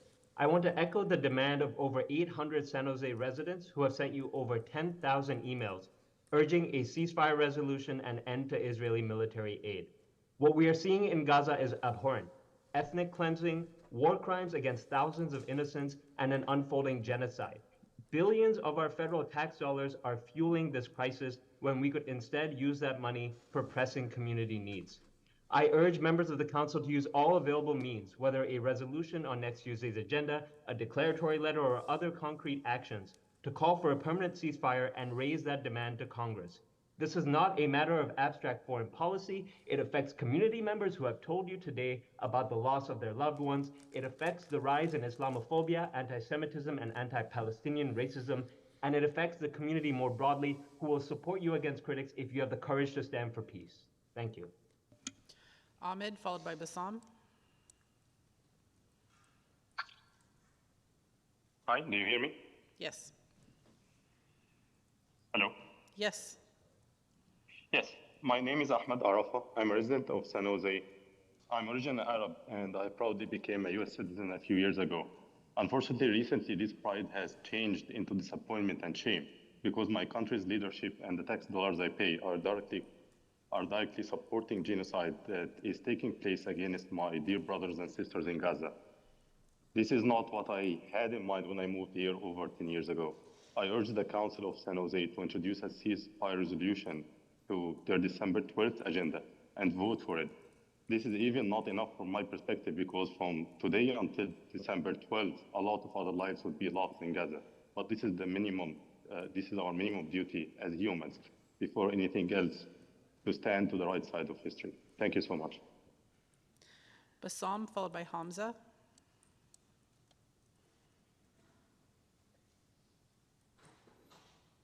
Yes, I would like to urge the City Council to introduce and adopt a resolution for a permanent ceasefire.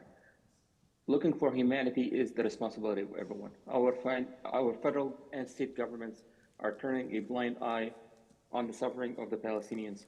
I'm here to urge our council, our city, to not be complicit and allow such atrocities to continue. San Jose needs to show its care for humanity and the value of life. Palestinians in the US have been attacked, harassed, and dehumanized during the relentless killing in Gaza. Ceasefire will stop such hatred here at home and make it safe for everyone. Thank you. Hamza, followed by Bohana. Hi, can you hear me? Yes. Thank you. My name is Hamza, San Jose resident and UC Berkeley graduate. To those that suggest a ceasefire will do nothing, please don't kid us. Are you saying we sit back comfortably as Israel commits genocide? Are you suggesting that we continue paying with our tax dollars for this evil? More than 20,000 Palestinian deaths, 70% of whom are women and children. 10,000 children. These are not numbers. These are people. So where is our morality? Where are the principles of right to life, liberty, and security? Or do we say that Palestinians do not deserve life, liberty, and security? I urge the Council to put an agenda item for a ceasefire to support Congress Resolution 786, like Atlanta, Akron, Ohio, Delaware, Rhode Island. Never again. Bohana, followed by CF. Hi, my name is Boyana Tfij, and I have been a resident of San Jose since I was 4 years old when my parents fled the Bosnian War. As the daughter of genocide survivors and of war survivors, I call for the council to immediately put a resolution for ceasefire on December 12th. We have seen the hypocrisies of the way this council has talked about Ukraine. When the invasion happened, we have seen the agenda items that have come into place for Ukraine, and we are not seeing the same for Palestine.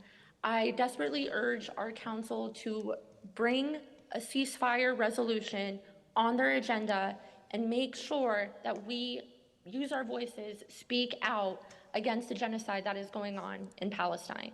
Thank you. CF, followed by Jose.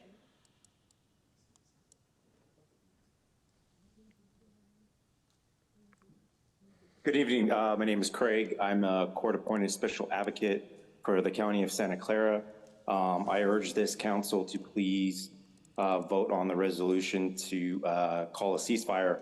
As someone who represents children of Santa Clara County and recognize the vulnerability of all the children around the world, the bombing, genocide, and ethnic cleansing of the Palestinian children cannot stand. This is deplorable. We send $14 billion over there every year to Israel, and we give them arms. This can go to help foster kids, healthcare, education. And you all stood for the defunding of the police because of the weapons of brutality that were caused with the BLM protests. What are you doing now to stop this? This is insane. We live in America and we're bombing children. Jose, followed by Nima.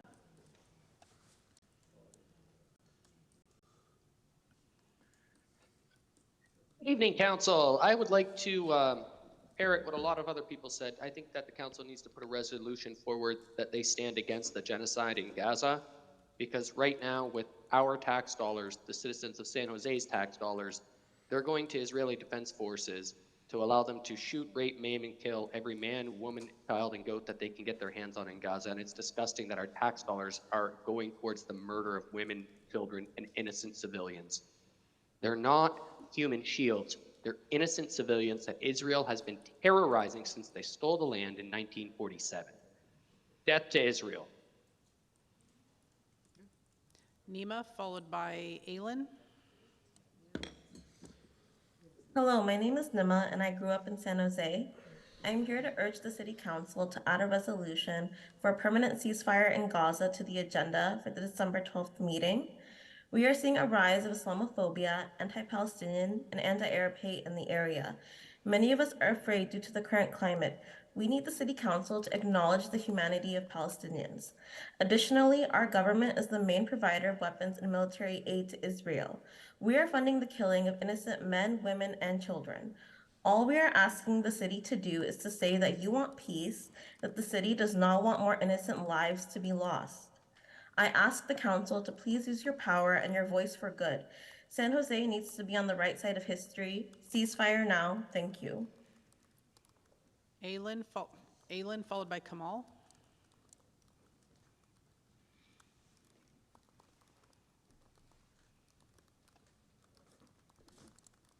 Okay, Kamal, followed by Jana. Hi, can you hear me? Yes.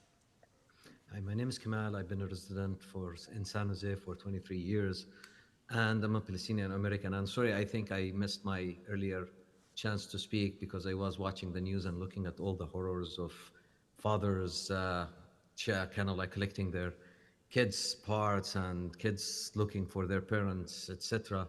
But you know what? I think probably, why call for a ceasefire? They're thousands of miles away. Why call for a ceasefire? They're probably inhuman. I don't know even if they bleed blood or what kind of blood they bleed. So, I mean, or even more, why not actually call to support killing more Palestinians? Because probably silence is complicity. And I would end with what June Jordan, an American poet, said, that Palestine is a moral litmus test for the world, and we're failing miserably. Thank you. Jana, followed by Saman. Hi, I wanted to say, this is a horrifying time in history, and we look back at like slavery, Hiroshima, Holocaust, and we're shocked that this has happened, and we're doing the same, if not worse. We're helping fund the genocide of over 20,000 people, including almost 10,000 children, and there's no clear end. Please ensure permanent ceasefire is on your agenda on December 12th, though many will be killed until then. My brother-in-law is a U.S. citizen with his family in Gaza, and we're all really struggling that our hard-earned tax dollars aren't paying for teachers and education, helping solve homelessness, affordable healthcare, et cetera, but paying to kill his blood relatives. And I heard the comment that we should stay out of it and not get involved in foreign affairs. I'm not sure how, since we're already in it and supporting it with billions. Don't be distracted by the issue at hand. It's not related to foreign policy to demand a stop to the killings. Please, San Jose, stand on the right side of history and the only side of humanity. Free Palestine. Saman, followed by Christian. Hello, my name is Saman Qadri. I am a mom. I've been living in Santa Clara California for a few years. We have tax-paying family. Our families know direct people over here that are Palestinian, and they have lost so many family and friends in Palestine since October 7th, and the bombing started in Palestine. We must stop our tax dollars going to fund bombs, literally destroying a whole city, destroying hospitals, killing journalists and doctors and nurses and so many people who are just there to save humanity. Let's be on the right side of humanity. Let's call for a ceasefire, do what we can right now before it is too late. That's all I'd like to say. Thank you. Christian, followed by El Bakri.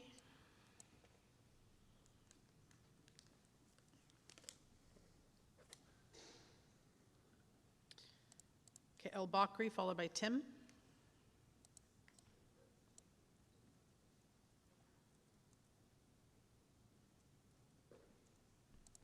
Okay, Tim, followed by Sarah. Hi, my name is Tim. I'm a lifelong resident of San Jose and plan to be here for as long as the foreseeable future. I hope the San Jose City Council is listening to those people and start a resolution for a ceasefire in Palestine to support the Palestinian people and symbolically stand against this genocide being committed right now. You know, as a resident here, it would mean a lot to me and the people that have connections there, and to anyone that wants to stand on the right side of history, to know that the city we live in and, you know, support with our tax dollars and thrive together as a community to build up, stand on the right side of history, to understand that a genocide is happening, people are dying, and it is not something to stay silent about and to ignore due to whatever reasons you may have. People are dying on the street. Sarah, followed by Samir. Hi. Some people think that things started on October 7th. This is like watching from the 5th season of a popular Deadly series that started way back in 1948. Then forming an informed opinion now. There's no time for ignorance. If you want, I encourage you to read a book, The 100 Years War on Palestine. And it's not about Hamas like others are saying. What is the IDF doing in the West Bank, killing and arresting people and taking more hostages that are more than the number that they released in the pause that we just saw? This is a genocide and ethnic cleansing funded by my own tax dollars. I demand a ceasefire and it's a humanitarian act. It is not anti-Semitic. As a Palestinian American citizen, I don't want my tax money dollars killing my own family, which is over 110 by this minute. This is affecting our community, and I can't even tell. Hala, followed by SS. Hello, hear me? Yes. Hi, my name is Hala, and I'm an 18-year-old Palestinian American as well as a San Jose resident, and I believe San Jose citizens are against the genocide in Gaza. And the council needs to speak for that and make a resolution demanding a ceasefire now. San Jose needs to pass a resolution calling for the ceasefire and condemning Israel for their war crimes against Palestine. We need to work together to stop the U.S. aid to Israel and spend our money on the people here instead of our tax dollars going to the to the Israeli government war materials. That's it. Thank you. Free Palestine. SS, followed by Rania.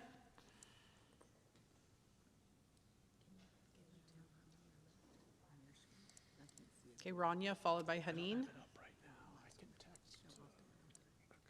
Hello, my name is Rania and I'm a constituent from District 7. As an Ethiopian Muslim American born and raised in San Jose, I am distraught by the scenes in Gaza and the West Bank in Greater Palestine. In my local Muslim community, I hear of community members speaking about the indiscriminate killing of their families by Israeli bombs. These weapons include the internationally recognized illegal use of white phosphorus, which, by the way, burns the skin of children alive. I'm asking for a resolution for a permanent ceasefire in Gaza. We are witnessing a genocide live from our telephones, and I'm begging you to see what we see. Show the community as well as the country that you stand for humanity. We urge you to be on the right side of history. As taxpayers, we have a right to speak about where our money goes. We want that money to fund shelters for the homeless. We want that money to fund our schools, to fund our healthcare, to fund our doctors and teachers. We demand an end to settler colonialism. We demand an end to ethnic cleansing. We demand an end to occupation. We demand an end to genocide. We demand a free Palestine. Haneen, followed by Aylin.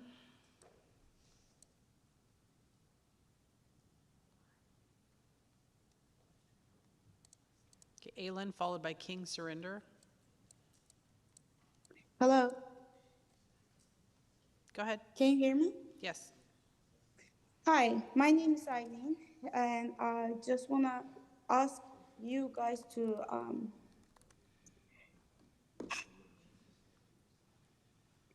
support the permanent ceasefire for people. It is so devastating for us to watch the genocide happening on our own eyes. And please, we don't want to have our tax monies boarding Israelis military to kill the babies and people. And I am putting myself into their shoes. Please put yourself and your family into their shoes and then sign the permanent ceasefire for the sake of the humanity. This is nothing to do with Muslims, Palestinians, but this is about humanity. I urge you to sign the permanent ceasefire. Thank you. Surinder, followed by Chu.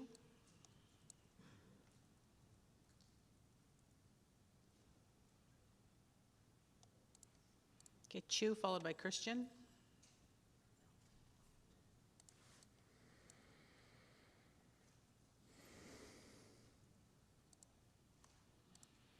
Christian, followed by Fadi. Hello, my name is Christian Trujano. I'm a District 5 resident and I've lived in San Jose for all my 26 years. As a working journalist in the Bay Area, it's really sad to see all the lives that lost, not just the journalists over in Gaza, but of the civilians. And I'm asking for a permanent resolution to be brought forward to the City Council. I don't think it's too much of an ask considering all the support that we've seen in the City Council over the last couple of years to all the other various different fronts and movements. We've had the Ukrainian flag lights being shown at the City Council, and we've also seen support for Ukraine. So I don't know why we're not supporting Palestine. I think it's very racist. I also think that us as your constituents should be heard.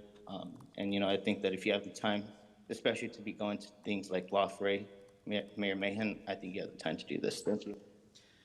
Fadi, followed by Marcus.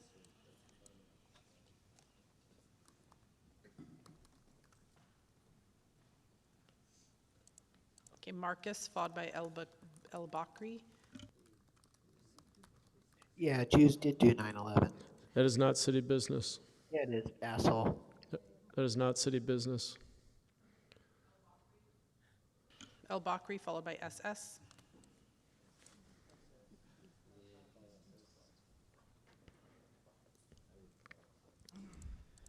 SS, followed by Fatima. Safety, protection, freedom, hope, justice, equality, basic human rights. That's what a resolution would be supporting. Life, liberty, and the pursuit of happiness. This is what this great nation was built for. So why can't we support those that want the same with our tax dollars instead of funding death and destruction? If we can support Ukraine, lights, and other nations, why can't we support humanity? Remember, two wrongs do not make a right. As Alexander Hamilton once said, when you stand for nothing, you fall for everything. Let us stop funding the evil war machine with our taxpayer money, pray for a ceasefire that can save lives, and rescue all those that lie under the rubble, going hungry and homeless, and hope for a quick return to peace in the region. If we do not take a stand for humanity and lift our voices and take a stand now, we too will be complicit. Thank you so much. Fatima, followed by Samir.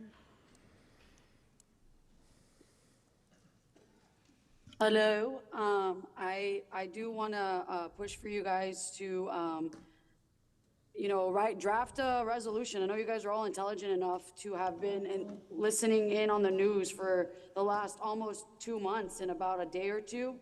I don't understand why the city of San Jose, as powerful and as intelligent of a city, I would say, has not done so already. I don't know how many more lives have to be taken I am a teacher, and I teach my kids to stand up against the oppressors. And I would hope that you are teaching that to your kids too.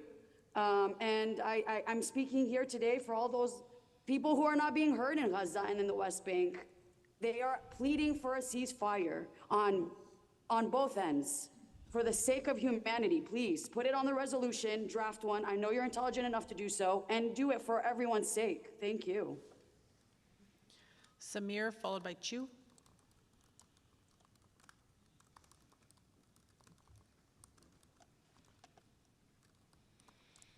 Okay, Chu, followed by Siema.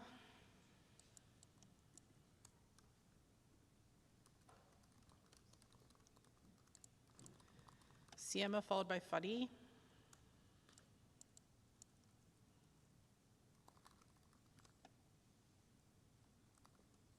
Hi, my name is Saima Zia. Good evening. I humbly urge the San Jose City Council to please add permanent ceasefire to be passed as a resolution. This is a question of basic humanity. By passing this resolution, San Jose will be sending a powerful worldwide message that our city values the well-being of every human life. With over 20,000 innocent civilians that have been killed, we have to address that each human life is valued and precious. The sanctuary of all human life is a moral imperative. Each one of us has a fundamental responsibility to protect each human life. Please champion the sanctuary of all human life by passing the permanent ceasefire resolution. Thank you. Fadi, followed by Seema. Hi, my name is Fadi, and I'm a lifelong resident in Santa Clara. I'm a U.S. citizen, and my mother and my father were in Gaza. My father was killed by the IDF while trying to find shelter for both of them, for my mother and my father. They were trying to run away from their home that was destroyed, and pretty much they were trying to run for shelter. And while my father got shot in the leg, and then he passed away a week ago. My mother now is stuck in the north side of Gaza, and there's no way for her to get safe passage to the border. We're trying to find safe passage to the border, but there isn't. And that's why I demand the city council to announce a ceasefire so that my mother can get to the border safely. Because without that, she's just stuck where she's at. And there's a risk of going to the border at this time. Her name is at the Rafah list. And please, I urge the city council to please. Seema, followed by Laura.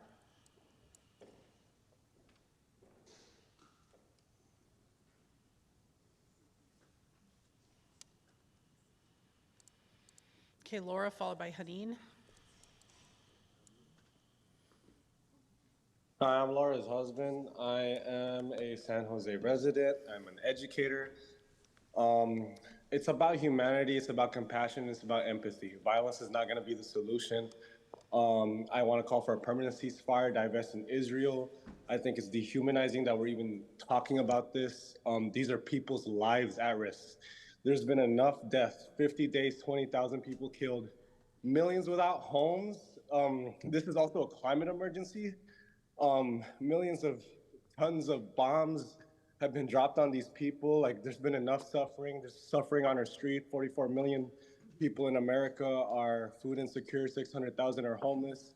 I'd rather have that tax money fund our communities and education and build our people up. And if we got money to send to Israel for bombs and destruction, we got money to fix this problem, to send humanitarian aid and help people out. So divest in Israel, free. Before I call the next name, I just want to remind people, if you've already spoke, I'm not going to call on you again.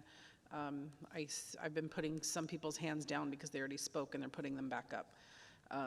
Haneen, followed by Samir.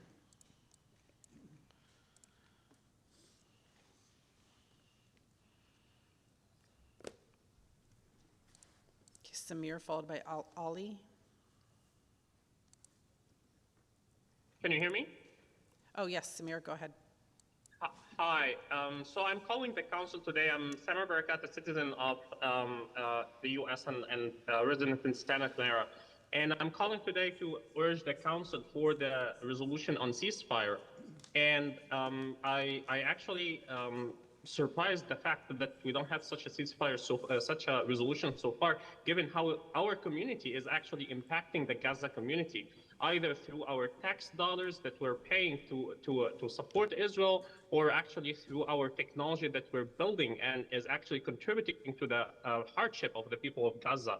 And I want the council, like each of you, as you're going home, to think about the water you're gonna drink, how good it is, because they don't have access to clean.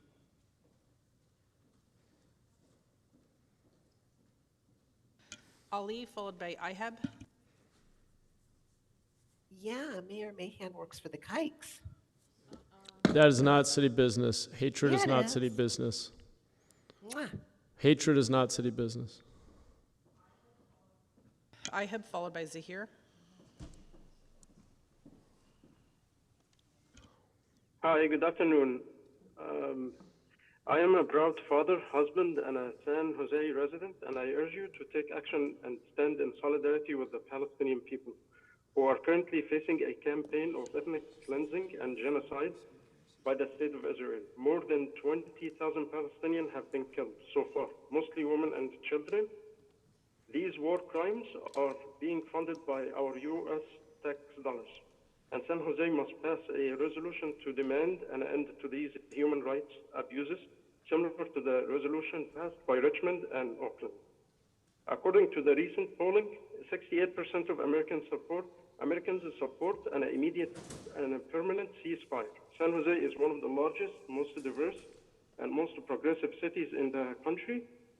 Thousands have marched peacefully in our city over the past several weeks to demand an end to. Zahir, followed by Mimi. Hi, my name is Zahir Mohiuddin. I was born and raised right here in locally in Saratoga. Currently now a resident in West San Jose, and I'm doubling down on kind of what everyone has said about introducing and calling upon a ceasefire. I think I was born here and I've never seen kind of the level of hate our community is facing. The level of Islamophobia is kind of unprecedented that we're seeing with all the shootings taking place against Muslims and Palestinians specifically. And I would like to call on the city to stand and send a message supporting humanity by calling for the ceasefire. Thank you. Mimi, followed by Ahmed.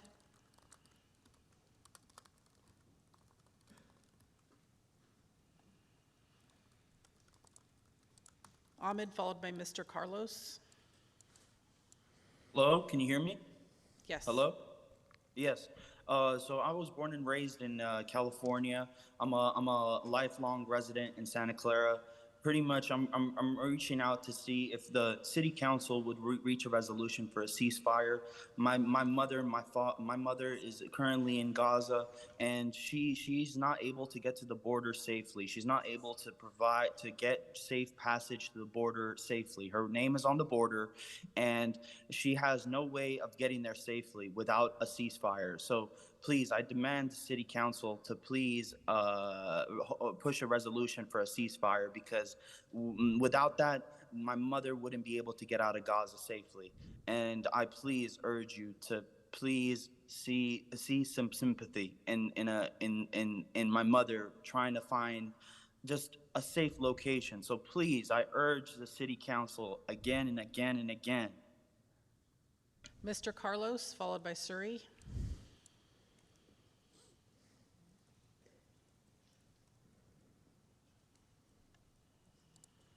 Suri, followed by Aziz. Hi, can you hear me? Yes. Yeah, I want to actually also support a ceasefire, and I don't see how anyone can consciously not support a ceasefire. I recently read a story about a woman from Israel who has cancer. She's hoping to see one of her child who is being held hostage by Hamas. My child is being held hostage by Santa Clara County Court.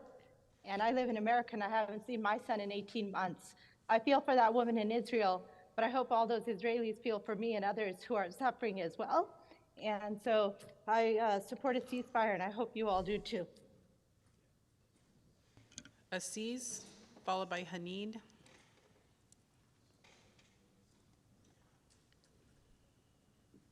Hi, my name is Arifa. I'm a resident and business owner in San Jose, and I'd like to call on the City Council to um, propose a resolution for ceasefire and echoing the sentiments of my fellow San Jose residents. This is a human rights issue. This is an issue that impacts our community here. We've seen a rise in anti-Semitism and Islamophobia, and it's completely unacceptable. The events occurring overseas are impacting our community here, and the City Council has an opportunity to address that by standing on the right side of history with the vast majority of our residents that are asking for a ceasefire. Thank you. Haneen, followed by Mimi. This is the last I'm going to try Haneen. I've tried multiple times, and this person is not unmuted, so I won't call again. Go ahead. Hello.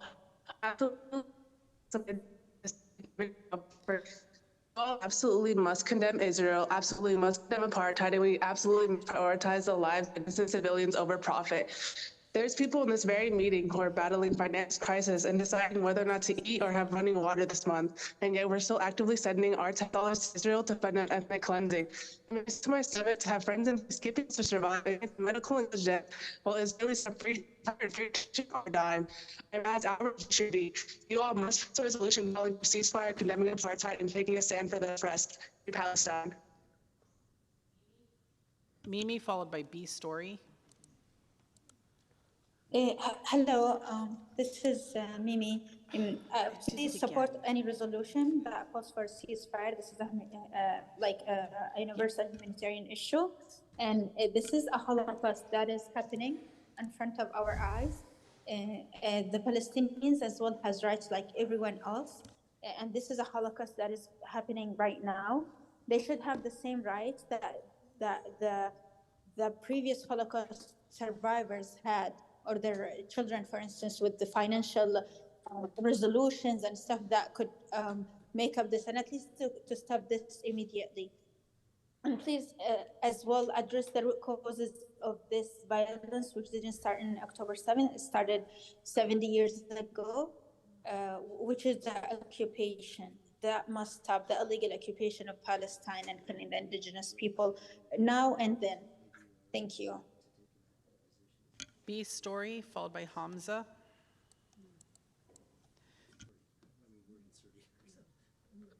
Yeah, hi. I came in person. Hello, up here. It's unacceptable that we've killed over 22,000 Palestinians. Yes, we killed them because we've supplied the weapons to Israel. 2,000-pound bombs given by the U.S. Not to mention that our police are trained by the IDF. This is a slow genocide through war crimes of bombing hospitals, schools, and the shutting off of water. And there's a global movement behind Palestine. Millions of people around the world. And there's basic rhetoric, biased rhetoric against Palestinians that is unjust. I hope your pockets are full from this unconscionable blight on our history. Hamza, followed by Uriel.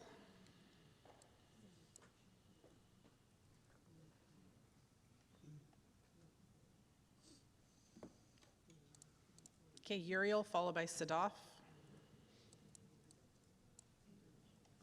Hi, yes, I'm Uriel. I grew up in downtown San Jose, and I just want to urge Omar Terrace, being one of his constituents. You've been a proponent for progressive rights in downtown San Jose, and I would want you to champion this resolution to end U.S. funding to Israel. Just want to make sure, we've been behind you on the cruising ban. You've championed that. You championed a bunch of other progressive resolutions, and just want you to acknowledge Palestinian human rights. Thank you. Back to council. Okay, thank you, Tony. I want to thank all the members of the public the vast majority of commenters this evening who conveyed your opinions respectfully and allowed others to convey their opinions. I really appreciate that. Also, just want to set a quick expectation for those who are still listening in that there is a council policy that does as written, restrict the council from taking positions on foreign policy. Should one or more members of the council bring forward a resolution, I just want to be clear with folks that our legislative process would have that land, were it to move forward through the Rules Committee, in January. So I want to be clear in setting that expectation about the process so that folks don't have a false expectation of timing of any conversations, should they even make it to the full council. So I just wanted to lay that out there for anyone who's following along. It has not been the policy of the council to take positions on foreign policy, but I do appreciate everyone sharing their opinions this evening, and the vast majority who did so extremely respectfully. We are adjourned. Thank you.